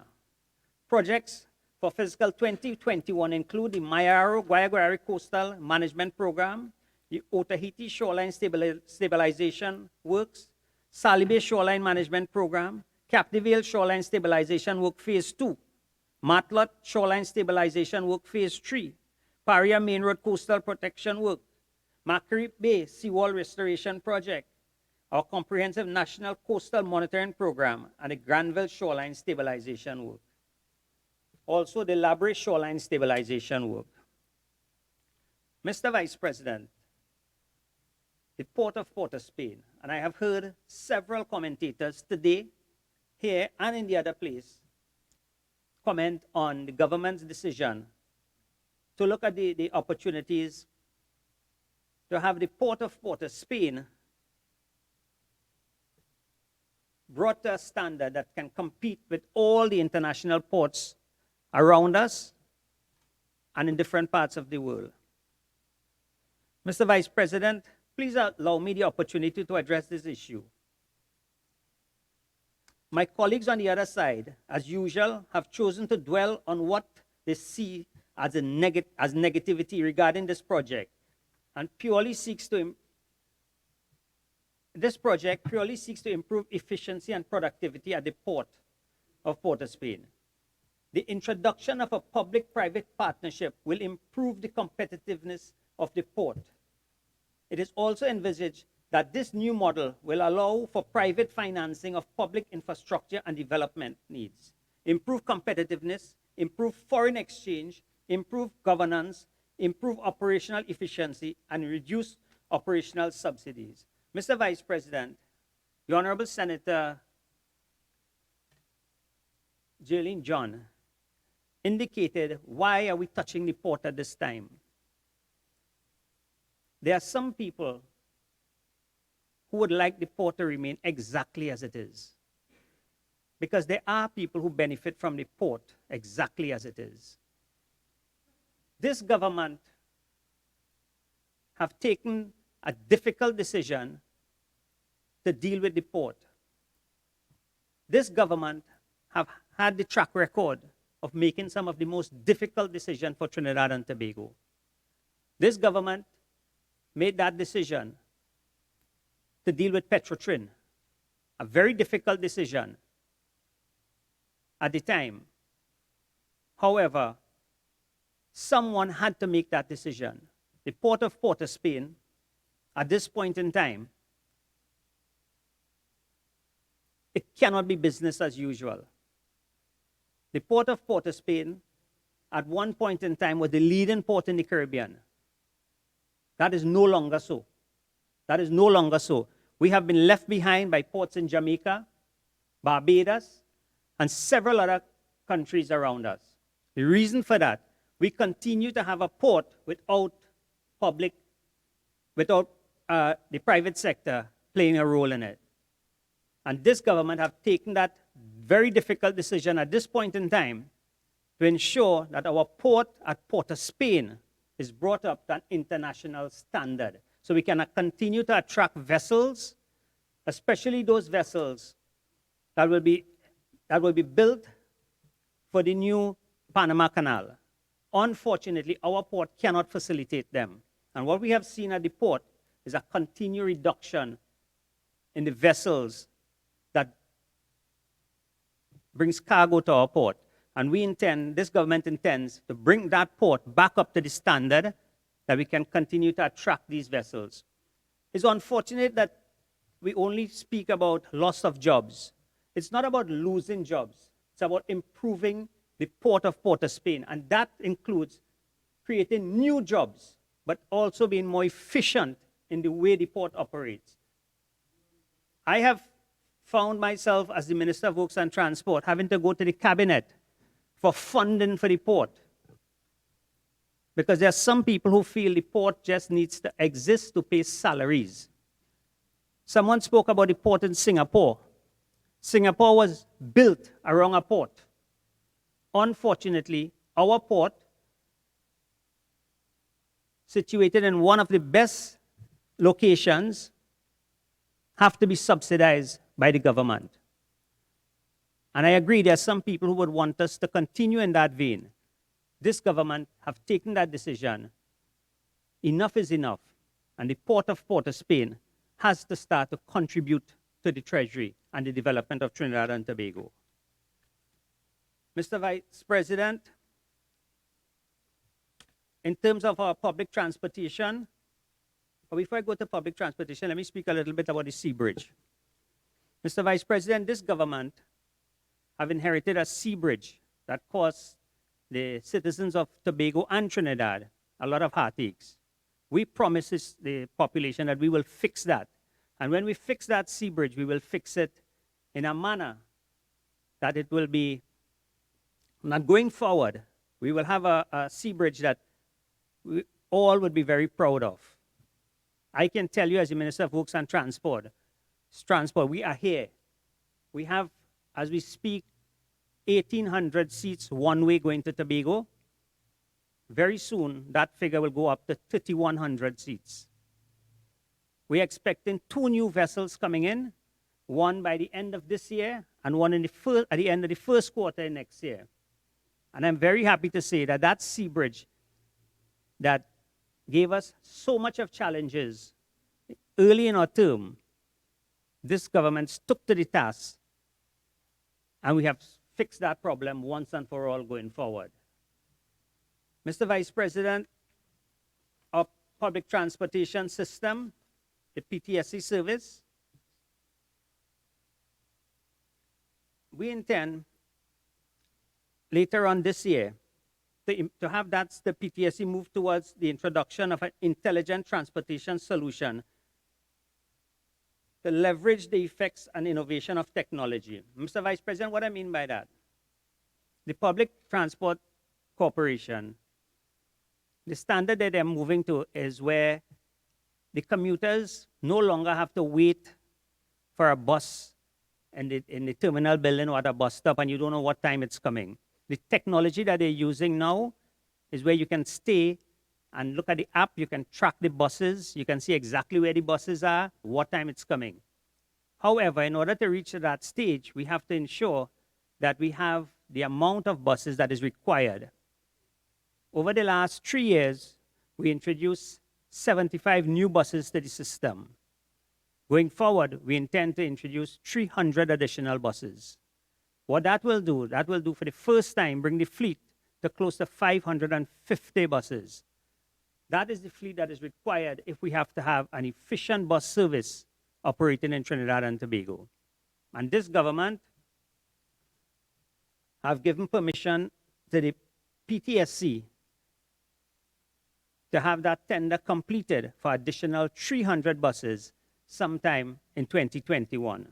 And we look forward to the day when the Public Transport Service Corporation can be the #1 mode of public transportation.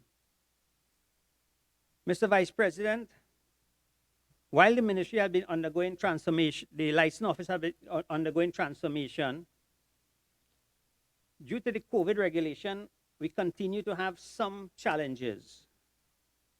However, to continue the service provided by the license division, the ministry established an online appointment system offering particular service on specific days. This solution arose out of the effect to manage and adapt to the increased volume of customers in a situation of reduced capacity. To expand the service delivery touchpoint, the ministry will officially launch its licensing mobile service units, which will carry out scheduled visits to rural communities and villages. This mobile licensing office will be fully equipped with all the necessary technology tools and consumables to allow for printing of certified copies, processing of learner's permit, renewal of driver's permit, regulation tests for all drivers, permit class, renewal of taxi badge, verification and update of driver's permit records. In other words, Mr. Vice President, the license office will be coming to rural areas. The ministry also intends to expand debit card payment service to all sites, including the new mobile unit, making transaction easier for customers. Deploying an electronic vehicle inspection system directly linked to all approved testing stations. Implementing an online vehicle registration system. Introducing an online application for learner's permit. Introducing an online certified copy request and delivery system.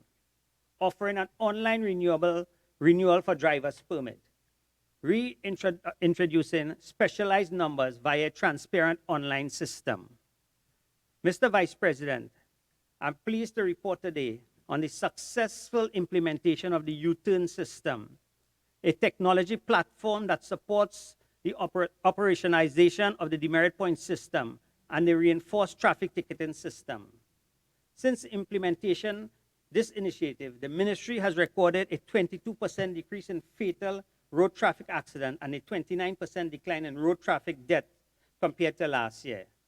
Additionally, the number of suspensions and disqualifications as of September 20th, 2020 still stands at 235. Mr. Vice President, I want to also make mention of the Piarco Airport, which was the first airport in this region to be certified by the CAI, which indicated that the Piarco Airport and the ANR Robinson Airport in Tobago have been certified as airports that have qualified under the COVID regulations for completing all the necessary requirements under the regulations that airports are certified, that should be certified for. So I want to compliment the Piarco International, the Airport Authority, for their work in ensuring that the COVID regulations are adhered to at both international airports. Mr. Vice President, before I close, I did start by indicating the promise that we made in 2015 to the population. And what I would like to do now is to go back and give an indication as to where we are. The San Fernando to Point Fortin Highway, the entire project is under full construction. Promise 1 kept. Promise 2, the construction of the Waterfield to Sangre Grande Highway, project fully under construction. Ring Road around Chaguanas, phase 1 complete, phase 2 started. removing all traffic lights from Port of Spain to Sani Grande. Curep interchange completed, tenders out for 3 additional overpasses. Diego Martin interchange started, promise kept. Implementation of a comprehensive program for the construction and maintenance of all roads and bridges. Promise kept, 62 bridges identified, 25 completed, 18 ongoing, 12 to start shortly. Over 300 roads have been rehabilitated. Implementation of a comprehensive drainage plan. An award is imminent. We expect that by the end of November, a contract will be issued to a foreign consultant. It was an international tender by the Andean Development Bank for the implementation of a national drainage plan. Establishment of the Transit Authority and the development of a national transportation plan. That is before the Cabinet, Mr. Vice President, and we await a decision from Cabinet so we can award the contract for the consultant. Promise kept. Improvement of an efficient air and sea transport. Mr. Vice President, I'm very pleased that this government was able to acquire 2 additional fast ferry to improve the sea bridge. Again, promise kept. Construction of a new first-class road to Toko and a port in Toko. Mr. Vice President, construction on the Valencia to Toko highway is fully underway. Work on the port is at the design stage, and we expect to have the construction of the port started in the shortest possible time. Promise kept. Construction of a new first-class road to Moruga. Mr. Vice President, that project is 80% completed.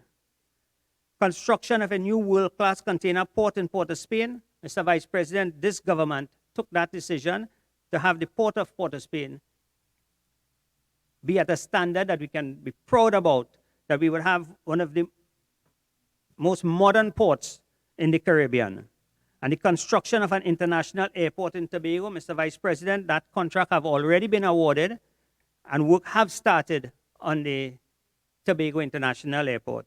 Mr. Vice President, this is the reason why on August 10th, 2020, the population voted back into government, the People's National Movement, led by the Honorable Dr. Keith Christopher Rowley.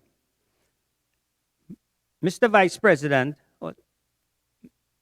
Madam President, the Ministry of Works have stuck to its mandate in ensuring that government vision and government policy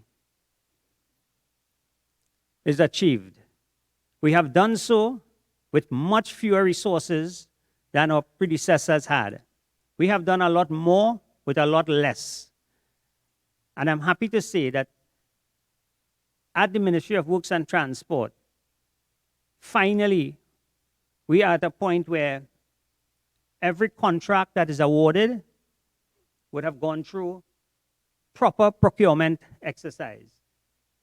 We were one of the first ministries to ensure in early 2017 that we had our procurement department operating at full strength,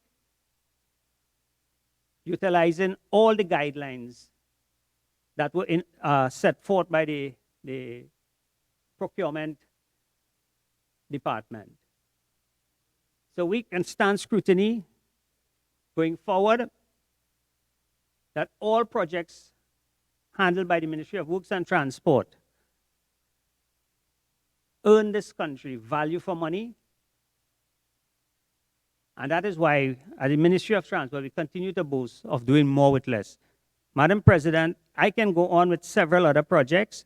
However, I would want to conclude at this time and to say to this population that we are going through trying times. However, now is the time for us all not to give up hope. We have a government that is leading us. We have a prime minister who understands the situation and is willing to take the harsh decisions to ensure that this country continues to survive.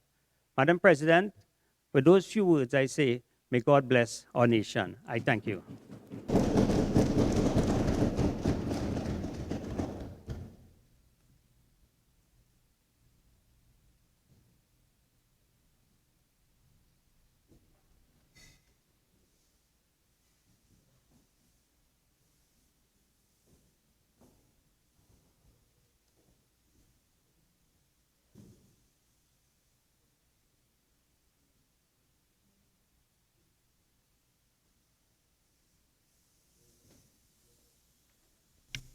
Minister in the Office of the Attorney General and Legal Affairs.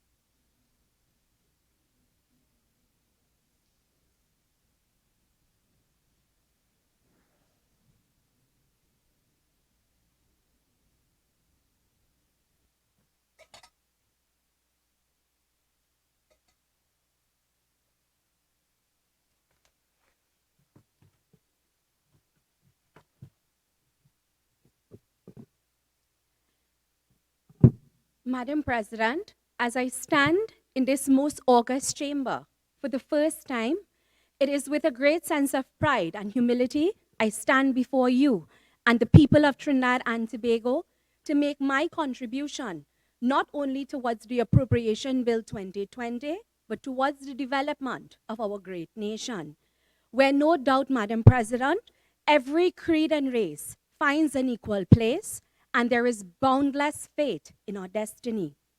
Let me firstly congratulate you, Madam President, on your appointment as the President of the Senate and sincerely thank you for the opportunity to contribute towards this bill. Madam President, Hinduism echoes Mata Pita Charana Kamale Byo Namo Nama, which is, I bow to the feet of my parents and my elders. The blessings of this world lies at their feet. Therefore, as I begin, I must put on the record and sincerely thank my political leader, or political father, and our Prime Minister, Dr. the Honorable Keith Christopher Rowley, for the confidence he has in me by allowing me the blessings to serve our country in the capacity of Minister in the Office of the Attorney General and Ministry of Legal Affairs. I must also thank my line minister, the Honorable Attorney General of Trinidad and Tobago, Mr. Faris Al-Rawi, for his mentorship and guidance thus far, as we are both charged with the mammoth responsibility of leading the Office of the Attorney General and Ministry of Legal Affairs. Madam President, I want to recognize and thank my father and mother. I must thank them both for leading our home by example. My father especially, whose dedication to service and the people of Trinidad and Tobago and his integrity has no doubt motivated me to aspire to enter public office and be a good human being, a good citizen to the people of Trinidad and Tobago. Madam President, I felt somewhat compelled, somewhat required to aggressively respond to some of the accusations made by Senator Wade Mark on the first day of this discussion. Accusations against my government, accusations against my Honorable Prime Minister, an oppressive government, an inequitable government, an uncaring government, and a brutal assassination on the working class were some of the choice adjectives used by the senator to describe the PNM administration. But, Madam President, I shall restrain myself. I shall restrain myself because my country is looking on. Madam President, when I stand here, I recognize my responsibility to do my part to bring our nation together. I have a 13-year-old daughter and a 12-year-old son whom I want to live in a unified, united Trinidad and Tobago. Madam President, I was also brought up by my parents to focus on positivity rather than negativity, to try to build a nation rather than destroy it. And as an advocate for positivity, and aware that in the days and years to come, I will have ample opportunities to unleash the fire inside me. Today, as I begin my maiden contribution in this most honorable chamber, I will start from a place of positivity. As I report on what my ministry, as set out in head number 23 of the schedule of the bill before us here today, has done and intends to do in the years to come. And then and only then, Madam President, when I have done my government and my Prime Minister justice by representing to Trinidad and Tobago all that the government has done and intends to do, notwithstanding a pandemic, notwithstanding the fall in energy prices, then and only then will I set the record straight on some of the untruths mouted by my colleagues on the opposition bench. Madam President, I thank God I have a political leader who has urged the new ones to be measured, to be calculated. For example, if this was a game of cricket, for example, it is necessary to understand the field. It is necessary to understand the game before I try to hit them for six, and definitely before I could become a star batsman or woman. But unfortunately in this chamber, some of the young ones in the opposition bench, in an attempt to hastily and aggressively hit for six, they're whooping right through this debate. Madam President, I will not be a victim of that. I will not embarrass myself and my government like that. The PNM are not whoopers. Madam President, I want to address something that Senator Wademark and Senator Lakshmi Dayal, and perhaps most of the opposition in another place, continues to perpetuate in the public domain. There seems to be a constant narrative amongst the opposition bench which suggests that PNM policies are designed to benefit people only from a particular geographical place or particular status in society. Not true, Madam President. There seems to be a narrative conveyed by the opposition that central to South constituencies and people are neglected by the PNM administration. More untruths, Madam President. Madam President, I humbly submit to our population, the election is over. But at the PNM, we are an empathetic party. To the supporters of the UNC and other political groups in our great democratic nation, we acknowledge your pain and disappointment in the election results. We understand that your pain and discomfort is real to you. For like our supporters, you would have wanted the success of your party. We acknowledge this, and we do not intend to rub salt in your wounds. That is not the modus operandi at the PNM. Madam President, however, what I do submit to Trinidad and Tobago is that we are an intelligent people, and let us not allow the negative noise that continually seeks to divide us to continue. Let us drown that noise. Throughout the length and breadth of this budget debate, too many times I've heard suggestions being made that PNM policies are inequitable. Madam President, this document I have in my hand is the Constitution of the PNM. At page 3 of the Constitution, we find aims and objectives of a political organization. There are 13 of them. My dear Trinidad and Tobago, at number 9 reads, equality for all and a career open to talent. It did not say equality of opportunities for those who support the PNM. It did not say equality of opportunity for those of a particular race. It did not say equality of opportunities for those who look in a certain way. It did not say equality of opportunities for those who live in a particular place. It says, as long as you're a citizen of Trinidad and Tobago, you are guaranteed equality, notwithstanding creed, notwithstanding race, notwithstanding any other social construct. Once there's equality of opportunity, Madam President, then every one of us starts at an even foot. Therefore, we have to go no further than this document to conclude that no part of PNM policy speaks to discrimination. Any policy that the PNM has put into place, if it has to stay true and keep faith with the founding fathers who created our great party, no aspect of PNM policy could ever suggest or encourage discrimination or disharmony in our great nation. The 2020 budget, like every other policy created by the PNM, was predicated on a fundamental belief as a party, which is for all the people, with a key focus on youth, the most vulnerable in our society, and even agriculture. So, Madam President, I must begin by saying and respectfully submitting to my country, my dear country, that the PNM cares for all. And while we did not have a magic wand, as the opposition seems to believe, to miraculously create money from out of the sky, what we have done is use what we did have to make life better for every single citizen, irrespective of social class, creed, or race.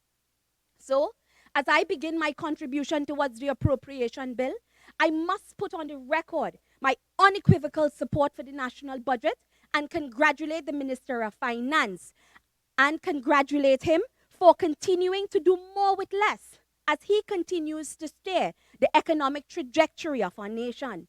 I must also put on the record my recognition and support for the Minister of Planning and Development, the Honorable Camille Robinson-Regis, and her team of technocrats for the contribution to the bill before us. Madam President, the Office of the Attorney General and Legal Affairs, as this honorable chamber may be aware, is an amalgamation of the Ministry of the Attorney General, Legal Affairs, and the Ministry of Justice, which now stands today as the Office of the Attorney General and Ministry of Legal Affairs. This amalgamation brought together almost 21 departments, 13 statutory boards, 1,840 employees, and an indirect coordination between the Police Complaints Authority and the judiciary. The Office of the Attorney General and Ministry of Legal Affairs has a multitude of functions, ranging from the litigation of Trinidad and Tobago, commercial transactions, registration of the people of Trinidad and Tobago statistical information, records from birth to death and thereafter. At our ministry, I wish to note our expenditure set out for this year is significantly reduced. If we look at the past, for example, under the UNC administration, for example, and their financial history of running combined ministries, one would see the significant disparity between their figures and our government's figures. 314 odd million is our budgeted sum. This is near to 200 million less than what the UNC government managed the same combined ministry with. Then, they did so with approximately $515 odd million during their tenure, Madam President. Madam President, with all these figures jumping up here, the question is, what can the people of Trinidad and Tobago say has been purchased or has been done to benefit them with the spent money? Madam President, approximately 144 million of this budgeted sum pays salaries alone. That is why at the Office of the Attorney General and Ministry of Legal Affairs, we can boast to date, not one public servant was sent home, notwithstanding a pandemic. Further, notwithstanding operating with less money, we have managed to grow the ministry in several areas. When we assess the work at AGLA, I will jump into areas of improvement, those items next on deck, and those matters affecting the lives of our people. In 2015, Madam President, the Honorable Attorney General was first charged with pulling the reins of these three entities together. To bring these moving parts together, it was imperative to develop a strategy to effectively manage the marriage of these moving parts. The strategy the Honorable Attorney General Faris Al-Rawi adopted was taking control of his ministry from the perspective of plant and machinery, people, processes, and the law. Madam President, over the last 5 years, the Office of the Attorney General and Ministry of Legal Affairs have no doubt had many, many, many wins, as our Attorney General's mantra is now operationalized in every nook and cranny of our ministry. Congratulations again to my line minister. You have my support, and together we will make our ministry even greater than it presently is. I will now continue to report on what has happened and will continue to happen in our ministry. I will begin with legal affairs. The Ministry of Legal Affairs deals with primarily all the transactional business and statistical information of our citizenry. In 2015, we inherited inconvenient facilities, outdated processes, and even the prevalence of criminal activity and fraud in the department. How did we improve it? Firstly, our Attorney General and government moved from a dingy South Key office to government campus. We also, Madam President, increased the capacity and human resource at our ministry. In January 2020, we had an increase in human resource from permanent contract and temporary contract by 75%. New positions were created. Legal officers, paralegals, administrative staff, information technology staff all moved from temporary and short-term employment to even full-time contract. Madam President, now the Registrar General's Department is one of the divisions within our ministry, comprising of 3 registries, namely the Civil, the Land, and the Land Registry. The Company, Land, Civil, and Land Registry. This department, Madam President, has been seeking ways to improve its service delivery and is cognizant that customer service, staff expertise, technological advancement is paramount. To this end, a number of online services have been launched by the Registrar General's Department. I will closely examine some of these departments.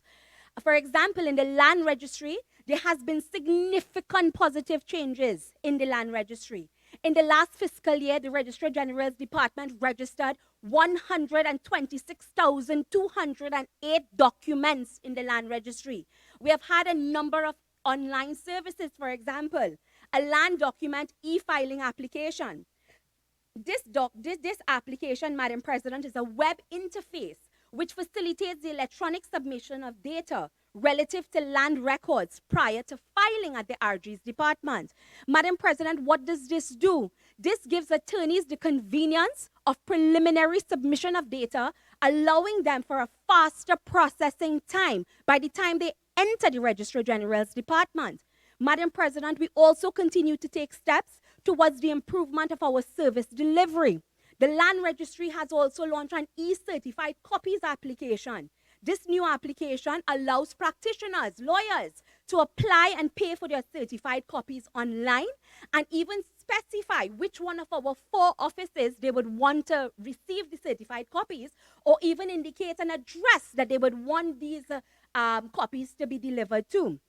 Greater news, Madam President, greater news, Trinidad and Tobago, is that this month, the Land Registry has launched a new information technology solution known as the Property Business Registration Solution. When launched, and it has been launched, this new application will replace the current application currently being used, known as the Property Information Management System and the Real Property Act online system. This is yet another initiative geared towards improving our service delivery through the expansion of our e-services, which is in keeping with our overall objectives highlighted earlier. Madam President, I wish to report sensitization and training for our stakeholders in the use of the PBRS has begun. And I wish to report that the training has begun only about 2 days ago. And already the numbers of attorneys at law who have reached out to us is phenomenal. For example, Madam President, on the first day of our training, which was October 22nd, 2020, 163 attorneys at law were trained, 53 clerks and abstractors, 15 law clerks. Carded for today, as we speak, 249 attorneys at law are being trained in that system, 79 clerks and abstractors, 13 law clerks. So when Senator Lakshmi Dayal, in her contribution, spoke about the inadequacy at the Registrar General's Department and spoke on behalf of lawyers who were complaining that this system, they were not being trained, it begs the question, who are the attorneys at law that Senator Lakshmi Dayal spoke about? Because the statistics indicate in Tunapuna we have had 5 attorneys at law, San Fernando 8, Port of Spain 39, Shagona 17 lawyers, Marabella we have had lawyers being trained, Manzanilla, Labre, Tobago, Princess Tong, La Romaine, and the list goes on the number of attorneys at law who are accessing this online system. So again, when an attempt is made to mislead this nation, that attorneys at law are complaining, it begs the question, who are the attorneys at law? Because clearly the attorneys at law are coming online, coming on board, and utilizing this training system. Title clerks and government agencies, Madam President, will continue to receive training because over 500 additional persons had indicated their interest in this, in utilizing this system. In the Civil Registry Department, for example, in the last fiscal year, the Registrar's General Department processed 337,507 applications for vital records. Quite notably, Madam President, 40,156 of these online applications were from citizens residing outside of Trinidad and Tobago. So when they come and when the opposition bench knocks the ease of doing business, this statistics is an indicator that we are also improving the ease of doing business for citizens outside of Trinidad and Tobago. Because as I said, out of this 40,156, this is 10% of the entire sum are from citizens outside of Trinidad and Tobago using our registry online application to make their applications for their vital records. Madam President, at the Office of the Attorney General and Legal Affairs, we have also introduced the electronic payment platform and the online registration of births. In the last fiscal year, the Registrar General's Department registered 8,470 businesses and incorporated 4,276 companies. 57,261 post-incorporation documents were filed, and 2,684 additional business registration documents were filed. So again, when I hear the complaint that the Ministry of Legal Affairs is not operated, when I hear the complaint that we are not improving the ease of doing business for the citizen of Trinidad and Tobago, again, it begs the question, who are the people that are complaining? Now, Madam President, in defense to this end, in defense of our Registrar General, I must stand in the defense of the department and the Registrar General and the staff at AGLA, those especially who show social responsibility.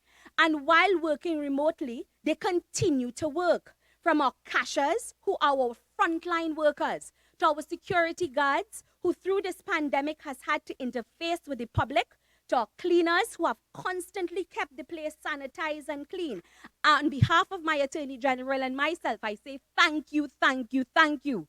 To all our professional and administrative staff, thank you. I want to, however, Madam President, assure our stakeholders that your Attorney General and your minister in the Ministry of the Attorney General is working assiduously to improve some of the areas you have complained to us about. To all our stakeholders, we thank you for your patience with us thus far.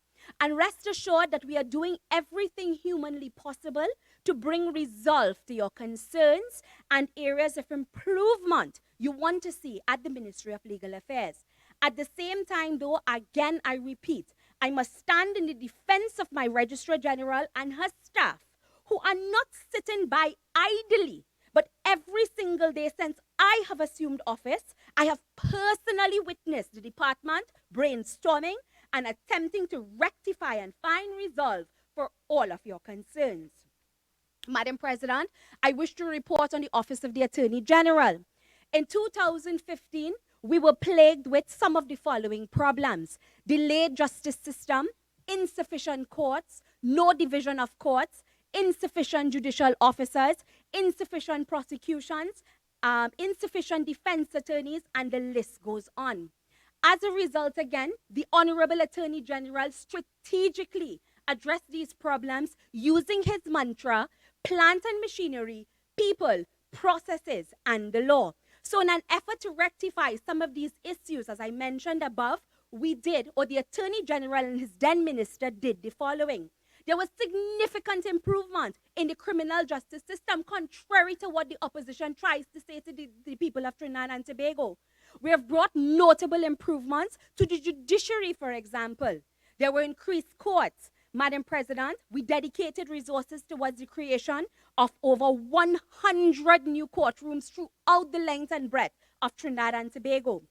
This meant greater access of justice to the population.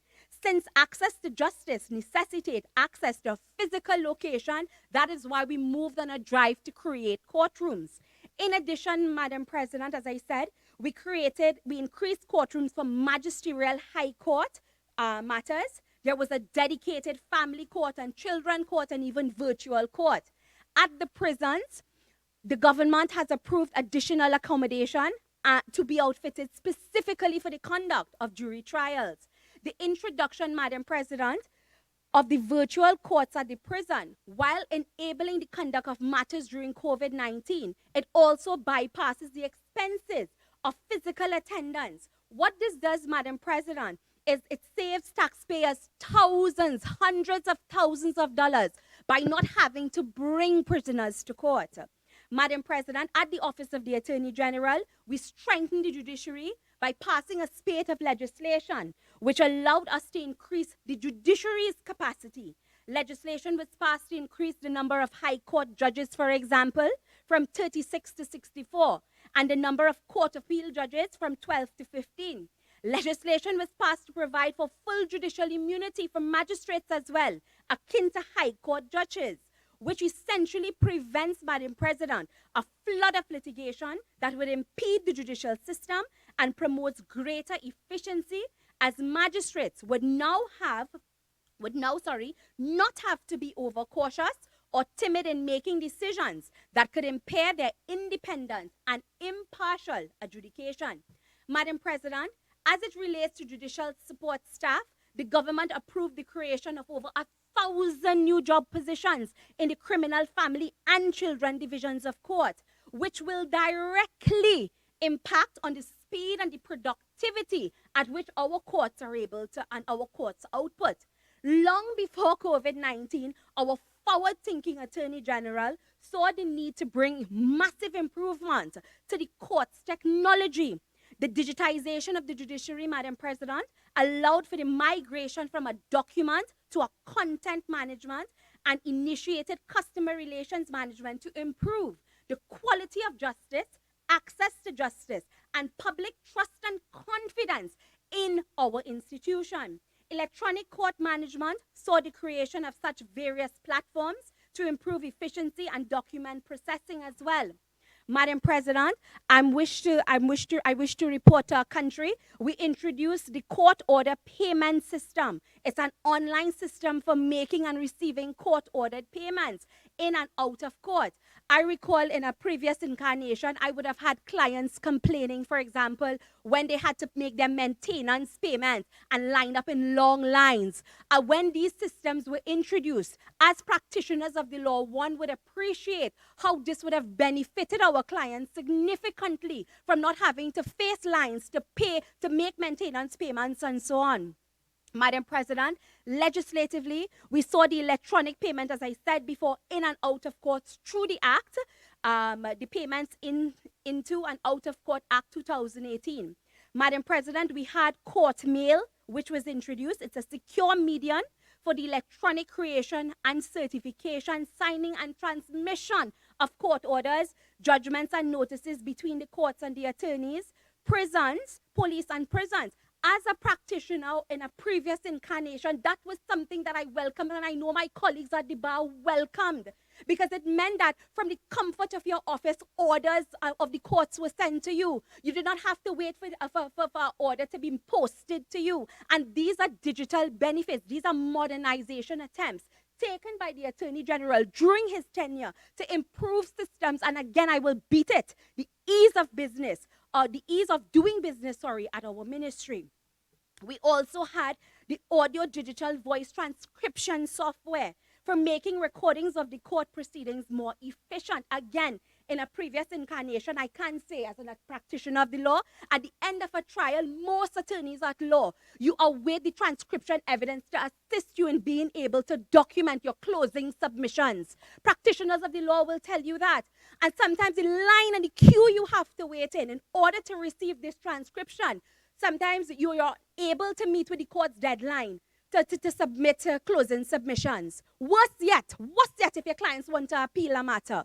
But since we have had this software introduced, attorneys at law, especially practitioners who run trials and understand the adversities sometimes in doing a trial, would indicate to you that this software has incredibly facilitated us in allowing us to have access to this transcription evidence almost at the snap of our fingers. So again, I must commend the Attorney General and the then ministers for the work they have done in introducing this software and certainly assisting practitioners of law and citizens of this country.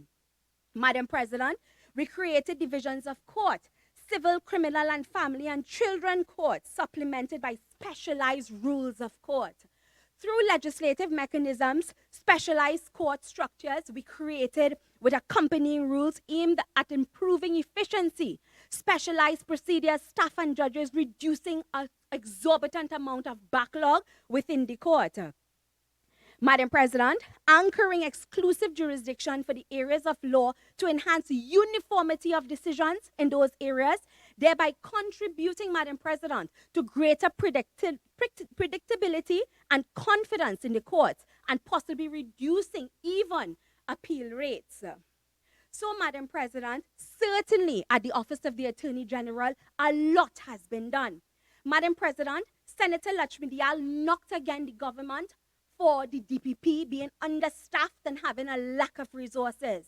Well, I will say to Trinidad and Tobago, since I have assumed office as the Minister in the Office of the Attorney General, I have hit the ground running like all of our government ministers. I have already to date reached out to the DPP and other heads within our ministry and indicated to his respectful office my intent on visiting every single department that falls under the office of the DPP. The DPP has indicated his availability, and it is my intention, with the blessings of my Attorney General, to visit these offices so that we can see as a government what other areas of support, or further areas of support we can lend to his office. But I will say this, Trinidad and Tobago, respectfully, before my assuming office in the Office of the Attorney General, my predecessors had already blazed a trail for me to follow through. So, for example, again, the Attorney General, he worked with the DPP to improve their plant and machinery, people, processes, and the law. The Office of the DPP received substantial resources in order to increase their capacity, their plant and machinery. The Gulf City Lowlands office opened in July 2018. The North Office, Park Street in Port of Spain, UDCOT handed that building over in August 2020. The South Office, Gulf City, at Gulfview, it's being built out, and the lease is finalized and ready to do a handover by 2020. We increased the staff at the DPP's office. State councils 1 and 2 were hired, 27 to 40% increase. More positions to be occupied after the delivery of the building, of course, and that, of course, will be a cabinet's decision. Madam President, at the Office of the DPP, we also improve IT solutions. The introduction of a case management system, the harmonization between the DPP, the TTPS, Public Defender's Office, and the judiciary was also something this PNM administration was able to achieve. And don't talk about the spate of legislation empowering police prosecutors to do pre-trial hearings. Prosecutors, including police prosecutors. What this did, Madam President, was put less strain on DPP prosecutors. So therefore, again, it amazes me when Senator Lakshmi Dayal spoke about this government's neglect of the DPP department. This evidence is a clear indicator to Trinidad and Tobago that this is furthest from the truth. Madam President, for those who were denied justice because they could not afford a defense counsel, we sought to improve that. We saw the creation of the Public Defender's Office. And that for me, that is a significant win, especially in a previous incarnation being a defense counsel. What this means is that the establishment of the Public Defender's Department, it provides a pool of state-paid defense attorneys readily available to represent accused persons. Where counsel of choice is not available, counsel will be provided to the accused to ensure that the matter proceeds. This is indeed a benefit to the people of Trinidad and Tobago. At the Public Defender's Office, we have had the Stanmore Avenue Nedco building also delivered. With respect to our capacity, Cabinet approved 51 employment positions comprising of 30 legal officers ranging from a head to a junior and 24 legal positions filled to date. What I understand at the Office of the Public Defender's Office, there's also ongoing training scheduled to commence from the Judicial Education Institute and the Atlanta Public Defender's Department. And I wish to report to Trinidad and Tobago that is to no cost to us as a nation. I also understand, as I indicated earlier, it's my intention as the line minister to visit all of the departments that fall under us. I believe that we cannot, and like all of my other government colleagues, minister colleagues, we do not believe in running a government just from our offices. We believe that we have to get down on the ground and understand what the people and our charges are enduring. So again, I have also reached out to the Public Defender's Office, and it's my intention It's our intention to go to this public defender's office and visit them and see what other areas of support we can lend. I am wish to report to Trinidad and Tobago every Thursday. I understand there is a mock session which is prepared by the public defender's office, and this is to keep our public defense counsels sharp. It is my hope to probably join one of these mock debates soon, mock trials soon, and see if I still have what it takes to be a defense counsel. I don't know, I guess time will tell. Madam President, we have secured $100 million with respect to the area of evidence. There has also been significant improvement. We have empowered the police with the capacity to improve forensic investigations. We secured a $100 million contract from the Chinese government for Utica to construct a new lab. This would certainly benefit the TTPS to conduct forensic analysis on firearms, which obviously reduces the workload on the forensic department. Madam President, we have also hired DNA custodians, so that's how we're improving the people, machinery, the DNA database ready, and procurement of 15,000 DNA kits to initiate sampling for the DNA database. And of course, the law, as I said, plant and machinery. Minister, you have 5 more minutes. Thank you, Madam President. In the area of family law as well, Madam President, the family, we understand, is the single most important influence in a child's life. From their first moments of life, it is very crucial. So what our government would have done, we created the Child Protection Unit of Trinidad and Tobago.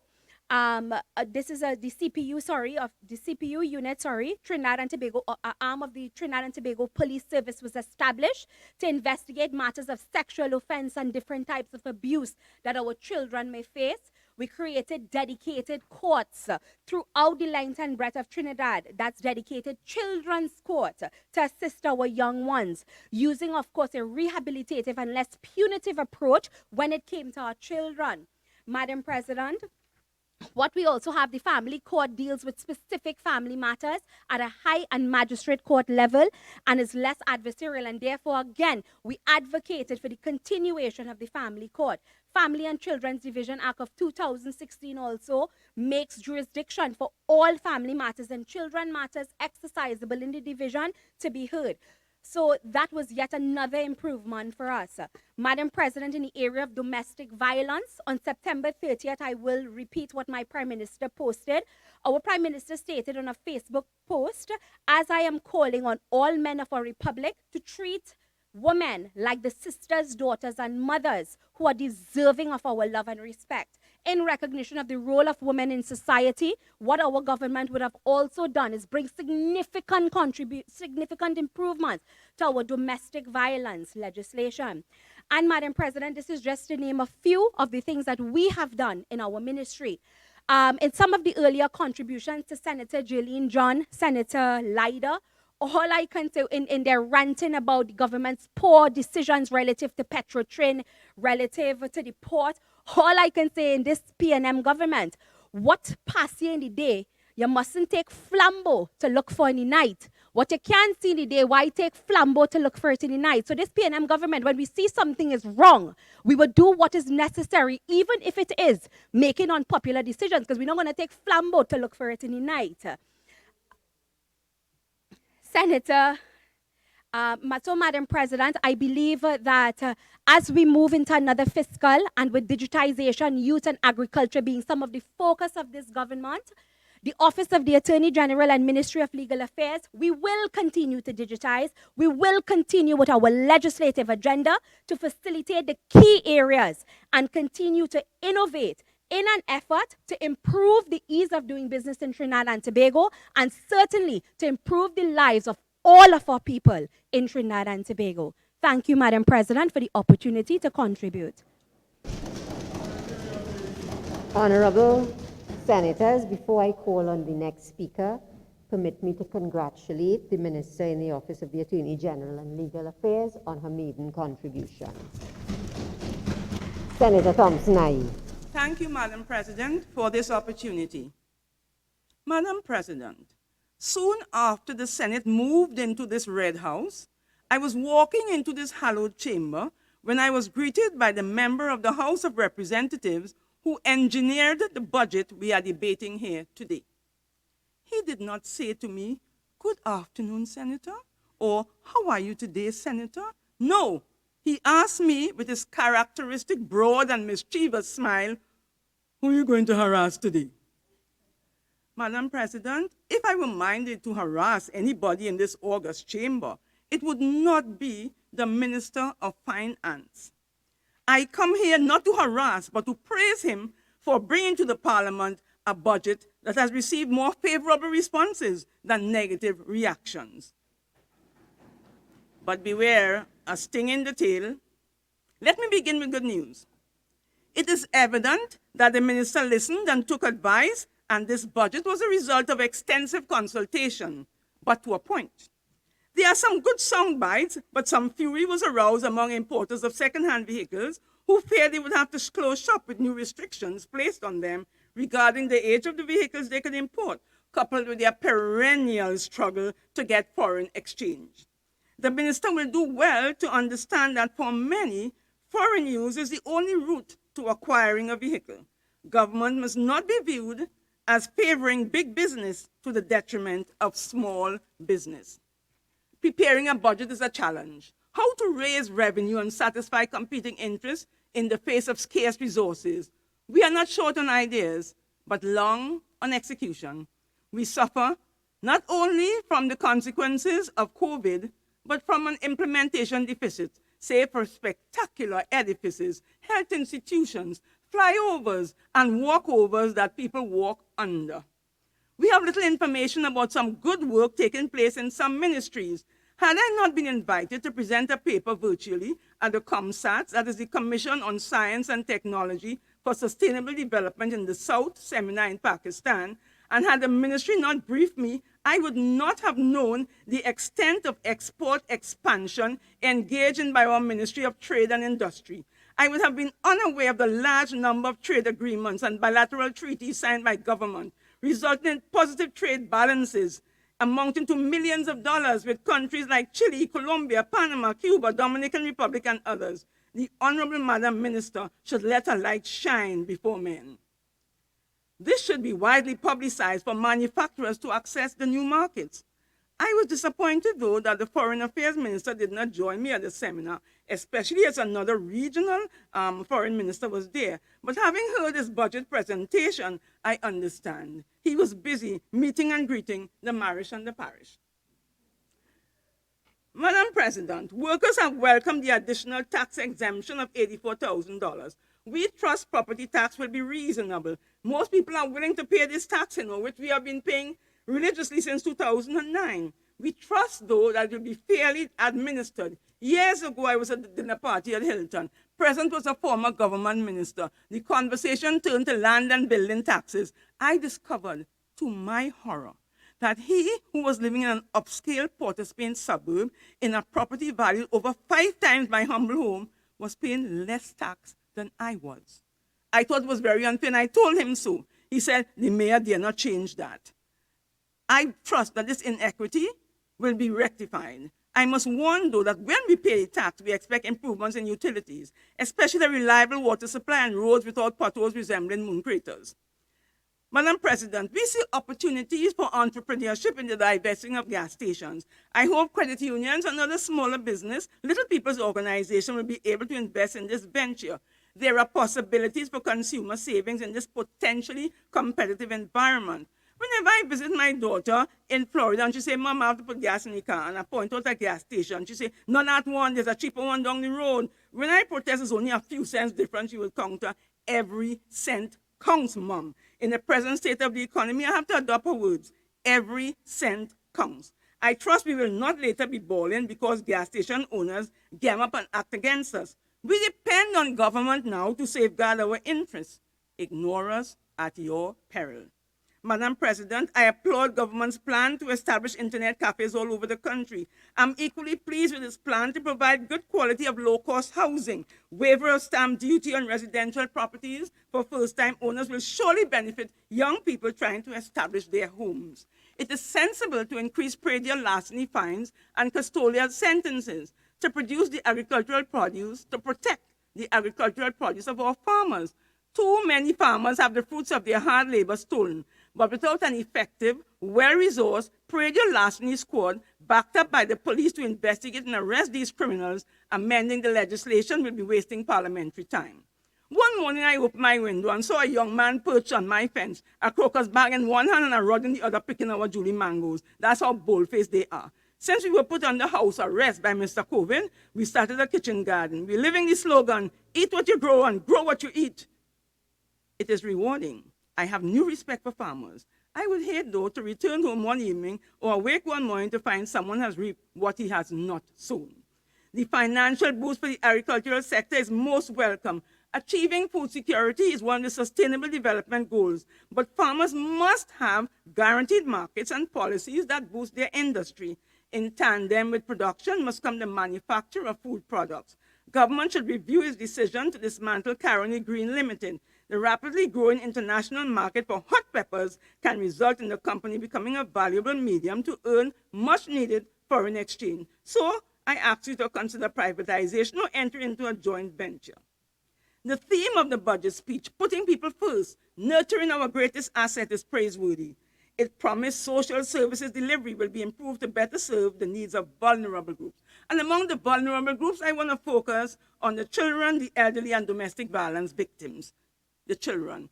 Kevin Baldeo Singh, in his book Childproof 03, A Guide to Modern Caribbean Parenting, which is a new grandmother I've been digesting, makes a seemingly startling comment with which I agree. Most Trinidadians don't like children.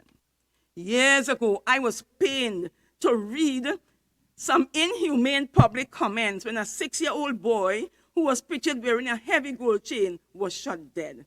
Over the last few years, thousands of children have been brought to the children's court in need of care and protection or deemed beyond control and placed in institutions. International child rights law decree that institutionalization must be a measure of last resort and for the shortest appropriate period of time. Instead of building probation services and increasing parental training programs, government has cut subvention to serve-all, resulting in programs being curtailed. Madam President, the increase in penalties for selling alcohol to minors, while welcome, fails to address another serious problem, parental complicity in the crime of giving alcohol to minors. Some years ago, a father complained to me that his son's mother was planning a birthday party and asked him to bring a case of beer. He had refused, saying it was not appropriate to serve beer at a party for a 12-year-old child. The mother's response was, "What child? He's a big man now." This is not an isolated case, but no law specifically addresses this issue. Do we love children? We have the lowest number of foster care providers in the Caribbean. This month is Adoption and Foster Care Month. The Children's Authority every year embarks on a program to increase awareness of the need for us to adopt older children and for foster carers to assist children, especially those with special needs. These campaigns have not borne fruit. Article 20 of the Convention on the Rights of the Child, hereafter the CRC, enjoins government to provide alternative care for children. With proper care, children become successful adults. Article 18 of the CRC makes it clear the primary responsibility for the upbringing and development of children lies with both parents of the child. However, when parents cannot fulfill that responsibility, government must step in to the role of parent. Many private community residences fulfill government's responsibility in that regard. Somehow, when government makes subvention to children's home, they believe they're helping the homes. Let me disabuse government's collective mind of that erroneous notion. The homes are helping you. What you give is never enough, and many homes must engage in fundraising activities to keep their heads above water. Most of the children in institutions are special needs children. Our child psychiatrists inform that a high proportion of them have mental health problems, exhibit signs of aggression, suicidal ideation, and highly sexualized behavior, and require counseling and other services which come at a huge cost.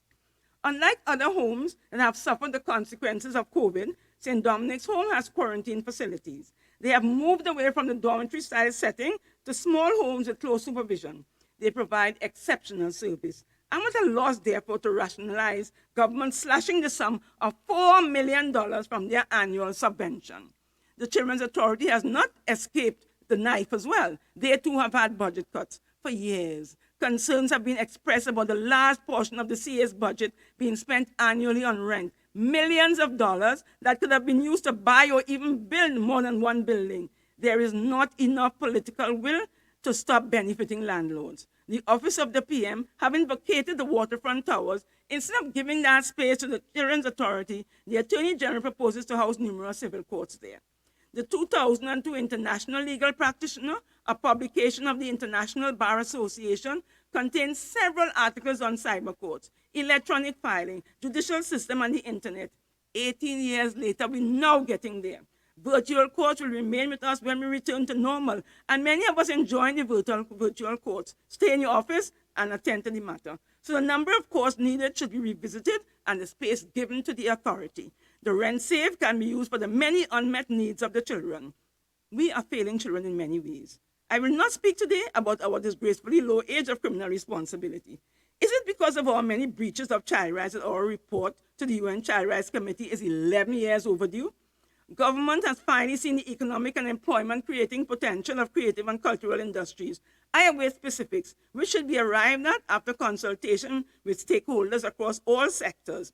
As a start, I suggest that we employ in every school teachers to train children in the performing and visual arts. Teachers have over the years, for love of the arts, but without financial compensation, trained children for competitions in drama and dance after school, on weekends, and during school vacation.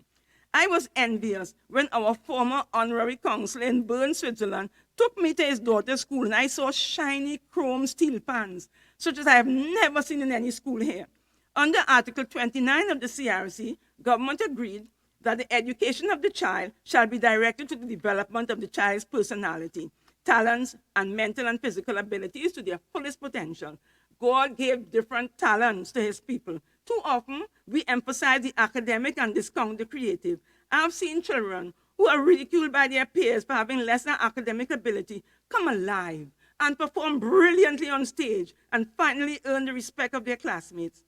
We do students a disservice, ignoring the development of their talents, which will help to build their self-esteem. Many a child bullied at school for being a weak student turns out bad. Their thinking is, if I'm not loved and admired, I'll be hateful and failed. Welcome to the gang. I trust that the increase in the tax allowance for corporate sponsorship of creative activities will stimulate that economy and lead to increased opportunities for artists, young and old. The Minister of Education has been given the largest slice of the budget, and deservedly so. Having worked with her in the Joint Select Committee on Human Rights in the last Parliament and observed her management of Carifesta, I was impressed, and I'm not easily impressed. Her task is monumental. There is much that needs fixing. I consider her equal to the task. Should I lose faith? I will surely state. The essay exam has got to go. We cannot keep traumatizing our young children with that stressful exam. That is wrong on so many levels. We cannot sing every creed and raise fine or fines an equal place when schools are not equal. When the difference between success and failure depends on the primary school you attended, and your future depends on the school you passed for in which you were placed.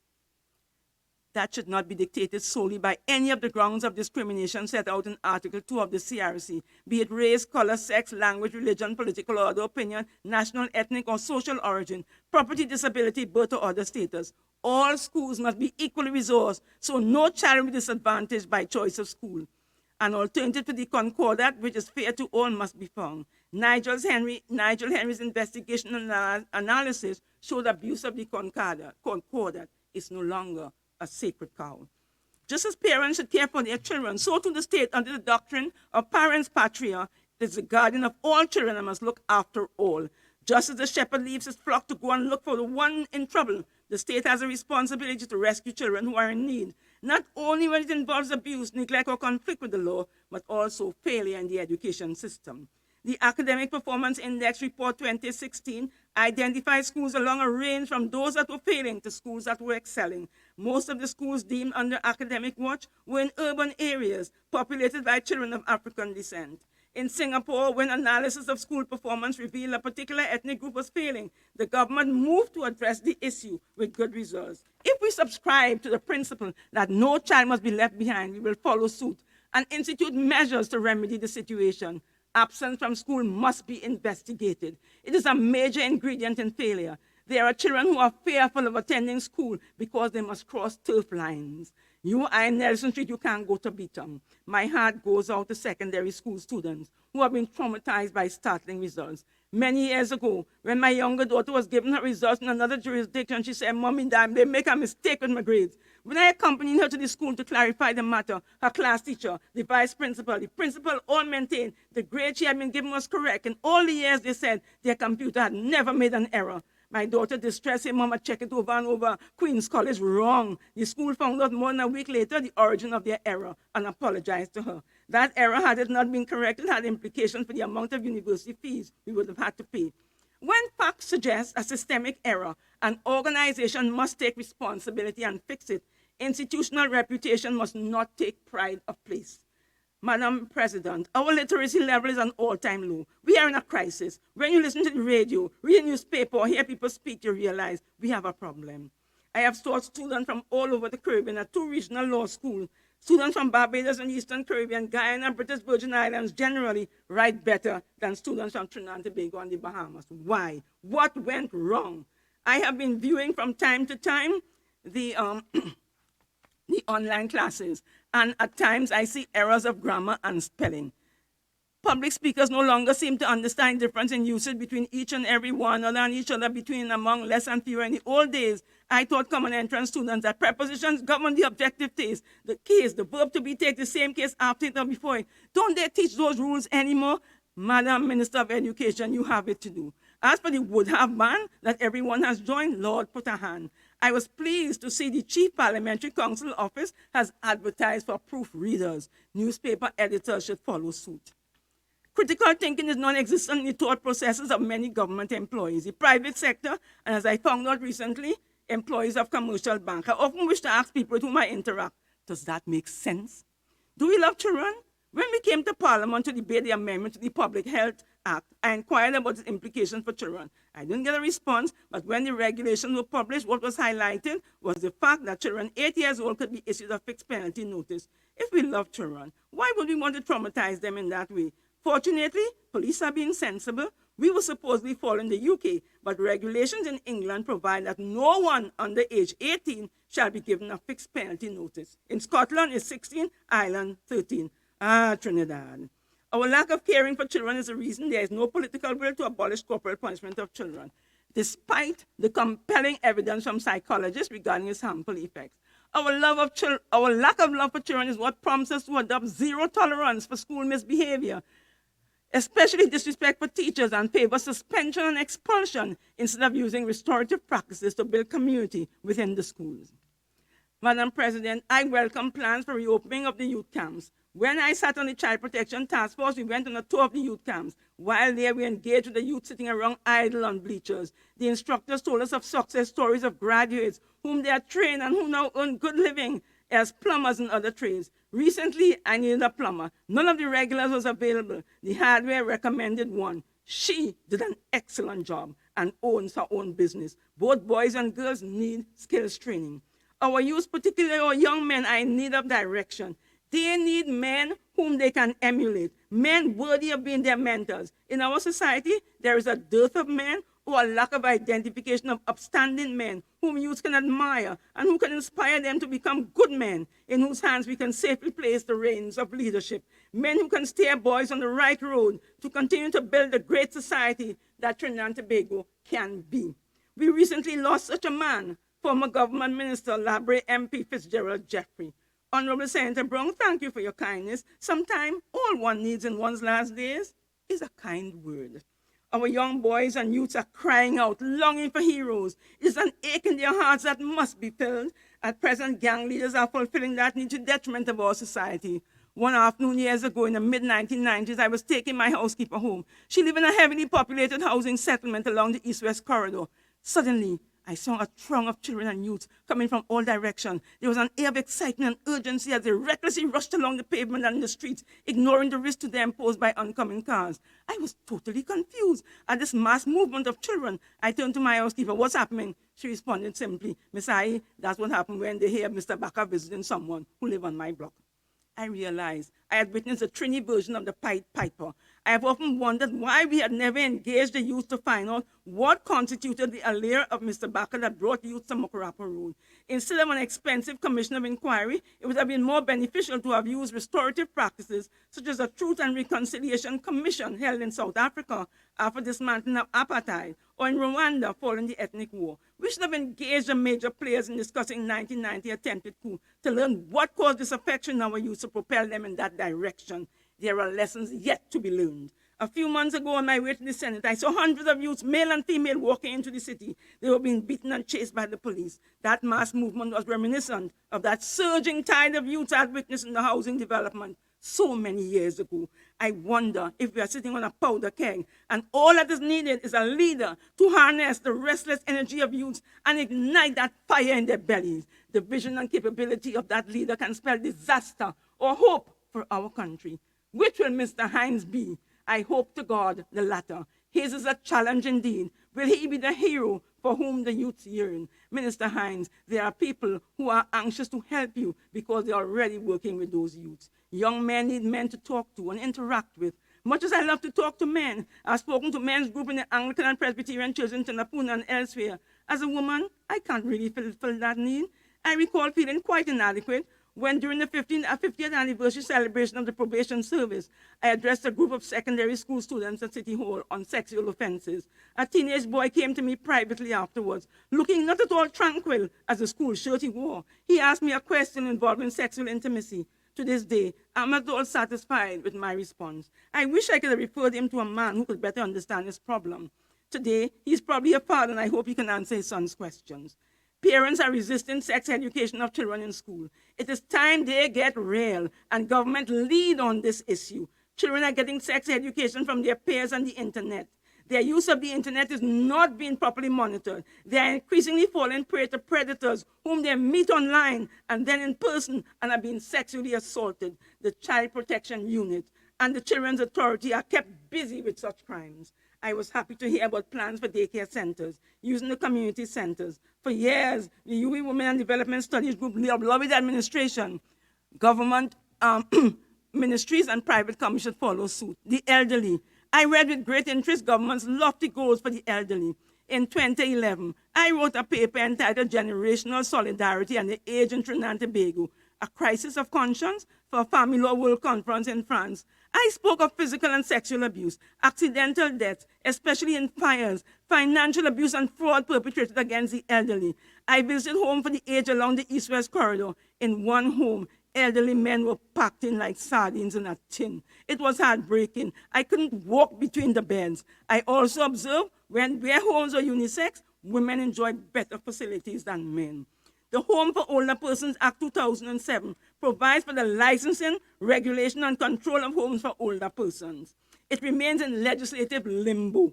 COVID-19 has curtailed visits to home. Family members can't oversee what is happening with their loved ones. When will this act be proclaimed? Coincidentally, I saw in the newspaper today that the Minister of Social Development is also calling for this act to be proclaimed. Domestic violence victims.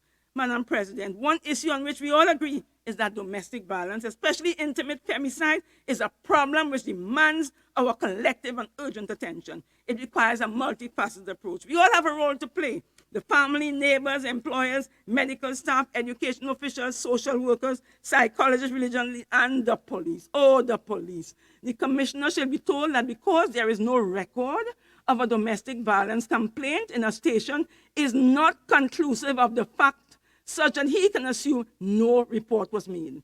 I say without fear of contradiction, police sometimes do not write down reports. They do not give receipts. And in an effort to protect the perpetrator, or for the reasons best known to themselves, may write incomplete receipts. I have a receipt given to a victim. It bears the complainant's name. But nowhere on the receipt is the name of the perpetrator. Why? He was one of their own. The domestic violence unit is a great initiative, but unless all members of the unit are trained in the law, policies, principles, practices, and dynamics of domestic violence and follow them, until there's a domestic violence unit in every district, and the regular police, who at times interact with victims, do not play smart with foolishness, we'll continue to mourn for the victims. The police must understand domestic violence is a crime before it becomes a fatality, and must process domestic violence incidents as a crime scene. They must gather evidence, preserve medical reports, take photographs, record statements carefully, and investigate the crime as though it were a robbery. They must record each report. Unlike Barbados law, ours does not provide for a copy of the police report to be given to the person making the complaint. If that were done, it would prevent what too often happens: the victim or her family asserting that the report had been made and the police denying that that is so. Perhaps the time has come to instigate a no-drop case policy, relieving the victim of decision-making, so investigation and prosecution can proceed against the wishes of the victim. I know the pros and cons of this policy, but surely the police are aware of financial constraints, fear of further harm, family pressure, learned helplessness, and bad advice from pastors at times, which may deter a victim from continuing with a case. A few domestic violence activists giving advice to victims have in their toolkit only their personal experiences of violence. They need training. One popular advice is run at the first lash, but there are men who have hit once and never again. I can think of a couple more than 40 years after that one incident, he's still living happily. It was so uncharacteristic of that man, everyone was shocked. He was full of remorse and shame at the loss of his good standing in the community and in the courts where he worked. And he never made that mistake again. A woman now 80 years old related to me that once, when she was a young girl, she saw a stepfather hit her mother. She jumped up on the dining table and screamed repeatedly, "Don't hit me, mother!" He never did it again. Assessment should be done to determine the risk of further violence. Police cannot make an assessment like that without the requisite training. Families must get involved in domestic violence matters. In many countries in Europe, UK, Canada, Australia, and New Zealand, restorative practices such as family group conferences are held. Even children are involved in them. They speak of the effects of violence on them to hold the perpetrator accountable. Victim survivor panels are also used to combat domestic violence. During these panels, victim survivors, not victims of the men, attending the session, share experiences of violence. Listening to these stories evoke feelings of empathy in some perpetrators. Madam President, sexual harassment is on the continuum of violence against women. A sexual harassment policy was laid in Parliament on the occasion of International Women's Day in March this year by the then Labour Minister. Where is the law? Don't tell me it's coming, because Christmas coming too is carnival that going through. There does not seem to be a zero-tolerance policy for sexual harassment, which affects women's performance on the job and in many times lead them to leave the employment.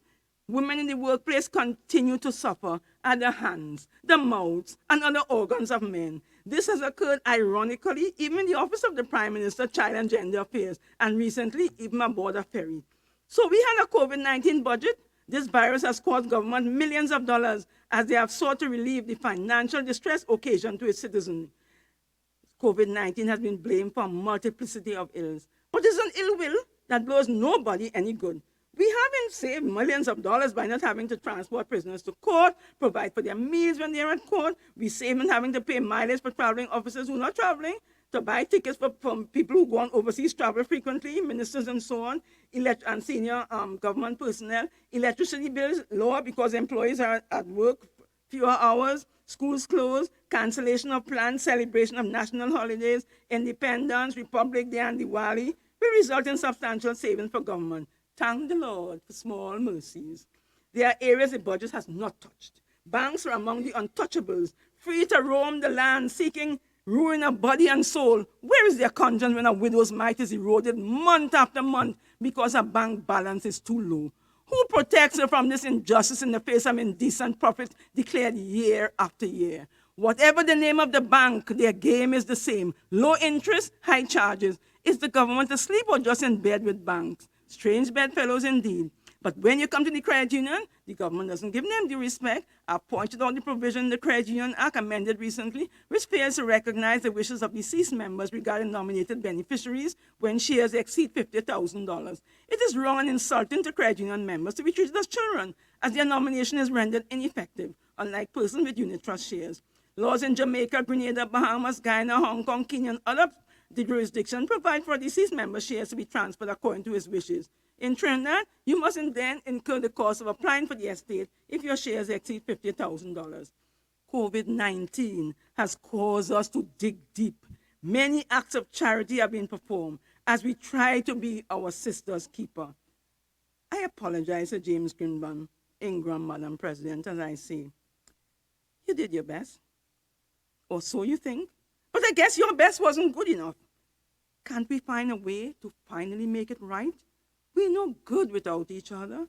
Take the best and make it better. I know we could break through it. If we could just get to it just once. Thank you, Madam President.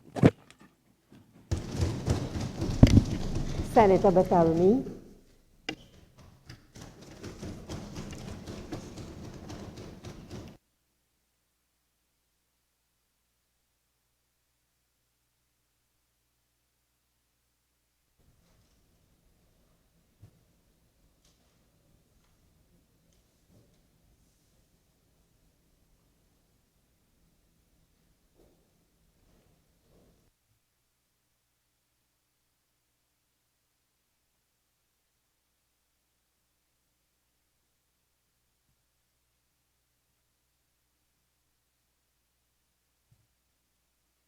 Madam President, I thank you for the opportunity to rise and deliver my maiden contribution to this august chamber, and for permitting me to speak in support of the Appropriation Bill for the financial year 2021. It is indeed an honor to serve the people of Trinidad and Tobago as the youngest member of the Senate on the government side in the 12th Parliament of the Republic. Madam President, I must first begin by congratulating you on your re-election to the Senate as Senate President. It is indeed a pleasure to serve under your stewardship. I also wish to extend sincere congratulations to all other senators on their appointment and look forward to fostering great working relationships in the interest of all citizens of our twin island republic. As a new member of this chamber, I'm extremely grateful for the warm reception extended to me by Parliament staff, and I extend my sincere thanks for their support. Thank you to our esteemed Prime Minister and my political leader, Dr. the Honorable Keith Christopher Rowley, who has been a strong voice of reason, a proponent of discipline, and an advocate of unity, as he inspires hope and courage in these very challenging times we face. But foremost, I am thankful to God for the very special privilege of representing the citizens of Trinidad and Tobago. Madam President, it was just 5 years ago that the Honorable Minister of Finance tabled a budget themed Restoring Confidence and Rebuilding Trust. He did an exceptional job in navigating our country's economy during that period of change. Now, 5 years later, we are faced with yet another challenge that requires him to reset our economy. I have every confidence that he will once more channel us toward economic sustainability. Madam President, it would be remiss of me if I did not thank our Honorable Minister of Health and his team of healthcare professionals for their hard work and sacrifice during this time. They have worked diligently to educate and protect citizens and to save lives of victims of this deadly virus. Through all of this, he and his staff have maintained an image of transparency and credibility. I also wish to thank the Honorable Minister of Planning and Development for her role in setting up vigorous and prudent development plans, such as our public sector and social sector investment programs, which are geared to navigating our country's economy, our country back to socio-economic prosperity. With our Honorable Prime Minister leading this dynamic team, I am confident that we are indeed on the road to recovery. Madam President, my appointment to the Senate is an opportunity that I do not take lightly, and I accept this with utmost humility. I believe that my conduct in this chamber should demonstrate my respect for those who I aim to represent, and I must strive to be an example of civil discourse in the manner in which I engage with those who share the grave responsibility of governance. It was on the eve of independence in 1962 that the founder of our party, Dr. Eric Eustace Williams, gave us our national watchwords: discipline, tolerance, and production. The occasion was the Independence Youth Rally at the Queen's Park Oval on August 30th, 1962. His words then, which are pointedly relevant now, were discipline is both individual and national.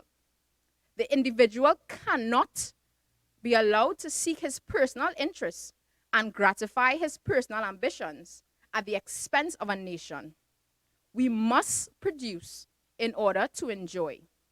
Reduce production and effect, you reduce the total amount available to be shared among the total number of people. I believe that that call to youth is of particular importance today, as we find innovative ways to drive new revenue streams and create sustainability and create sustainable economic growth. The pandemic and sustained low oil prices have taken a toll on businesses and revenue earnings, and young persons preparing to enter the job market now face a daunting prospect. The balance of health and well-being is both a delicate one and a difficult one. Madam President, COVID-19 has turned the world upside down. At the beginning of the year, no one would have ever thought that this silent virus would have caused all this destruction that it has.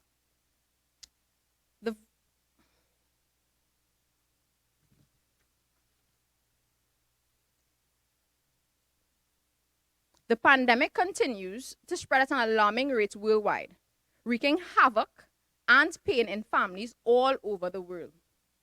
I would like to take this opportunity to extend condolences to the families who have lost their loved ones to this virus. This pandemic has brought economic activity to a near halt as countries impose tight restrictions on movement to stop the spread of the virus. Even though the restrictions may seem challenging to some citizens, I support the view that this is the only way we can survive this together. I particularly implore all young people to be more responsible and to be considerate of others who are making sacrifices at the front line and those who have borne momentary inconveniences to deter the spread of the virus. Madam President, in the face of adversity, I have witnessed hope. I have seen our citizens flourish, finding opportunity within the crisis, finding themselves back on the job market. Many people are now venturing into the space of entrepreneurship, following their passion and experimenting with ideas that they probably will never have considered pursuing. I have met a former DJ who has ventured into artisan food and promotes COVID-19 protocols in his business. Innovative delivery services, food, grocery stops, and even doctors' strips are emerging as part of our SME sector. There are community gardens that are feeding families in need and domestic gardeners trading organic vegetables. Madam President, who would have thought that some of the companies that previously insisted on employees clocking in are now comfortably accommodating work-from-home policies? The rate of transition to online interfaces and ways of doing business is astounding. The move to e-business and digital communication presents great opportunity for young people as there is no real learning curve. Madam President, this leads me to declare that I believe that while it is my intention to ably contribute to the areas of governance that come to this chamber, to all areas that come to this chamber, I believe that I can add particular value to matters related to youth development, entrepreneurship, specifically in the sectors of agriculture, manufacturing, and digital transformation. The opportunities for increased productivity and related revenue generation are tremendous and present opportunities for those among us whom we call millennials and Generation X. Madam President, on October 5th this year, the Honorable Minister of Finance presented Trinidad and Tobago with our financial bill for the year 2021, titled resetting the economy for growth and innovation. Madam President, I submit that this is not just a budget. It is a way forward for our country.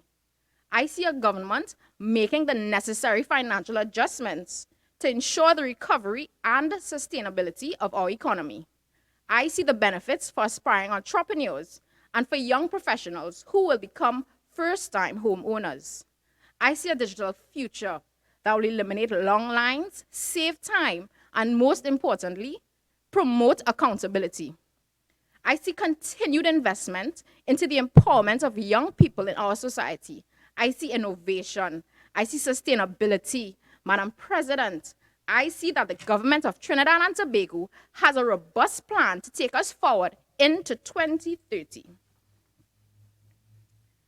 Madam President, the COVID-19 has placed an inconceivable strain on global economies. This pandemic has led to decline in economic activity, with global growth projected to contract 4.9% in 2020. Madam President, upon analyzing the socio-economic implications of this virus, our Minister of Finance, with the approval from Cabinet, implemented various programs of financial and economic support to assist affected individuals and businesses in coping with the associated difficulties being experienced. In addition to these programs, Madam President, our government appointed a high-level multi-sectoral committee called the Roadmap to Recovery Committee that developed and published the roadmap for Trinidad and Tobago post-COVID-19 pandemic, which will be used alongside our Vision 2030 and our public sector and social sector investment programs as a guide to socio-economic development. This committee consisted of industry experts as a government providing guidance. Madam President, as part of the roadmaps, consultations were held by the government in its commitment to encourage inclusive dialogue. If we look closely at our plans from the PNM Manifesto to Vision 2030 and our public sector and social sector investment programs, we can see that youth development and empowerment is at the core of our government's plan to take this country forward. Madam President, this newly elected government created the Ministry of Youth Development and National Service with a mandate to develop our young people, foster youth engagement, and promote national service. Under the astute leadership of the Honorable Minister of Youth Development and National Service, this ministry will be working closely with other ministries that have a specific focus on the lives of youth, such as the Ministry of Public Administration and Digital Transformation, the Ministry of Sport and Community Development, the Ministry of Education, and the Ministry of Tourism, Culture, and the Arts. Madam President, for every young citizen, financial independence is an important step into completing the transition to adulthood, a milestone towards independence and self-reliance. This government will continue to promote self-reliance and independence. Financially independent adults are necessary for the healthy development of any society. Madam President, if we look closely at our draft estimates of recurrent expenditure for the financial year 2021, under the Head 81, Ministry of Youth Development and National Service, Subhead 009, Item 01, we can see that the National Entrepreneurship Development Company was transferred from the Ministry of Labor to the Ministry of Youth and National Service. This adjustment, Madam President, clearly highlights our government's intention to promote entrepreneurship among the young citizens of Trinidad and Tobago. When a government creates entrepreneurial opportunities for young people, this increases the possibility of financial independence and can contribute to poverty alleviation, which, might I add, is #1 on the United Nations list of Sustainable Development Goals and has been identified as one of Trinidad and Tobago's long-term goals in our Vision 2030. Madam President, youth empowerment significantly contributes to socio-economic development by facilitating the entry of young skilled entrepreneurs into different sectors of an economy. we can increase our productivity and competitiveness in the global marketplace. Madam President, as I would have mentioned previously, our aim is to develop our youth and promote youth engagement. Allow me to elaborate on some of the sectors which I believe we can do so: agriculture and agro-processing. Madam President, COVID-19 has made food security a national priority. According to the World Food Programme, if trends continue, the number of hungry people worldwide will reach 840 million by 2030. Currently, Trinidad and Tobago has a food import bill of over $4 billion yearly. American author John C. Maxwell once said, "A leader is one who knows the way, goes the way, and shows the way." Madam President, our Honorable Prime Minister is a registered farmer and understands the positive impact and benefits the agricultural industry has on our economy and how it contributes to food security. Through his example, he has shown all of us that agriculture, and more so investing in growing what you eat, must become a household priority. Madam President, the PNM government believes that young people can drive the country's economy forward through the immense potential of agriculture. We also believe that engaging youth more meaningfully in agriculture through farming, aquaponics, and animal husbandry can provide young people not only with income, but with meaningful, respectable, and attractive work. In conversing with many of my contemporaries, they have all agreed that agriculture presents the opportunity for them to feed their families, contribute to national development, and create generational wealth.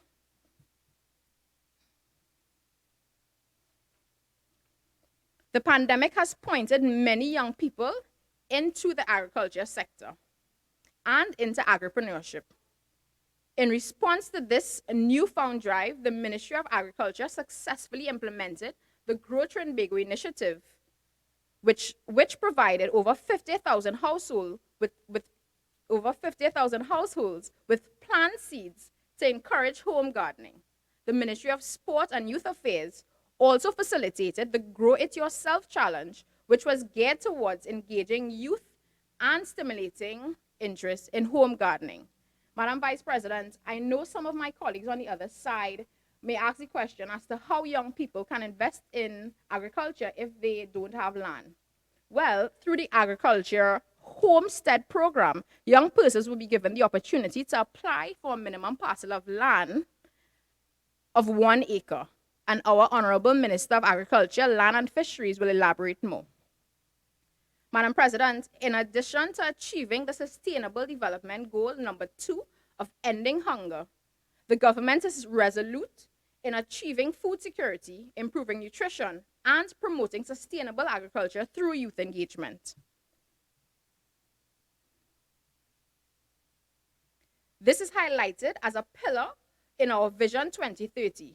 In this vein, as we make well on our promise to the nation, the Minister of Finance and this government, via the 2021 fiscal package, will remove all taxes on the entire agricultural sector and invest in a $500 million agricultural stimulus package.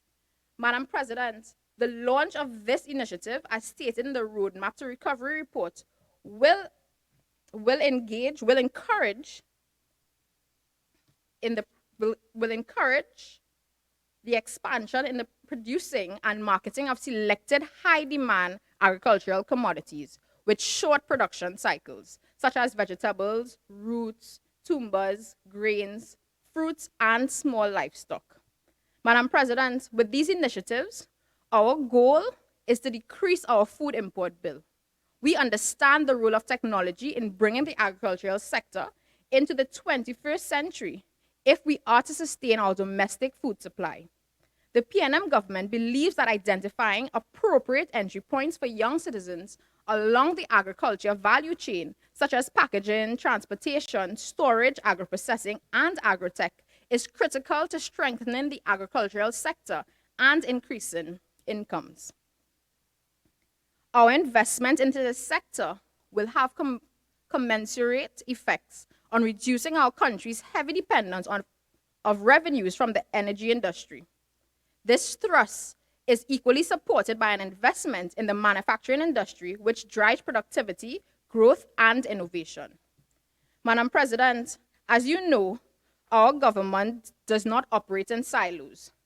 Every state agency and ministry at times depend on another for support, depends on another for the successful implementations of some policies and to support the growth of other industries. Madam President, the agriculture and manufacturing industries are an excellent example as we speak about agro-processing.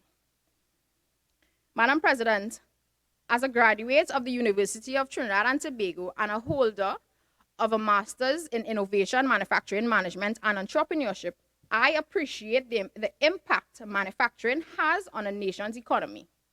With that being said, there's a clear linkage between government investment in agriculture and manufacturing, evidenced by the establishment of the new Moruga agro-processing plant, the catalyst for development in the Moruga community and for young people in agriculture.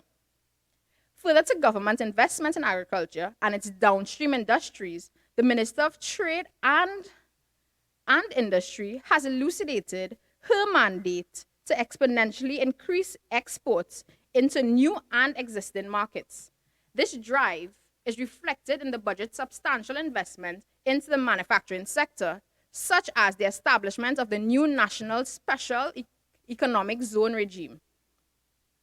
The government of Trinidad and Tobago will continue to encourage an enabling environment for this sector to flourish, particularly with regard to increasing the ease of doing business in this competitive and significantly saturated industry.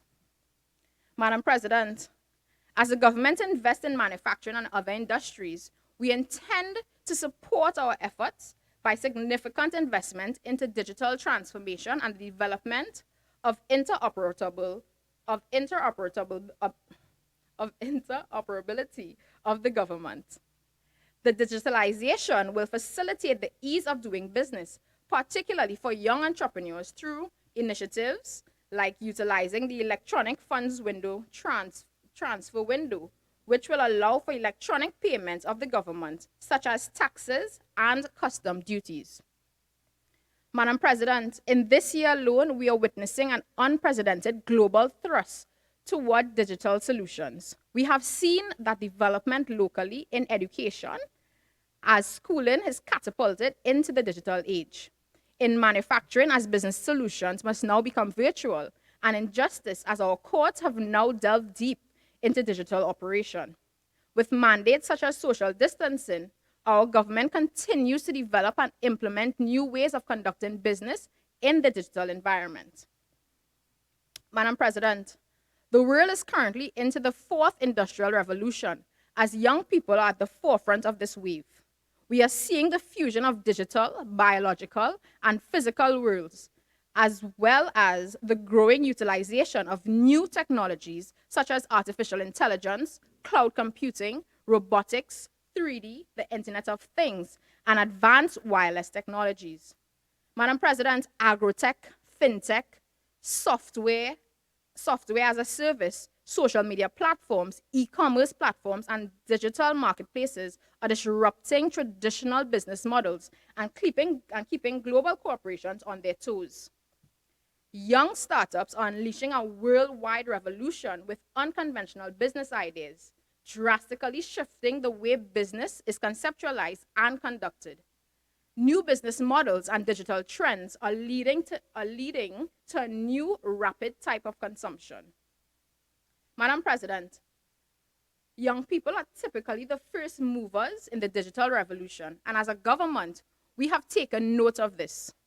We have shown our commitment to this by making it a strategic priority, identified as retooling and restructuring the economy via digital transformation in the public sector investment program. The ecosystem being implemented by our government involves key enhancements of existing applications, such as TT BizLink, which serves as our national single electronic window, a user-friendly online platform that businesses and individuals can access 24/7 for applications to conduct government trade and business services. The development of the developed TT automated construction system, which will improve the speed of interaction with the town and country planning division and municipal corporations. And a new government service delivery model will improve transactions with immigration, the licensing office, and the BIR and other key institutions. This is an important step in creating and facilitating the landscape for new existing businesses in agriculture, manufacturing, and other key sectors to succeed, and young people have a key role in playing. To succeed, young people have a key role in playing in this development. To support this key role, the government is creating a tech investment fund as part of our 2021-2025 investment strategy to grow the pool of participants in our digital society. Any young or new tech entrepreneur or agripreneur whose business model is powered by technology and who has a solid plan of action for developing their business can get that much needed injection of capital to get them off the ground or to expand their business. This is the other side of the coin, where once public services are digitally enabled, the public sector is now encouraged to participate and collaborate effectively within the ecosystem. Madam President, we have seen the rapid rise of ride-sharing companies, food delivery companies, e-commerce platforms, and even payment gateways. With recent key policies, such as the e-money policy, which was introduced to drive digital money solutions, we are creating the provisions for the fintech industry that will only further support the growth of other traditional and tech-enabled companies. Madam President, upstream, midstream, and downstream in any sector, e-commerce platforms can provide a virtual marketplace for farmers or food processors. E-money providers can facilitate immediate payments, improved nationwide 4G and 5G broadband infrastructure, can make communication and connectivity seamless.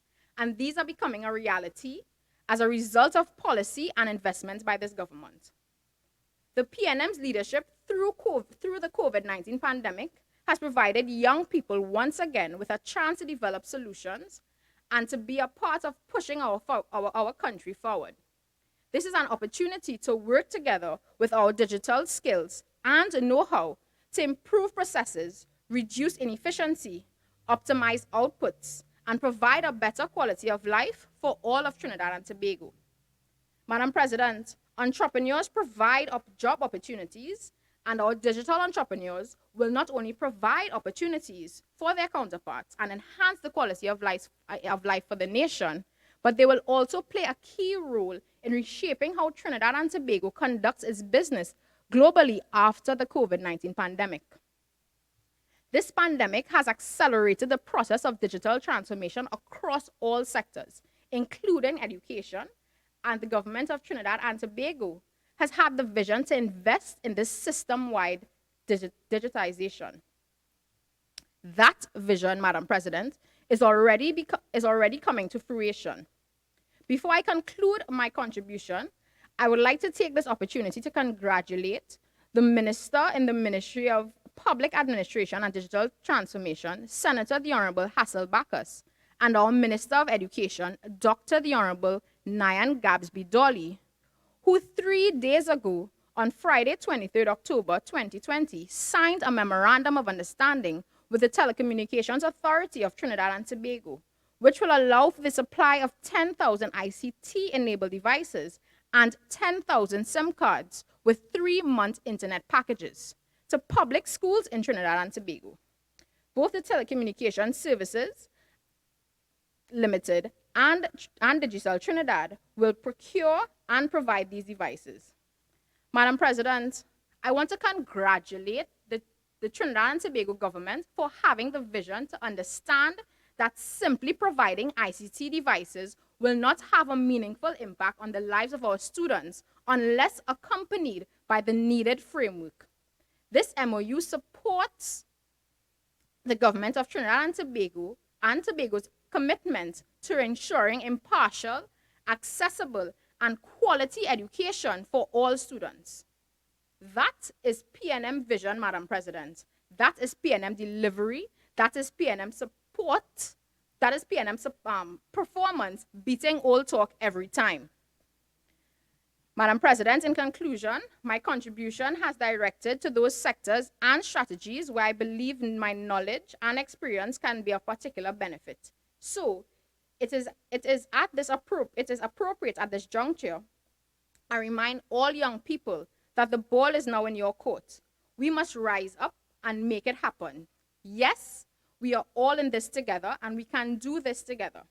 As a young citizen, I have benefited from many of the policies and programs offered by the government of Trinidad and Tobago, and I understood that it was my responsibility to take advantage of those opportunities. So today, I encourage all of our youth to reflect, take stock, and grasp the opportunities being offered by our government.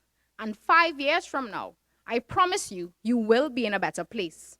As a colleague of mine once said, choose your sacrifices or they will choose you.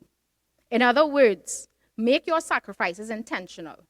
You hold the power to do this, and you have this. Madam President, with those few words, and in support of this PNM government, I thank you.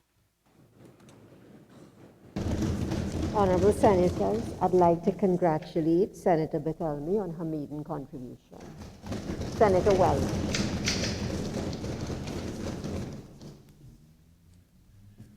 Madam President, I consider it an honor and privilege to be addressing this House on the appropriation of financial year 2021 bill.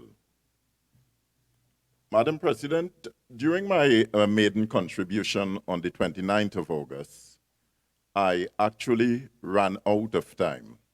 So, to avoid that situation developing, I proposed to abandon the introduction I had planned on making to my contribution to help explain its context and to go immediately into the meat of the matter without a long run up to the wicket, if I may use a cricket analogy. So, although I would be engaging in a very short run up, I would try to avoid putting any spin on what I basically would be saying on these issues.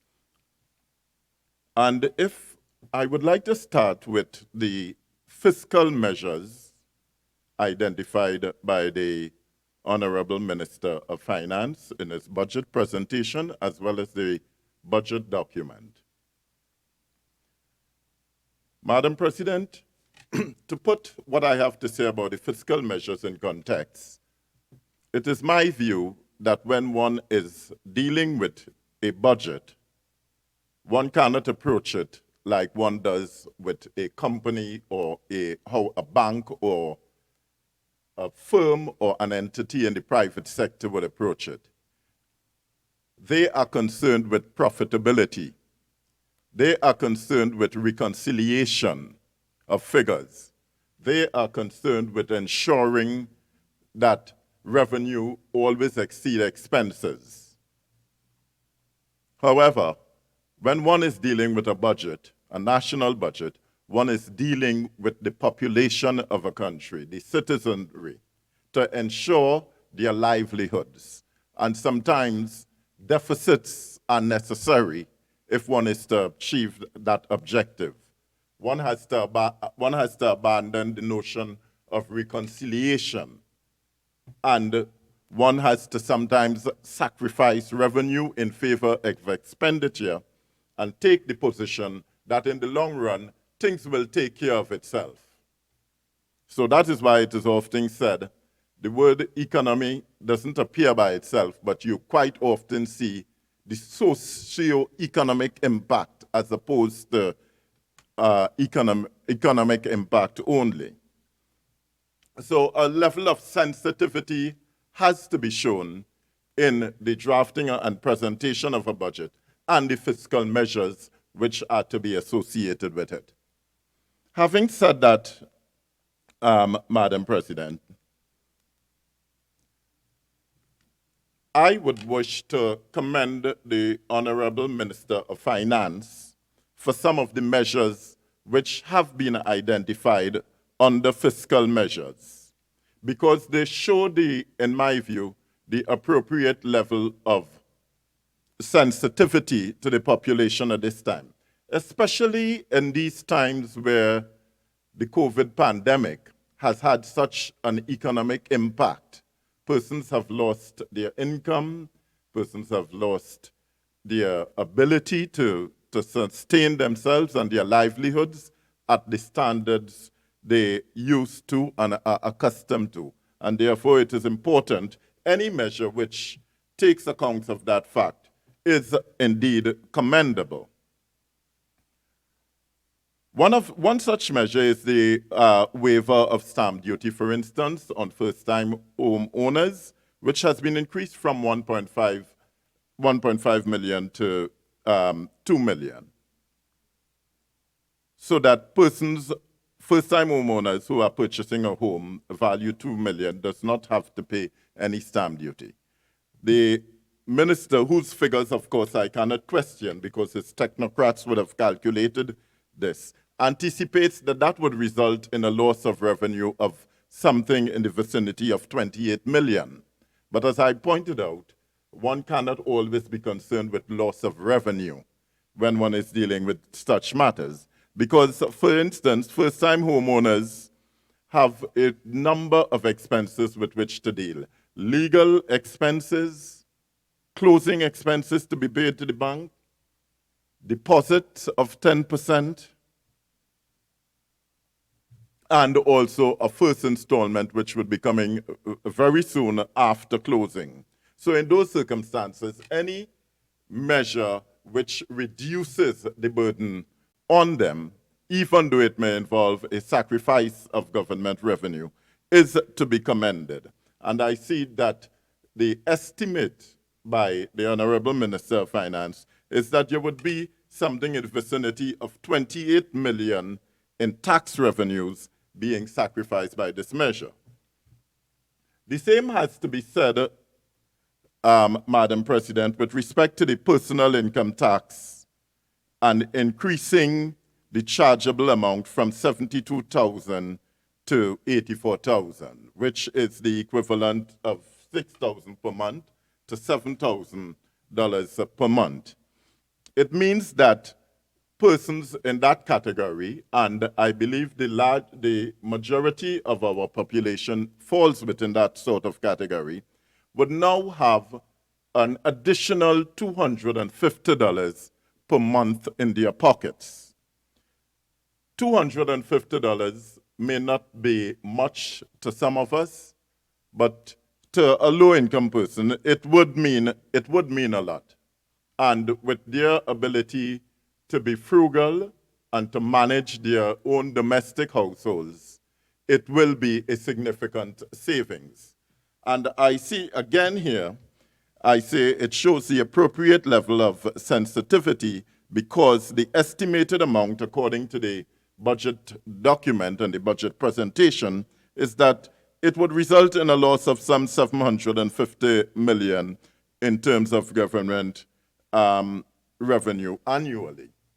So that is to be commended. And even if it involves a deficit, as I said, we must operate on some level of faith that the future will take care of itself and there will be a tendency naturally to recover.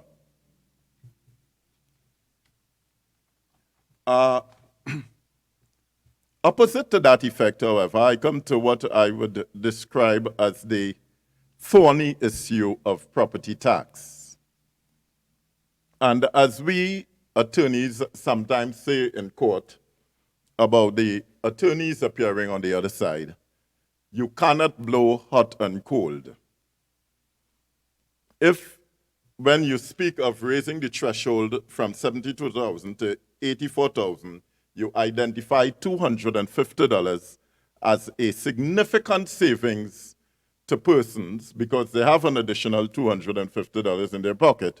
Then, when a property tax is imposed, which may result, let's say, in someone having to pay $3,000 per year, which works out to be about the same $250 per month, you cannot argue, well, that is not too bad. It's not a significant burden. It's not too unreasonable, because that would be inconsistent with the argument which you just advanced, that $250 is a significant savings. If it is a significant savings, then by equivalent argument, it must be a significant burden as well. Madam President, having said that in my opening about the property tax, it may sound surprising for me to, in the same breath, say, nevertheless, I support the introduction of the property tax, both in concept and in intention. I see it, however, I support it because I see it as somewhat necessary, but I also would add it is a necessary evil in my respective view, for want of better language. And if it is going to be a necessary evil, then some evils to be accepted must be mitigated. They must be subject to exemptions and exceptions, and they must not be imposed with the full brunt of whatever is intended. Madam President, I say it is necessary because in these times especially, our expectations of government providing for the citizenry does not decrease. We expect the same obligations from government. And therefore, if you are expecting the same obligations from government, especially in these times where government revenues are reduced because of the COVID pandemic, then it is natural to expect that the government has to raise its revenue by some means. I also say it's necessary because the existing system, to some extent, because of the very low level of payments under the old land and building taxes scheme, to some extent is almost meaningless. Sometimes the amount you are collecting does not even justify the administrative costs that is involved in collecting it. And so for these reasons, I say it is necessary.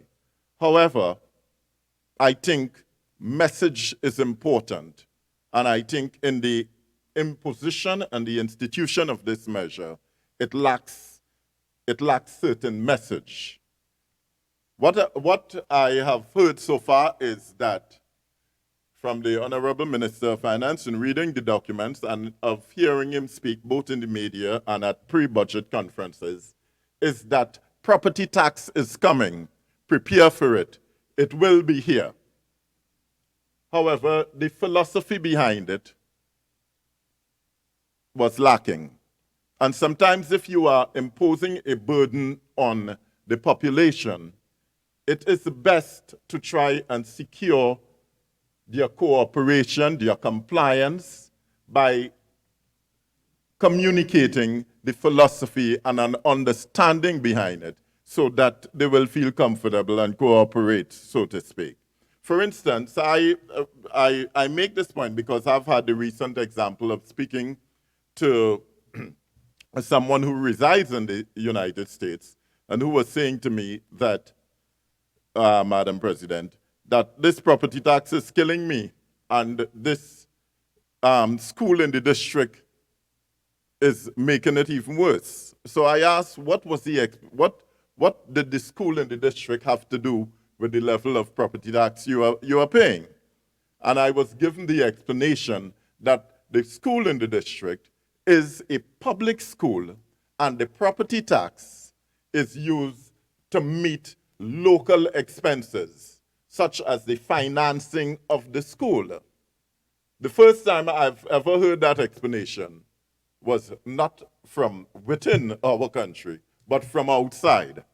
And this is the point I'm making, why message is important in order to gain an appreciation from the population. I've also had a similar example not too long ago. I have one of those very regrettable things called a timeshare. And recently I received some mail from the company explaining how your property tax that you have to pay is going to be used. And at least that put me at ease, because I had been complaining repeatedly, what am I paying this for? I think it's the same approach. And therefore, we need in the messaging, if it is that it is going to be used and this burden is going to be imposed, we need in the messaging an explanation that it is going to be applied to local expenses, taking care of garbage, it goes to the corporations, it takes care of potholes in the road in your local community, so that the citizenry can see what it is this is being used for. Madam President, and the reason why I said why it is necessary, the reason why I have called it an evil is because in these times, people can least afford it. At the time it was intended to be imposed, which we had signals for long before, there was no COVID as yet. But COVID has now made it even more difficult. So it's now a burden. I regard it as an evil because it's almost like a vehicle. You're going from 0 to 60 in a few seconds. At the stroke of midnight at the close of this year into another year, you are moving from figures which were very low under the land and building tax regime to a figure which is significantly much higher. And therefore, it makes that adjustment becomes even more difficult when one moves from one extreme to the other. And also, it is of concern that it would be felt mainly, in a lot of instances, by the landless, those who do not own property, because a lot of our population are tenants who rent.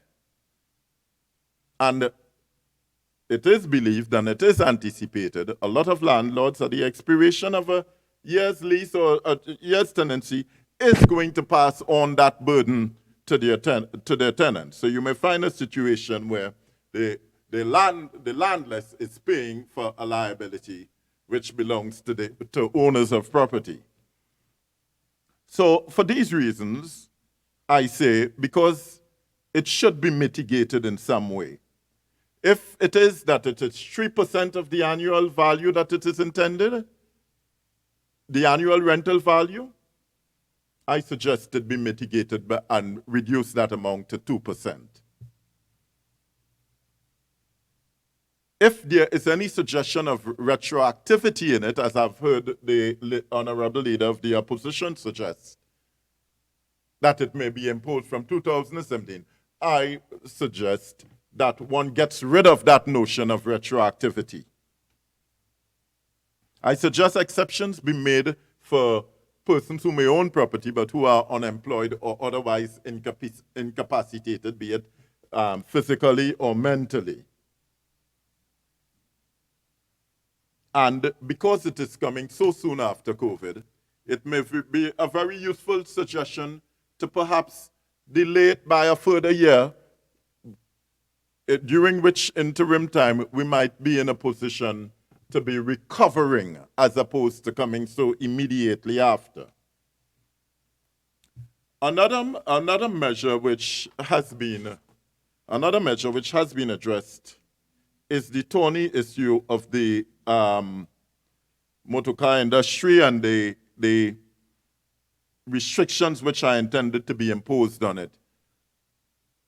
To put what I have to say in context on this issue, Madam President, I would just want to make some bullet points as to what the Minister of Finance has said about this, the reason for the restrictions, the quotas, the taking away of concessions, and he has indicated it is a drain on the foreign exchange.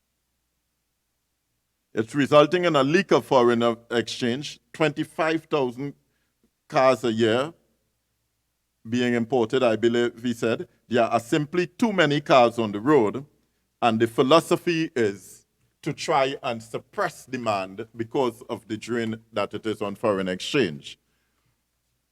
Madam President, while I understand the foreign exchange issue is a serious issue, and the balance of payments, the balance of payments is an important aspect of the economy, I would like to suggest that one cannot equate the motorcar industry with the importation of luxury food items such as escargots and to which has been alluded to. I see the importation of, I see the car as an industry, the sale of cars as an industry, and as an industry, it is an important part of economic activity in the country. It sustains many livelihoods. You have auto mechanics, you have car washers, you have salesmen, you have the dealers, you have auto body repairmen, etc. So one cannot equate it with, one cannot look at it simply from the point of view of a drain on the economy. Each transaction involving a car, be it new or used, is a unit of economic activity. And although I'm not an economist, I'm at best an A-level economist. But what I remember from those days is that every unit, every transaction, which is a unit of economic activity, is a contribution to the GDP of a country. And also, it represents significant government revenues, each purchase, because you have custom duties, you have VAT, you have importation duties. For instance, a car which is valued at $825,000, if you take off all those things, it comes down to $500,000. So that is $325,000 on a car that is selling show price for $825,000. $325,000 represents government revenues. And when the Minister of Finance speaks of suppressing demand, therefore, I don't see any difficulty with a young family having the demand for a use of a car. Different people have different goals, and people in the lower income bracket, the purchase and acquisition of a car is something which is important to them.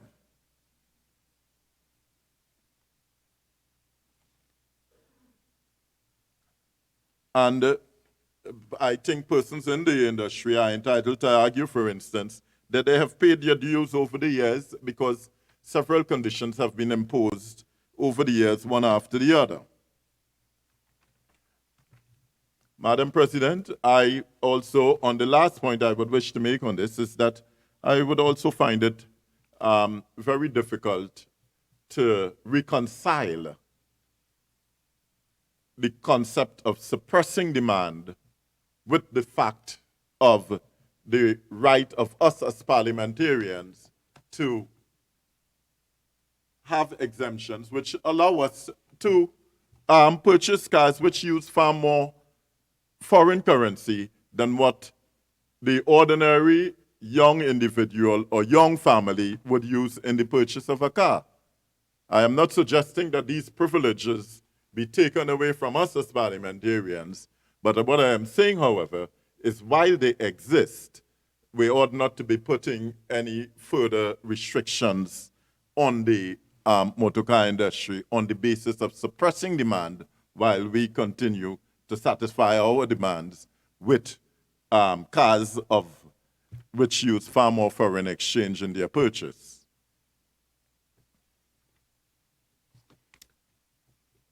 Madam President, I also commend the waiver on the removal of VAT on importation of building materials, as well as the what the Honorable Minister of Finance has called the Property Development Allowance, which allows property developers to claim a 20% deduction on their capital expenditure from the taxes they have to pay. However, while that helps with developers, I think missing from that message, and I am sure it was intended, although it doesn't appear here, is the hope and the expression of view that developers who benefit in this way would transfer that benefit on to employees, their workers in the construction industry, who comprise a very large percentage of our working population, so that one can see an increase in, let's say, construction wages and daily rates that they are paid resulting from this benefit. This benefit should not only be about developers. It should also reflect in the price of home construction, so that if you have these benefits, you should pass it on to the person who approaches you to build a house. It should reflect in a cost reduction if you do not have to pay any importation, if you do not have to pay VAT on the building materials you import. Without that message, it looks almost like if it's only about the developers, which, as I have said, I'm sure was not the intention of the Honorable Minister of Finance. Far too often, businesses pass or readily pass on the burden when taxes are increased, but the benefits are not. So I think this message should reflect that as well. Madam President, one of the measures identified in the budget document as well is that of VAT refunds. The Honorable Minister indicated that he wishes to bring VAT refunds up to date so that businesses can have their VAT refunds much faster. He has also made reference to the fact that in the past year, the Finance Ministry has stepped up on the payment of VAT refunds and has given examples of sums in the vicinity of millions being paid back to small businesses and other businesses in VAT refunds to enable them to continue their operations and to keep alive and to keep persons employed. And that is very commendable, I dare say. It is a commendable move indeed.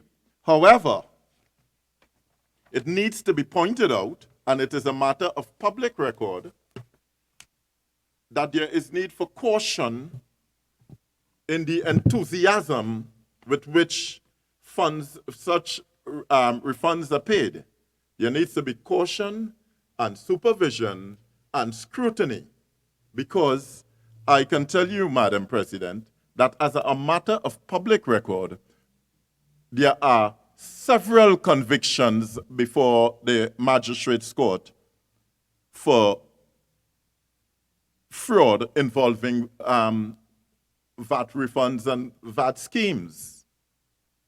I have a list here which I would not use up my time by going through, but for instance, one recent conviction was in the sum of $500,000. A person who based on 70 charges of collecting VAT refunds. Some persons do not have any companies. They become registered for VAT, and having become registered for VAT, they submit VAT returns indicating I have paid out more VAT than I collected, so I am entitled to a refund. And in those circumstances, they have been paid refunds.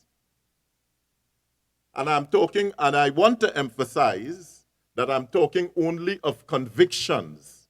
because there are matters which are before the court for the same offenses which are sub judice.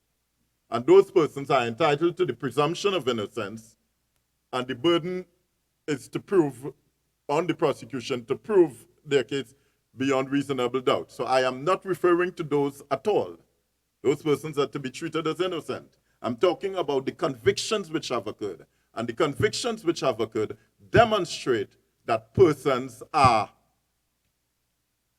getting VAT refunds when they have no business operating. They just submit and they have received funds. That is why I said, while the minister's enthusiasm is commendable, there needs to be some level of control and scrutiny and care exercised with respect to it. There have also been convictions for persons charging VAT and not registered. So they take VAT from their customers, which they don't transmit to the Board of Inland Revenue, but the customers may request a refund. So this VAT scheme and payment of it is working to the disadvantage of the Revenue Authority.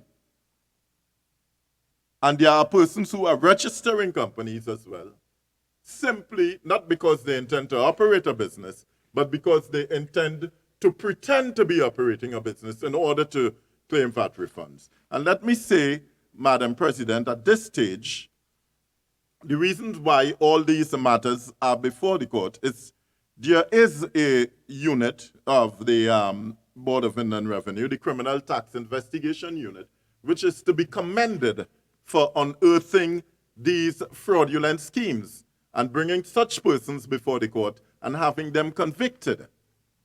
It is a rather small unit. It is somewhat under-resourced, and it falling under the Minister of Finance's portfolio, he may wish to have a look at beefing up that unit, providing it with more resources that it needs so that it can continue with this productive operation and working beyond the call of duty to bring such matters before the court. Because at least in those instances where we have seen convictions, the activity has stopped. But what it clearly indicates and what it clearly suggests, as the saying goes, where there is smoke, there is fire. The fact that we have had these convictions taking place and these companies being charged and individuals being charged perhaps means there are quite a few more out there who are doing it.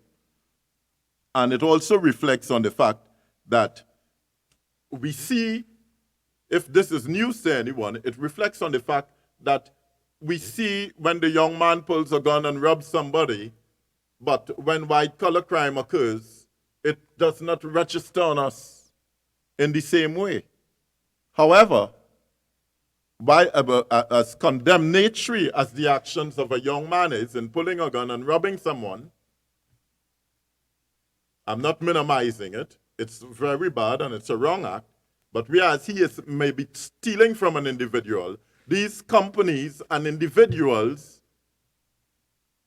who engage in what we call white-collar crime, when they get VAT refunds in this manner, they are stealing from all of us. And they are no less culpable in their evil. And this is why I call for this matter to be dealt with in a most serious manner.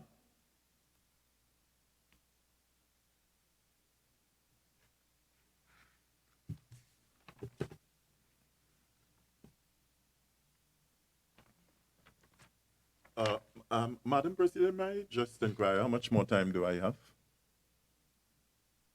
You finish at 5 minutes to 5, Whoa. 4:55. Well, Madam President, I'm going to very quickly see what I can say in 5 minutes because I think I have about 30 minutes of time, talk time left to condense into that 5 minutes. So rather than even taking a short run up to the wicket, I may have to take the baseball approach. Just stand on one spot and pelt.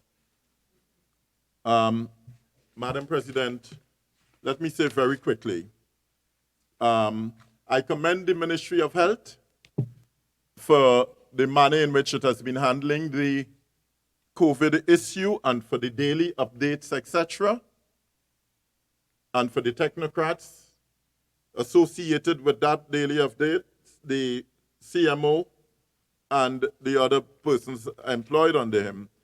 One thing I would rather see, though, because the Minister of Health keeps speaking about non-compliance and he keeps speaking about the financial burden that is involved in treating COVID patients. And of course, that is relevant to the budget because it means the more you have to spend on health because of non-compliance, it affects the deficit. But perhaps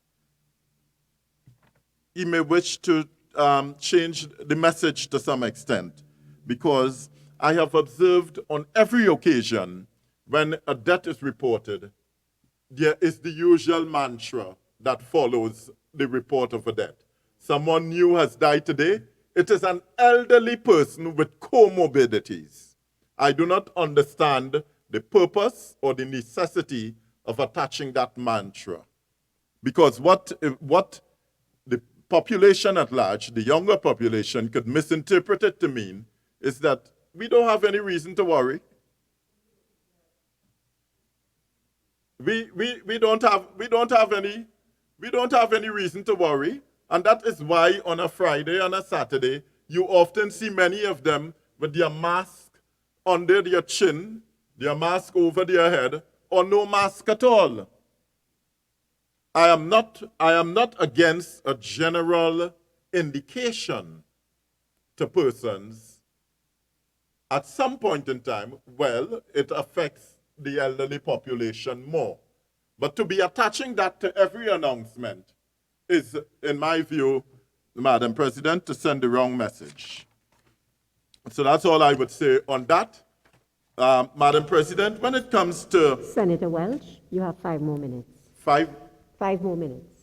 5 minutes again? You have 5 more minutes, yes. Yes. Madam President, when it comes to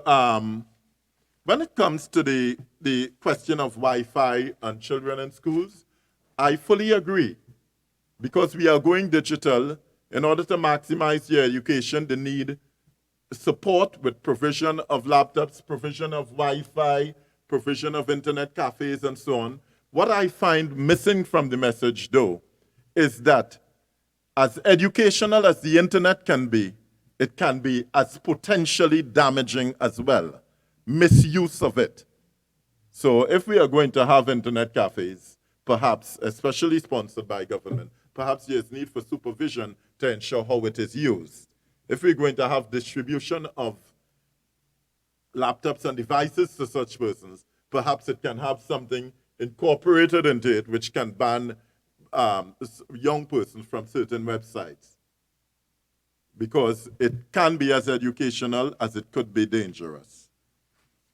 Madam President, I want to say in my last few minutes, I thought I may have had some more time to say it, but in my last few minutes, I would just want to say that I noticed the allocation to the the judiciary is in the vicinity of some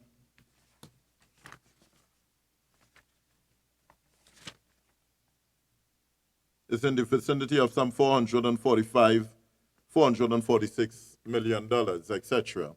And I noticed from the estimates, some of that is intended to be used in terms of shifting, concentrating the civil courts at the waterfront, converting the Hall of Justice to a dedicated criminal court, etc.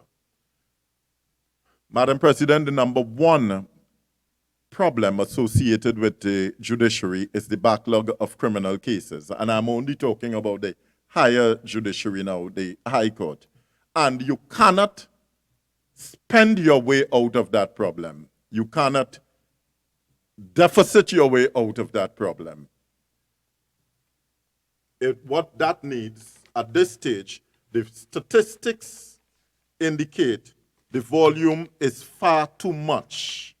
And what it requires is a radical solution.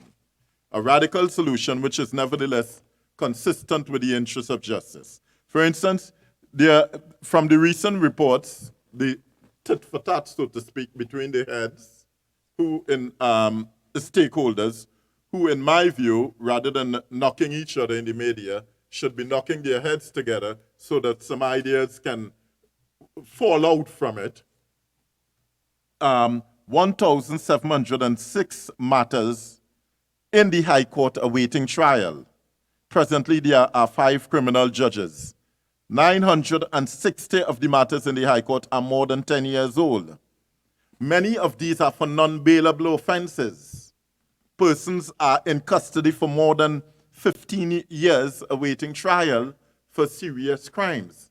That is an unacceptable situation, and it cannot be solved by anybody blaming each other. It needs serious coming together and coming up with solutions, and radical solutions. And I suggest, Madam President, perhaps what we need is something similar to that controversial measure that took place some time ago, that's Section 34, some kind of legislative measure of that nature, because you cannot try those cases out of existence. Even if a trial takes place every day, 1,706 matters cannot be tried in a reasonable time. People who are in custody in 15 years, more than 15 years, would still have to wait another 6 years, even if we go every day, because you only have 5 criminal judges, as it is said. So this time, you need a Section 34 measure, and it is one which, this time, a well-intentioned one. And, Madam President, the last thing I would wish to say as well is that persons who are in custody on murder charges, they should be given the right to plead. Once it is over 15 years, they should be given the right to plead either to manslaughter or to felony murder. They don't have that right presently. The DPP has to be asked, and he often refuses. Senator Welch, your time has expired. Madam President. Minister in the Ministry of Public Administration and Digital Transformation.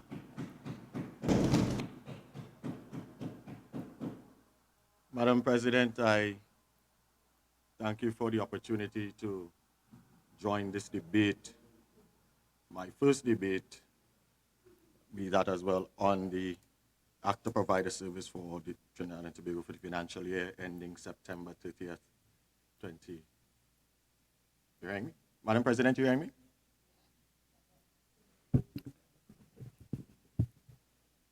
Yes. Again, let me start again.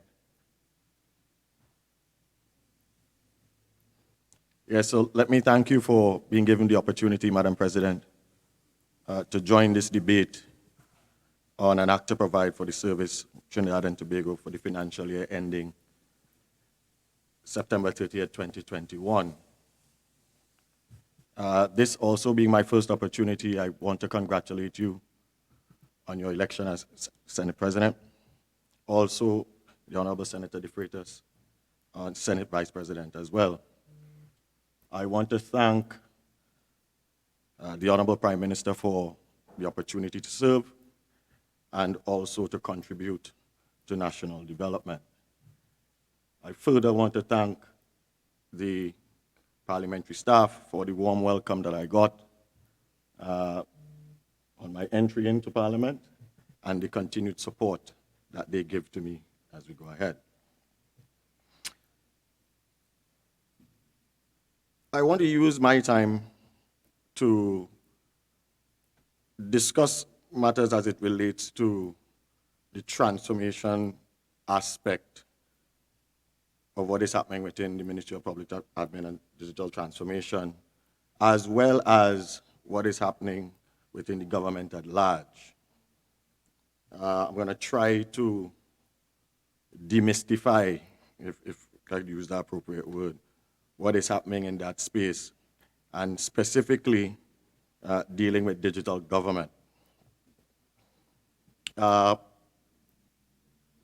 colleague, Minister West, would have spoken on Friday and would have given a discourse on digital Trinidad and Tobago and really spoke on 4 specific things people, infrastructure, the business and the economy, as well as the environment. Given the allocations that we received in the fiscal package, the increases that is specifically for the use of digital transformation, I'm going to put how some of that is going to be used, but I'm going to speak specifically about digital government. And I'm going to probably deal with 5 subcomponents of that: people, public service infrastructure, public services themselves, governance, and of course the environment. But before I do that, I just want to touch on one item and show the level of collaboration that is required when you're dealing with digital items, even in what appears to be a simple thing. Senator Yokymma would have spoken about the fact that there's an MOU that is signed to deliver 10,000 devices to students to use.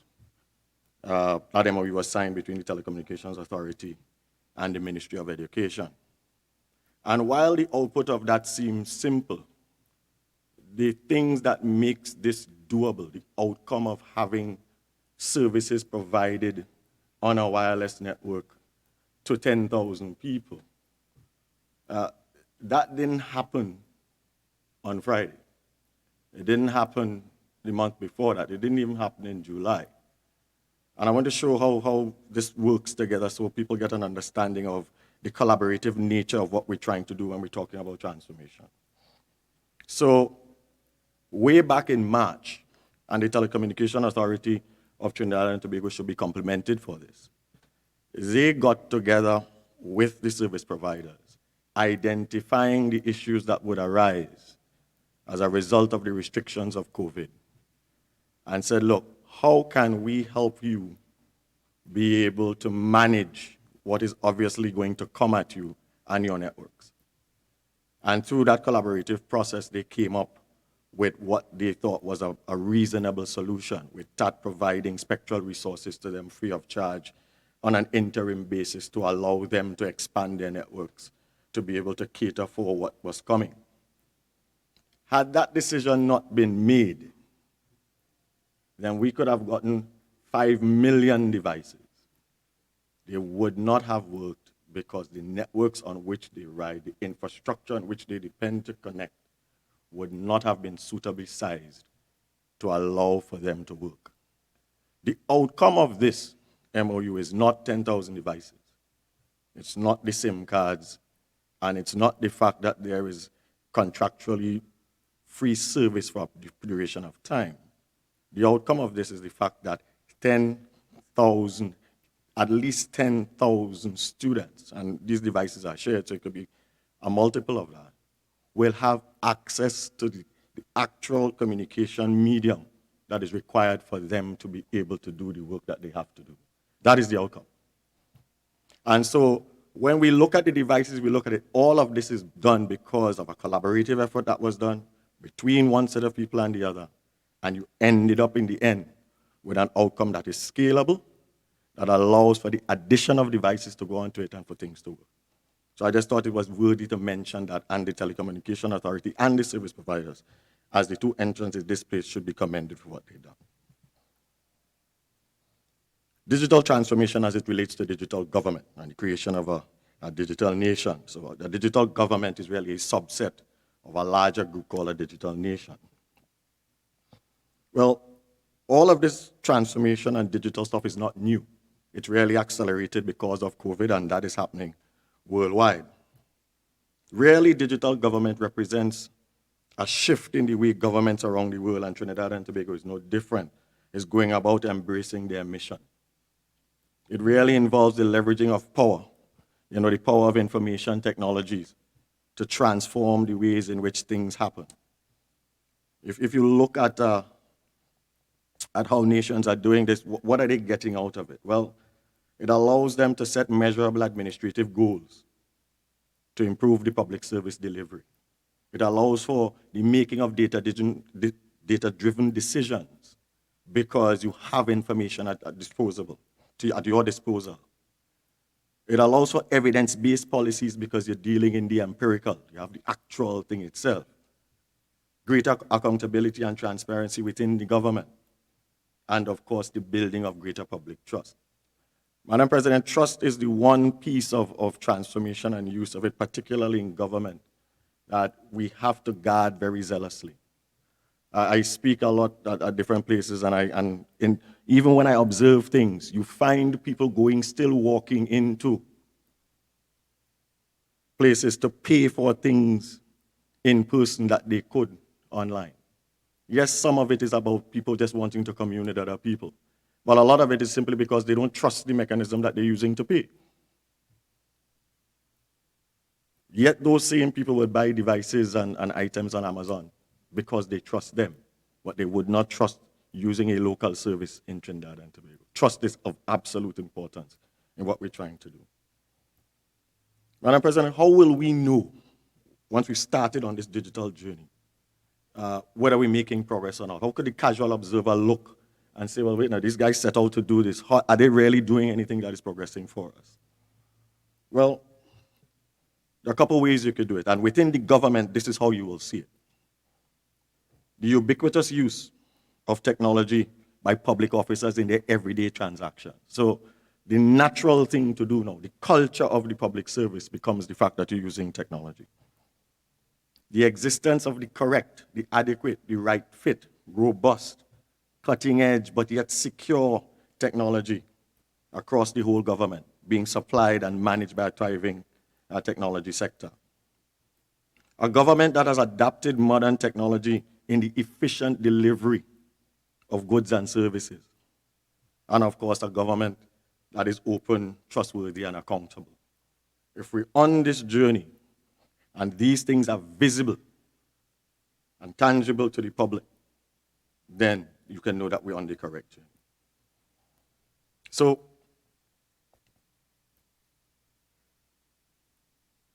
digital government therefore exists where technology has improved the ease of doing business. This is what you see at the end of it. The delivery of public goods and services is there, and you're getting it done with increased productivity and efficiency. The process of digital transformation towards creating a digital government therefore seeks to improve the lives of not only the people who are receiving the services, but the public officers who are delivering them. The population gets it, of course, and if all goes well, the international rating of Trinidad and Tobago improves. While all of this is happening, we're trying to do this within a green, serene, and reasonably positioned and costed place to stay within these environmental and green guidelines that we have. So we're not going to be exploiting and doing damage on one side while we try to digitize on the other. Transformation of this type is really about people. The outcomes are about people. This is about being public focused. You really have to focus on that, or else you get lost in the technology. A lot of people believe this kind of thing is about technology. It isn't. It's about people and processes. So for public officers, one of the key targets in all of what we're trying to do, particularly in the case of digital government, we want to make sure that every public officer is digitally literate. Public officers have to become digital employees. They have to understand how to operate digital devices, computers, laptops, smartphones. They have to be able to retrieve information electronically, print, screen, scan. All those things are things that form part of your basic digital literacy. To ensure that this happens, what we're going to do in fiscal 2021, the ministry is developing a digital literacy program and is aiming to deliver this, and we would do it in the MPADT electronically, and we're going to do it through the Public Service Academy, which is our training arm at the ministry. The program obviously will be ongoing, and we're going to refresh the content as required to ensure that we remain relevant and current. But that's going to be rolled out. So the target of that is to make sure that all public officers have a baseline of digital literacy. And this is all. This is everybody. But that alone will not fix this. Yeah? The ministry is planning to ensure that the government's learning policy, performance management frameworks, and recruitment practices establish digital literacy as a compulsory piece if you want to enter and work in the public service. Because if we're going to have digital government, we need to have digital employees. So those that we have, we will train. Anybody coming in should have, at minimum, digital literacy as part of what they do. Digital skills. So on top of your digital literacy, we're going to build digital skills. So the digital skills really deals with the idea of how do you really execute your tasks using the digital technology that is created and using your basic digital literacy skills. So effectively what we're saying is we are going to now train you to use digital processes using the digital skills that you have to do it. So it's all interwoven. So I'll give an example. So for public officers who operate in the registry, for example, we'll have a module of training for you to learn how to set up and use electronic mail registers. And I'll talk a little bit more about that in some of the digitization projects. For officers who work in HR, for example, and I'm talking specifically about public officers because I'm talking about digital government, you'll have a module for you to do your head count electronically, leave management, etc. All of that will be tied to an electronic HRM system. And I'll talk a bit about that a little later as well. People operating corporate services, public officers again, we'll have a module of training for you to ensure that you're using ICTs for recording mileage, car mileage, gas usage, utility payments, moving away from books and records and moving into electronic registers. These are just a few examples of what I'm talking about, but that is how it has to happen. Madam President, I want to re-emphasize as it speaks to that digital transformation is not a technology thing. Yeah? To use the technology to improve operations requires digital skills, re-engineered processes, change management, and changes to regulations, policies, and guidelines.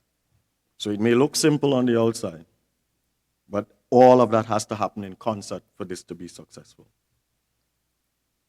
Even when you have digital skills, you have the technology, and you've done and you have the basic digital format, it still doesn't always work because what we're trying to do represents a change in culture. Change management is now critically important, or else you do all this and nothing happens. What are we going to do? Well, we're going to create a project to create digitally ready public officers in targeted and specific ministries where what we're going to implement is more advanced. And being digitally ready means having the correct attitude. Your culture is one of digital. And that is not an easy transition to make, particularly if you've been seasoned and working in an analog world for a long time. This change doesn't come easily. There's a lot of communication, a lot of training, a lot of coaching, and a lot of, let me see if this works before I really buy into it. I recognize that we're a show-me country.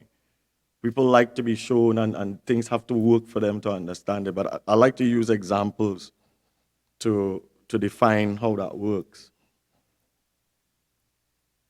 If we don't do the processes and get the technology right, all we would be doing to public officers is adding work to what they already do. A bad process is worse than none. And I'll give an example.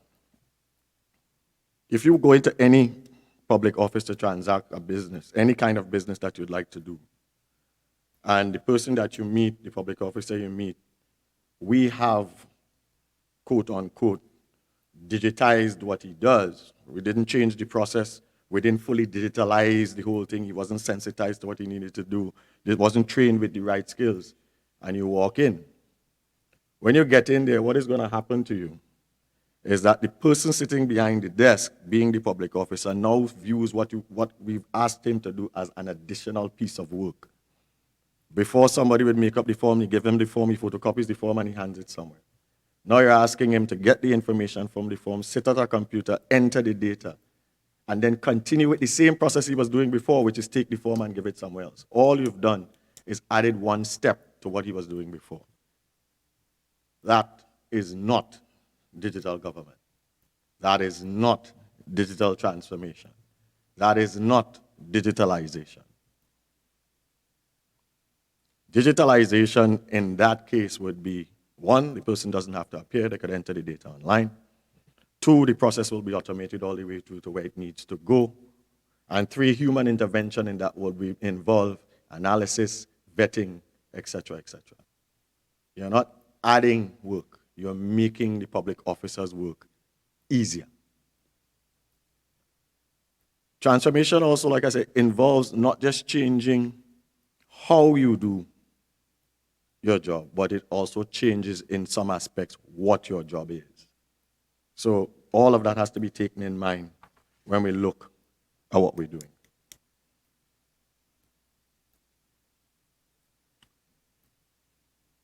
I know Senator Vera yesterday had mentioned that all the training and all the technology in the world doesn't necessarily account for some of the levels of bad service that people receive when they go to public offices. I am saying we're doing the training. There's a full suite of training that is coming out about that, and we're going to be putting the officers through that. It is absolutely important. Some of this is a training issue. Some of it is the fact that they're simply working with technology that frustrates them. They're not able to be efficient. All of that is changed and fixed in digitalization. Digital government does not utilize unsuitable technology. Madam President, I want to talk about the ICT staff. These are the people who will have to maintain these solutions that we're going to deploy that form the technical infrastructure that we need. So the government, through its own funds and via enterprise agreements, will provide ICT training and development opportunities. To achieve the digital government vision, this ubiquitous technology throughout the length and breadth of the public service means that the public service must have technical capacity to manage its ICTs. We're going to have to get people. And we're in a competitive market because everybody else needs the same people. So we want to assure the ICT staff that they're targeted for training and development under the digital transformation. And with what is happening in the labor market, like I said, it's not just the government that needs good ICT people. When transformation projects are being implemented, as with most transitions, there's always need for additional capacity while the projects are running. So we will, have to recruit some people to make sure that that is so, but we will always ensure that we have the right amount of people. It does allow for, we'll need to establish really a skills base, a skills database that allows us to understand the skills that we have sitting within the public service and also those that are outside, so that we could vet and employ on short term if necessary. The word they use, the buzzword in the industry for that now is doing it by a gig. Gig as not in gigabit, but gig as in, a band going to do a gig. Basically, it speaks to a labor market characterized by, the prevalence of short-term contracts and freelance work as opposed to permanent jobs. A lot of people prefer that type of employment because they're not tied to any particular organization. And more so, it gives them the freedom to move from business to business and from place to place, thus maximizing on their earning power. As far as Minister Yokymma talked about this from the youth perspective, earlier in her presentation on Friday, Minister West mentioned the ministry is currently engaged in a project with the ITU, the International Telecommunication Union, for the development of a digital innovation and competitive ICT ecosystem for Trinidad and Tobago. In that endeavor, we'll also be identifying ICT talent as part of the exercise that will also help us with our own skills framework. So we're gathering people from everywhere, and there's a lot of talent in Trinidad and Tobago. Let's talk about the ICT infrastructure. So I like to say the easiest part of this is the infrastructure, but you have to be careful that that is also a part that if you get wrong, it derails the entire mission.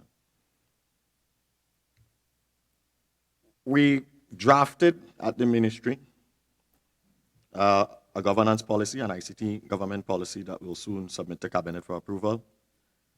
That policy will address a number of the things that could go wrong if left unchecked and ministries go off doing their own things without having a referenced framework and way to work. The Auditor General report has numerous citations surrounding lack of policy, dated policies, lack of standard, inefficiencies, duplications, etc., etc. All of this will be addressed with the policy and the enforcement of same. So the assurance we'll give, Madam President, is that we've taken what came out of the Auditor General's report seriously, and we're focused on implementing what is, and the word in this case is implementing, because I am not sure that this is done anywhere in the public service, basically an enterprise architecture that will allow for efficient management of ICT people, technology, information, and facilities. Enterprise infrastructure is not enterprise architecture, sorry. Enterprise architecture is not new in the private sector. It's not new globally. It's really one of the best ways if you want to do efficient operations within a firm, a government, anywhere have it. Most well-organized segments or areas of implementation within multiple states use some measure or some aspect of enterprise architecture. Gartner has described it as a form of internal management consulting because it helps define and shape businesses and operating models to identify risks, opportunities, and create technology roadmaps to suit. Effectively, it allows you to look at what you have and build the right things to achieve the outcome. Analyst firm Ovum also recognizes enterprise architecture, referring to it as the architects of everything. So there's numerous studies on it. People can look it up if they so wish, Madam President, but it is the way in which we're going to enforce a lot of what we have. The policy that we're putting together will strengthen the ICT Center, that is the Ministry of Public Administration and Digital Transformation, and IGovTT, of course, to ensure increased value for money in the government, in the governance of all ICT, basically everything that's happening inside of it. It's not that we're going to say to all ministries who have their own ambitions and what they're doing, don't do what you're doing, we have to do it for you. What we're saying is there has to be a referenced architecture and standards to which all things have to be built. And unless those things are satisfied, you won't be able to continue. Madam President, in terms of the actual infrastructure itself, the government has a government backbone that it implemented way back in the year 2000. That has since been renamed and upgraded significantly. It's now called GovNet. And that is also being upgraded again to GovNet Next Generation. There are a number of things going on there. It is intended to connect all government agencies, everybody. It gets to most of them now. It doesn't have all of them. And it is not necessarily the only medium by which communication happens between them. We're going to have to fix that because there's a cost involved to not using it, which means that we're using something else out of the private sector, and those types of connections are actually extremely expensive. So there's significant cost savings to deal with that. Simultaneous to that, we're also working on cloud. And cloud is a buzzword everywhere. The government currently, the state currently has access to a cloud that is pretty much for their proprietary use. It is not necessarily in alignment with the way specific services and core services should be, and as such, we are going to embark on the creation of our own cloud. The government currently has a proliferation of storage and infrastructure all over Trinidad and Tobago, and in some cases outside of the country. What we're working to establish is effectively the concept, and I put quote unquote, a government data center where we can store sensitive data and related applications, of course. That does not preclude us, and it will eventually include the use of other certified centers. We have a number of high-quality data centers existing here in Trinidad and Tobago, and we will leverage those. But for that to work and be in alignment with what we have, the ministry will provide an updating cloud policy later in the year. But as I say that, like I said, it will involve government-owned and government-housed infrastructure along with local existing infrastructure. There's no sense in not using that. A lot of it is already in use with other service providers and may involve the use of global enterprise cloud, so Azure, Amazon Web Services, etc. So that is not precluded from that. Transactional things can happen there. Again, legislation has to allow for that, data sovereignty, data transactions, etc., etc., etc. We're going to really launch a big project to get and house in one place the information relative to all of government services across the entirety of Trinidad and Tobago. We'll find all of it, and we will start putting things together so that we have one view of it to know how to consolidate it and address it within what will now become the new national infrastructure. Major project we have going that we're going to work on is e-identity. You would have heard a number of persons talk about it. It represents the fundamental way in which the state will identify you. People could be asking, is there another ID card again? That is not what this is. A number of the things that people take around in their wallets as identification does not uniquely identify you to the state. It is normally something that gives you permission to do something. The driver's permit is something that gives you permission to drive. The passport gives you permission to travel. While they may identify you to the particular ministry for the purpose of which it is there, it does not uniquely identify you to the Ministry of Social Services. You go to a ministry to do something, you have to fill out the form, it has the same information. You go to another ministry, it's the same information. You go to the same ministry twice, you have to fill out the same information. This is not the way this is supposed to be. With a unique identity card, it identifies you uniquely to the state. This is not just for state purposes. Eventually, everyone will use this. The businesses will use this. Everyone will have to use this because this will be the way in which you are uniquely identified. There is a big hullabaloo and uproar about facial recognition. Well, facial recognition is one thing, but facial identification is something that is used globally all over the place, Madam President. You couple few of these things together and you create really, really strong ways to uniquely identify yourself. And of course, it makes your interactions with the state so much easier. I just went to a private institution recently to renew insurance for one of my vehicles and add my son as a youth driver. I had to fill out the same information 4 times. And that is in the private sector. Yeah? Another big project we have is the interoperability project. Why is that important? Well, part of having ministries operate is that they are still responsible for their own data and the things that happen between them. But if for reasons they need to share information, unless you build one big, massive solution that all the ministries collect to, which we're not doing, you're going to have to find a way, a language to securely move information from one ministry to the other. That represents how you go from having, yeah, I can identify you in this ministry to I can identify you in all ministries. Only the relevant information will be available for you wherever that it needs to be.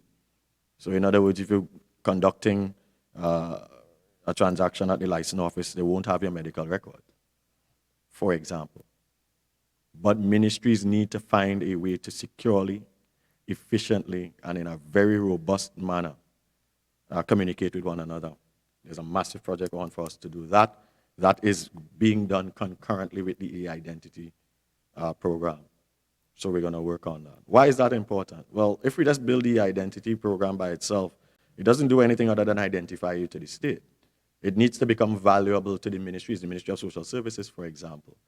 The Minister spoke earlier about their plans and what they're doing about, you only need to present your information once. You go to get you're applying for a grant here, you apply for a grant in another, for a different type of grant, you have to make up different things. So what we're doing in this case is, okay, let's tie the e-identity to the Ministry of Social Services, for example.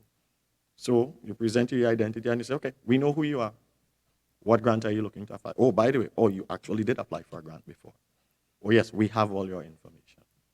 So it's a lot about the collaborative effect of it. It won't happen without the interoperability project. Digitization is a key part of this, of digital government. So part of what we're going to have to do is digitize all of the public records of the state, all of them. And it's not just as simple as taking a picture of it and putting it in a registry. After you digitize it, you have to be able to find it. And a lot of us search for things on the internet. The key word in that is search. You don't actually know the document that you're looking for. If you digitize documents and the only way you could reference them is by the document, knowing the document itself, you would have failed. If you digitize the documents and continue to use analog processes where the paper files continue to be used, you have failed. If you digitize the documents and did not validate and verify that the information contained prior to and post-migration, you have failed. All of these processes have to be zealously guarded to ensure that we don't end up with a situation where garbage in equal garbage out. It would be interesting if you're searching for your title of land and you find mine, because somebody in the migration process didn't migrate it properly. So this is a key component of what we're doing. It has to be controlled, and we're setting up ways in which we're going to deal with that specifically. A number of ministries have, and agencies have already embarked on doing all of this. We're going to have to review that to see where it is, to ensure that the correct amount of document integrity exists in what we're doing. We're going to open something for that. Let's talk a little bit about services. Madam President, I think I have maybe 7-8 minutes. Got it. Doing well. We talk about services. And when we talk about services, we're talking about services that are available online. Most senators and ministers here would have elaborated on a number of them that are available today. Senator Yokymma gave a lot, number of, and pretty much everyone that will speak will talk about that. But it's not just having the services, having the channel available to access the services. Some people prefer different mediums. No one will be left behind. If you don't want to type, you can call. Some people don't want to call, you can text. You don't want to text, you can chat. And it's interesting that, I mean, of all the channels that we have, the one that has shown the highest growth, 119%, speaking about 107,000 transactions, is live chat. Phone calls are down, self-service kiosks down, virtual call is down, not down by much, but down nonetheless. But 119, 120% growth in live chat. It gives you an idea of what is happening with people in the industry. TT Connect continues to be our main way in which the primary portal in which delivery of government to citizen services exists. We're pretty much at capacity. You have 5 more minutes. Pretty much at capacity where that is concerned. We're going to have to do some upgrades on that and get it going. But in this past year, apart from all the services that exist, 6 new services were launched, and I'm not sure people are aware of them. I'll mention them by name. Develop TT, for example, GovPay, Court Pay. Number of those exist, and there are 6 of them. The list can be provided, and we are going to do even more of those. In the manifesto and in the 2021 budget statement, there are a number of things that have to come out of that. The issuance of passport within 2 weeks, registration of motor vehicles, taxes, etc. All of those things will be encompassed in what we're doing in the transformation. Not all services can be provided digitally. Not all services should be provided digitally. I mean, even places where you have maximum digitalization, like in Estonia, for example, you still have to show up to get married. So marriages are not done remotely. So there's a number of things that we're going to do. There's a pilot project going on in St. James in the medical area in the Northwest Regional Health Authority that is dealing with, I remember Senator Dillon-Remy was talking about digital records, and where there's a tremendous pilot project going on down there where the results from all stakeholders has been extremely, extremely good. The EHRM system, we're going to have to finish that up. That is something that we've had since earlier on, but we've done a revamp on it, and now we're putting out an RFP to get some services to help us maximize on what it does. This will be providing EHRM services for over 60,000 public officers. I really imagine I have to use the word over, because that number is not necessarily within my purview to get fixed. By the time we finish with this solution, all of that will be there. I want to close by adding just the last piece on the environment, that what we're doing, we're going to do it in an environmentally friendly manner. We're not going to do anything that increases the waste of what we have. And last but not least, if there's anything at all you take from what I've said, remember that digital government is first and foremost, and we're talking about digital government specifically here, about the digital public officer, using digital infrastructure to deliver as many public goods and services as possible in an efficient, open, environmentally friendly, and secure manner. Madam President, I thank you. I wish to congratulate the Minister in the Ministry of Public Administration and Digital Transformation on his maiden presentation. Senator Teemal. Thank you, Madam President, for the opportunity to contribute on this bill before us. Madam President, first of all, I would like to focus on the issue of water security. In the budget statement of the Honorable Minister of Finance, on pages 71 to 72, the Minister stated, and I quote, "We have put at the top of our agenda the delivery of a sustainable water supply to our citizens. Combating the COVID-19 virus requires proper sanitation and health practices, and our citizens deserve no less. In respect of water supply and sanitation, WASA is central to achieving the objectives of government, and the Cabinet Subcommittee is now focusing its attention on the issues which are impeding WASA from meeting our needs." He goes on to state that the subcommittee would review the operations of WASA, including its unsustainable debt position, its aging pipelines, its governance structure, and the inadequate water distribution. End of quote from that statement, Madam President. Madam President, while no doubt that WASA has a key role to play in water supply and distribution, are we seeing a persistence with the sectoral approach to water security by this primary focus on WASA? In the public sector investment program, the PSIP 2021, on page 137 under water security, it is stated that, and I quote, "In keeping with its mandate, WASA will continue initiatives for improving the production and delivery of water. In this regard, WASA seeks to ascertain water security through ensuring a sustainable supply of safe water." End of quote. The PSIP 2021 identifies $168.5 million to continue certain water projects. Madam President, while there is no doubt whatsoever that WASA plays a central role in water security, it is quite misleading to imply that water security is solely dependent on water supply.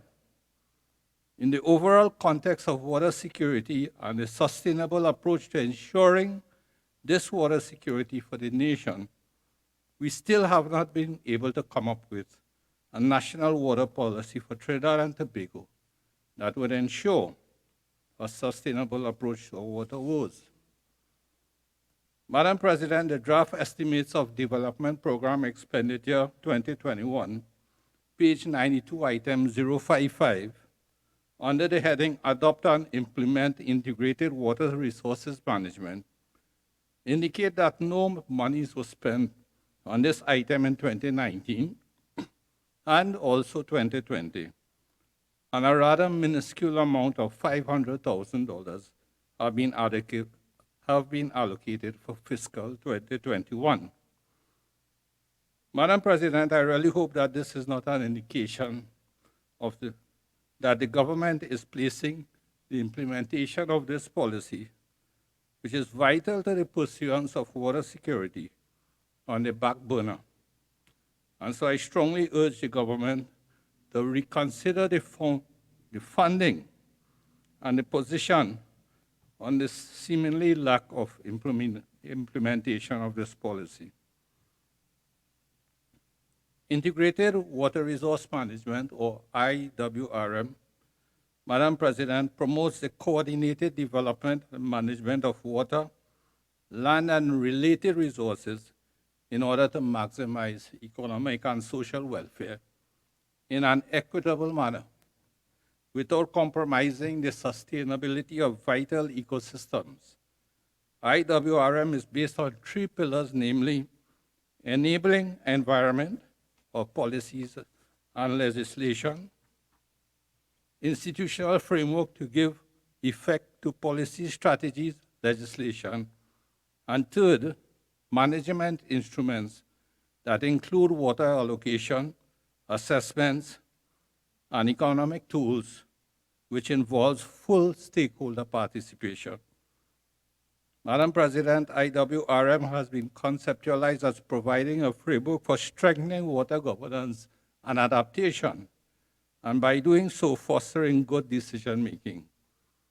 A key requirement is the involvement of other economic and social sectors that would not normally deal directly with water issues, but whose activities either impact on water or water has an impact on them. In other words, it seeks to move away from a purely sector-based to a cross-sectoral-based water management approach. An IWRM agenda ensures that water issues are mainstreamed into the business of the Ministries of Finance, Public Utilities, National Planning and Development, and other ministries, Madam President. In spite of being a relatively water-abundant country, Trinidad and Tobago has its fair share of water sector problems. Supplies are intermittent, leakage levels are high, and demand is suppressed due to restricted supplies. Notwithstanding the tens of billions of dollars of expenditure over the past decades by successive governments, we are still faced with the situation of over 50% of our population receiving a supply of water for less than 3 days per week. The many studies undertaken have identified challenges such as inappropriate governance arrangements, Madam President, deficient legislation and regulation, aging infrastructure, and high levels of unaccounted for water.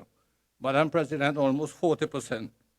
Concerns over potable water quality and poor infrastructure governance. Other than WASA, there are a number of agencies and institutions involved in the planning, management, and execution of the water sector, and in the execution of water resources management functions. These include the EMA, Ministry of Health, Ministry of Agriculture, Land and Fisheries, Tobago House of Assembly, Ministry of Planning and Development, the Drainage Division, Ministry of Works and Transport, Water Resources Agency, Institute of Marine Affairs, and several others, Madam President. It is worth noting that there is the absence of a coordinating agency and coordinating mechanism to facilitate effective water resources management, and as a result, it is not surprising that Trinidad and Tobago currently lack a coherent policy and institutional framework for water resources management. Studies have clearly identified the need for water policy development and a reconfiguration of institutional frameworks to effect water sector reform. There is indeed a checkered history with regards to the development of such a policy. A degree of impetus for water sector reform, Madam President, arose out of a World Bank public sector institutional strengthening exercise in the 1990s. One of the outcomes was a water resources management strategy study completed in the year 2000. This recommended the adoption of IWRM and the need to establish an effective and financially autonomous institutional framework. In order to address these problems, the then Ministry of Public Utilities and the Environment drafted a national water resources management policy in 2003, Madam President, with the support of the Inter-American Development Bank. Since the National Water Resources Management Policy was adopted in 2005, there has been several changes in government. It would appear this has contributed significantly to a lack of continuity in the pursuit of water security based on the principles of integrated water resources management. And what we have seen subsequently is mainly a supply-driven sectorial approach through WASA in an effort to solve the nation's water woes. The latest draft document regarding IWRM was prepared under the guidance of a cabinet-appointed technical steering committee for the review and revision of the national IWRM policy in March of 2017. And I understand that this policy is still awaiting approval from Cabinet. Allow me to quote from page 1 of this document, Madam President. In order to achieve this goal, the government of the Republic of Trinidad and Tobago intends to adopt and implement the integrated water resource management approach, which is recognized as international best practice for the management of the water sector. Madam President, in Vision 2030 National Development Strategy 2016 to 2030, one of the goals for improved public utilities, that is goal 2.2 on page 19, on page 99, it is stated that, and I quote, to promote an integrated approach to water resources management. Integrated water resources management promotes the coordinated development and management of water, land, and related resources in order to maximize available water supply.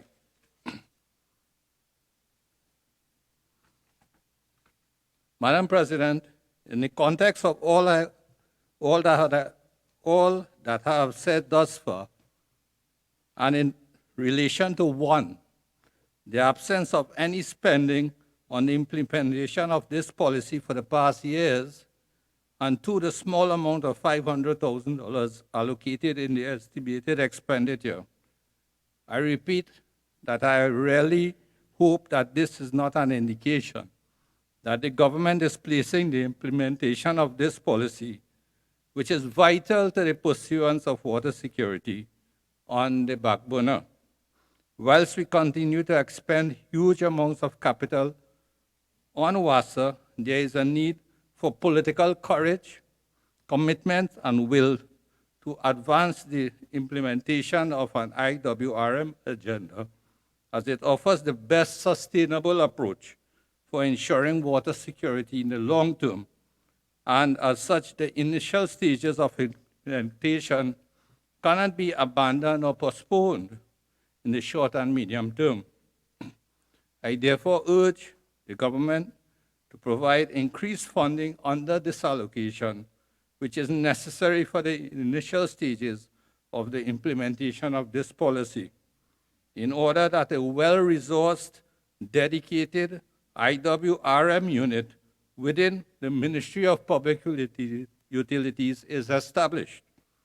This unit will begin to implement the recommendations of the Cabinet-appointed Technical Steering Committee for the review and revision of the national IWRM policy once it is approved by Cabinet, and which I hope and sincerely hope will be very, very soon, Madam President. Madam President, I would like to next focus on the issue of flood alleviation and mitigation measures. Madam President, the draft estimates of development program expenditure 2021 on page 216 item A001, Comprehensive National Drainage Development Study, indicate that no monies were spent on this item in 2019 as well as 2020. And I am not seeing any funding being allocated for this item for fiscal 2021.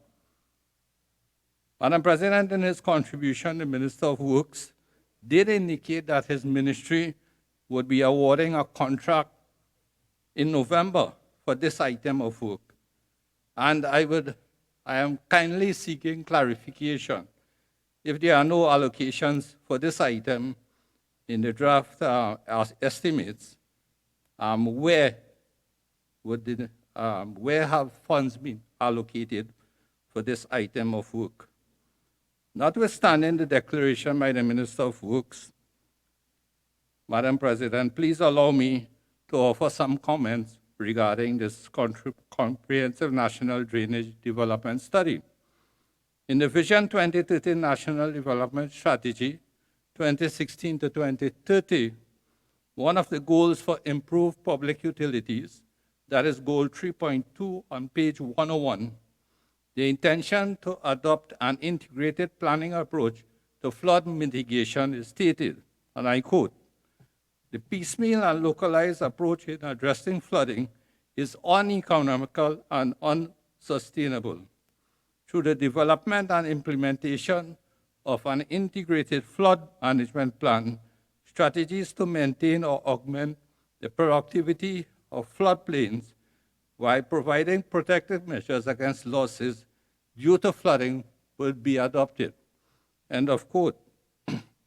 Madam President, the Joint Select Committee, Land and Physical Infrastructure, 10th report, 5th session, 12th Parliament, on an inquiry into flood alleviation and control measures for major river basins and drainage catchments in Trinidad and Tobago, General Finding 29 on page 23 states that, and I quote, "In seeking to expedite the National Drainage Plan, the Ministry of Works and Transport has approached CAF, the Latin American Multilateral Development Bank, for technical assistance with the formulation of the plan, and discussions are still ongoing."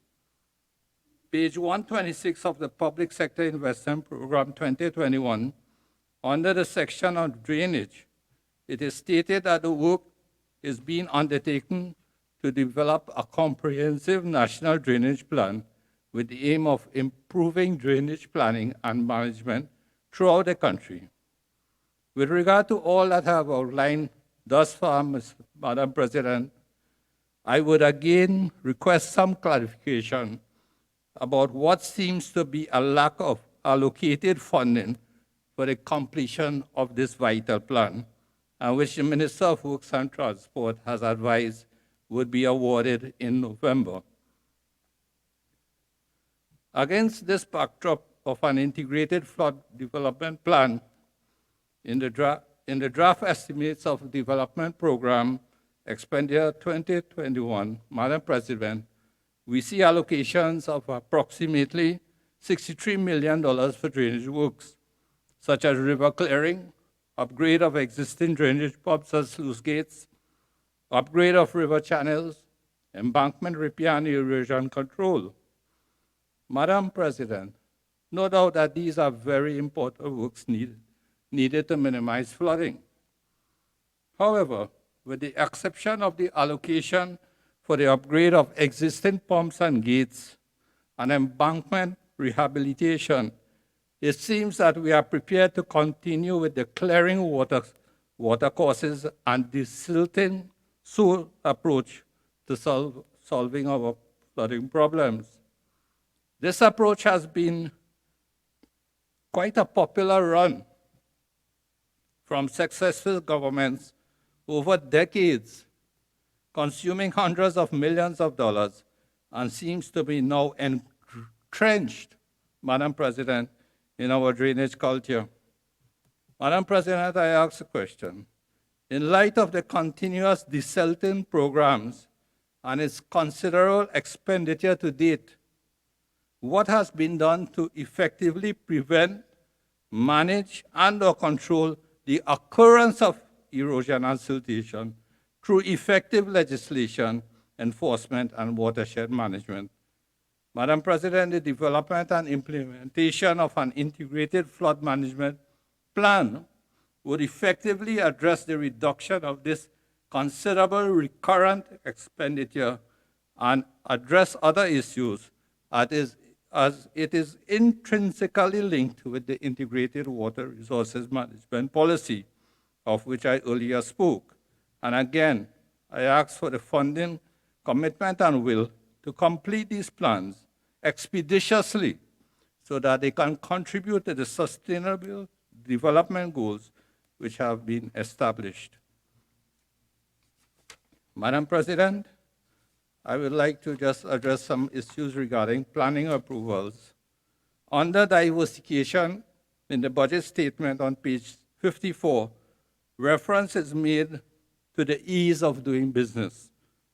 The intention, as stated, is to improve, this is within the budget statement, on the position of 105 in the 2020 World Bank report on doing business.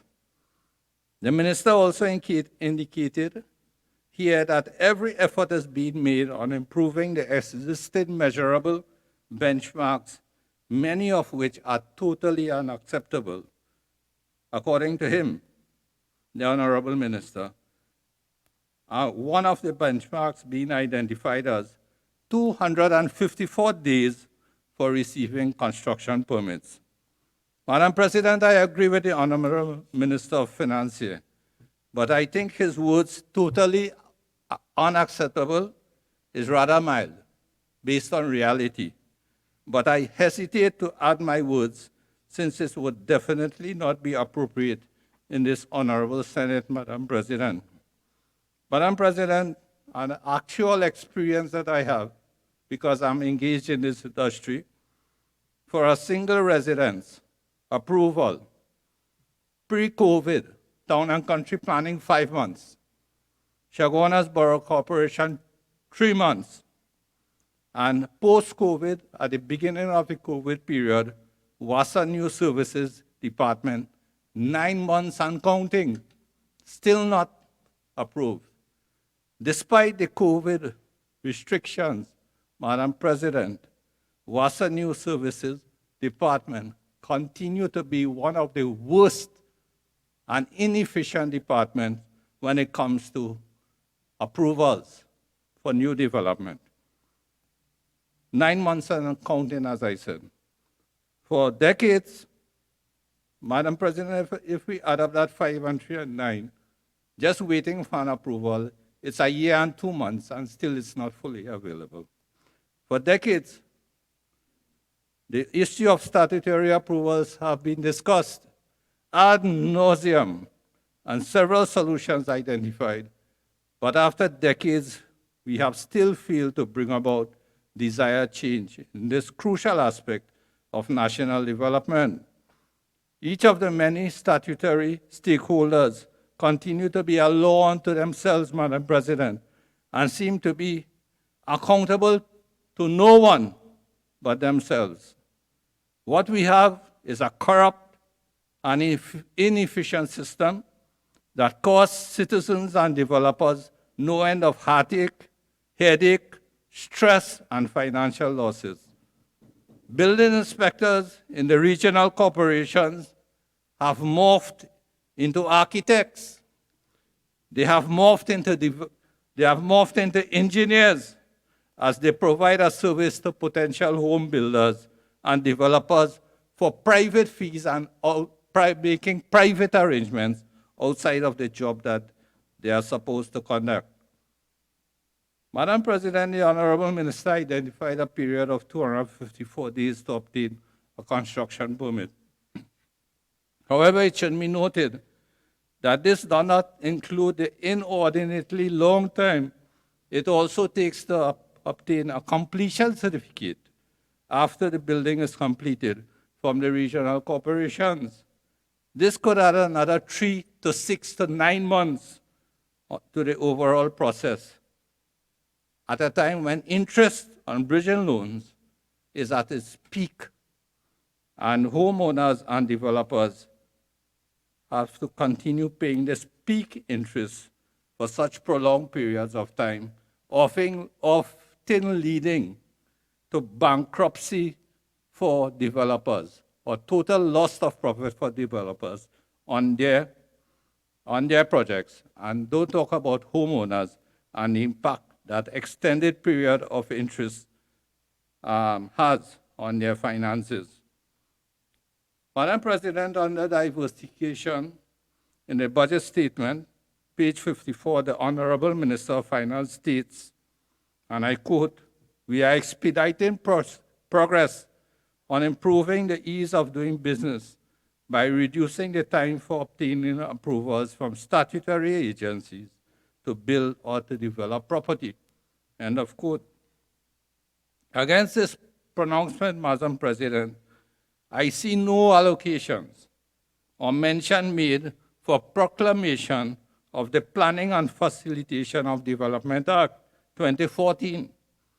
And I cannot see the intent of the statement by the Honorable Minister of Finance being achieved without operationalization of this Planning and Facilitation of Development Act.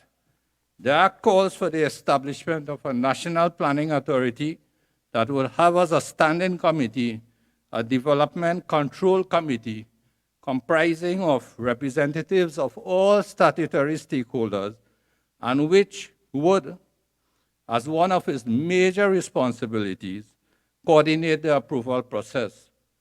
Again, the Honorable Minister is asked to look at allocating the necessary funding and the Ministry of Planning and Development to get this act operationalized so that the whole process of approvals, we stand a good chance of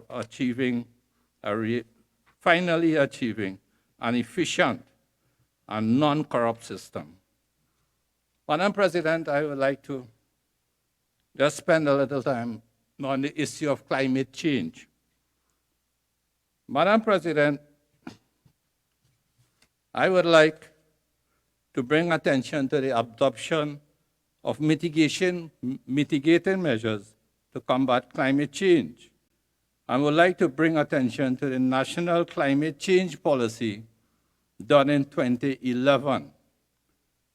Madam President, where are we with the implementation of this policy? Section 9.1 of this policy, Section 9.1, Policy Implementation and Integration of this policy, page 17, states that, and I quote, "The implementation of this policy shall be coordinated by the Multilateral Environmental Agreements Unit of the Ministry of Housing and the Environment, which has primary responsible for the implementation of the Kyoto Protocol as well as other multilateral environmental agreements to which Trinidad and Tobago is a signatory." End of quote. Of course, since this time, Madam President, we have had changes of governments, and the issue of continuity with this policy is questionable. In addition to just greenhouse gas emissions, the policy addresses sectoral vulnerability with regards to agriculture, human health, human settlements and infrastructure, coastal zones, water resources, and tourism, and as such encompasses key issues of water and food security. These vulnerabilities are seen from the potential impacts, Madam President, of certain projected climate changes, such as temperature increases, extreme events such as floods, droughts, and earthquakes, sea surface temperature increases, sea level rise, and changes in rainfall precipitation. Madam President, given that climate change is a multifaceted, multi-sectoral issue, any climate change policy would of necessity have implications for the revision of other sectoral policies in order to integrate and place into relevant context the climate change issue in the relevant sectoral policy. Madam President, an examination of the draft estimates of development program expenditure 2021 does not reveal a clear allocation for the implementation of any policy dealing specifically with climate change under any ministry. There may be possibilities that aspects of climate change are being addressed. There is no doubt about it. There are aspects being addressed, but no mention is made in subject headings of the draft expenditures. It must, Madam President, in addition, climate change is not specifically addressed in existing sectoral policies, although there are broad references to mitigation and adaptation in National Environmental Policy 2006 of Trinidad and Tobago and other related national environmental policies, rules, and regulations. Madam President, it must be noted, however, that under coastal protection in this year's budget, $39 million was spent in 2019, $76 million in 2020, and under the revised estimated expenditure and allocations for 2021 is $32 million. So we are addressing the issue of coastal protection. I'm not saying no, but in terms of the pursuance of an overall policy on climate change, I'm not sure where this is being covered. Madam President, Vision 2030, Goal 3 of the short-term goals state that climate vulnerability will be assessed. And that same Goal 3 of Vision 2020 of the short-term goals goes on to identify 2 action items. 1, determine areas of greatest climate risk, and secondly, to design and implement adaptive actions for vulnerable sectors. Madam President, the COVID-19 pandemic has brought us to the realization of how devastating the impact of an pandemic can be. The negative impacts of climate change, if not mitigated efficiently, has similar potential to bring about natural disasters which can wreak havoc to agriculture, infrastructure, human life, life itself, and the economy. Madam President, we are seeing the acceleration of some of these impacts. Increased flooding, coastal erosion due to rising sea levels, etc. It is therefore urgent that we become exceedingly proactive regarding this threat. And a key step, in my opinion, is the establishment of a definite policy on climate change. I therefore strongly urge, that funding be allocated for 1, the appointment of a technical steering committee for a review of the National Climate Policy 2011, and which would lead to the development of a revised national climate change policy, Madam President, and 2, a national climate change unit be created within the Ministry of Planning and Development to ensure the implementation of this revised policy. Madam President, how much time do I have? You have 7 more minutes. Thank you, Madam President. Madam President, I ask the question, how does a government do business in this rapidly changing world, and with all of the constraints and all of the potential disasters and epidemics and everything that is lining up on the world scenario? How do we do business?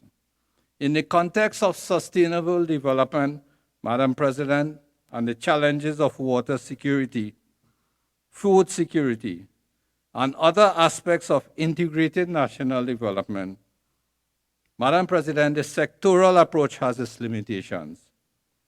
We must stop working in silos. In fact, Vision 2030, page 118, in the section under implementation states, and I quote, "Furthermore, given the integrative nature of the 5 development themes, ministries and departments will no longer operate in silos and will adopt an integrated and a whole of government approach to implementation, as national development objectives are hardly linear and mostly intertwined. As such, each plan must be contextualized within the broader sector focus." Madam President, end of quote. Madam President, this absolutely necessary paradigm shift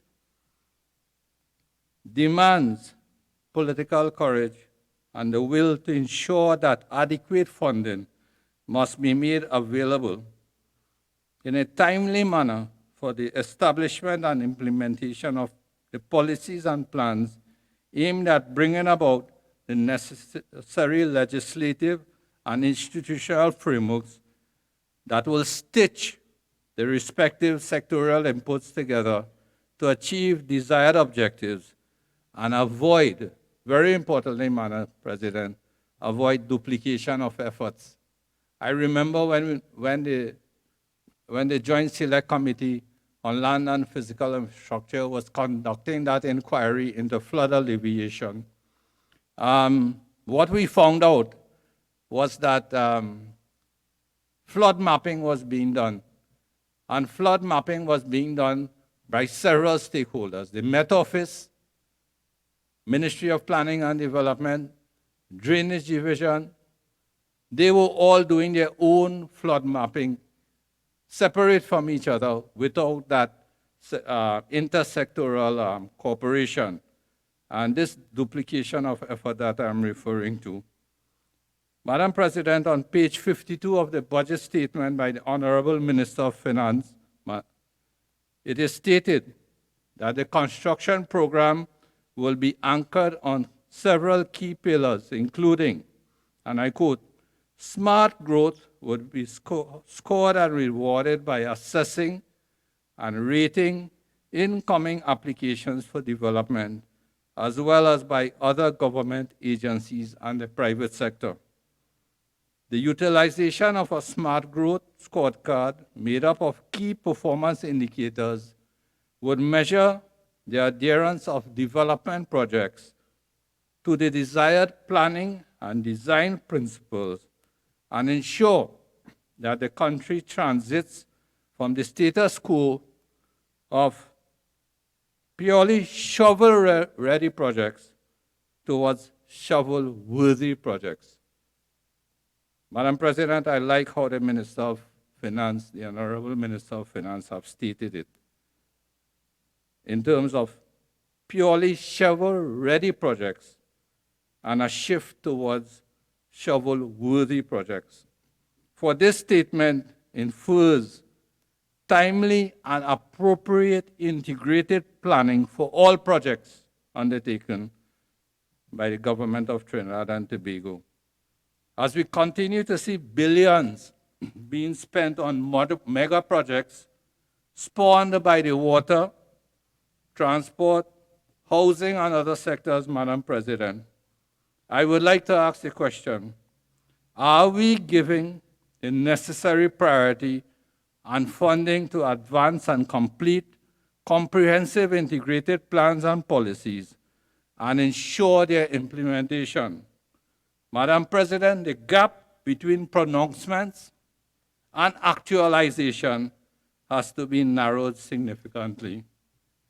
Madam President, in the couple of minutes I have remaining, if you would allow me, just on the question of ease of doing business and the Board of Inland Revenue. I know we have the Revenue Authority. We are looking to operationalize and bring it into action. But with regards to the ease of doing business, Madam President, and the Board of Inland Revenue. Senator Teemal, you have 1 minute. Okay. In terms of tax and VAT registration delays, Madam President, since the end of 2019, BR have been requesting info from companies not required by law in order to have these companies for tax and VAT. This has been delaying the registration process significantly, Madam President. Madam President, I thank you very much for this opportunity. Leader of Government Business. Very much. Madam President, I now beg to move that the Senate do adjourn to Tuesday, October 27, that's tomorrow at 2020 at 10 a.m. 10 a.m. During that sitting, we would conclude the debate on this appropriation bill and bring it to an end, I guess, in a reasonable time, based on the amount of speakers remaining. Thank you. Honorable Senators, the question is that this Senate do now adjourn to Tuesday, October the 27th, 2020 at 10 a.m. Those in favor say aye. Those against say no. I think the ayes have it. This Senate now stands adjourned to Tuesday, October the 27th, 2020 at 10 a.m.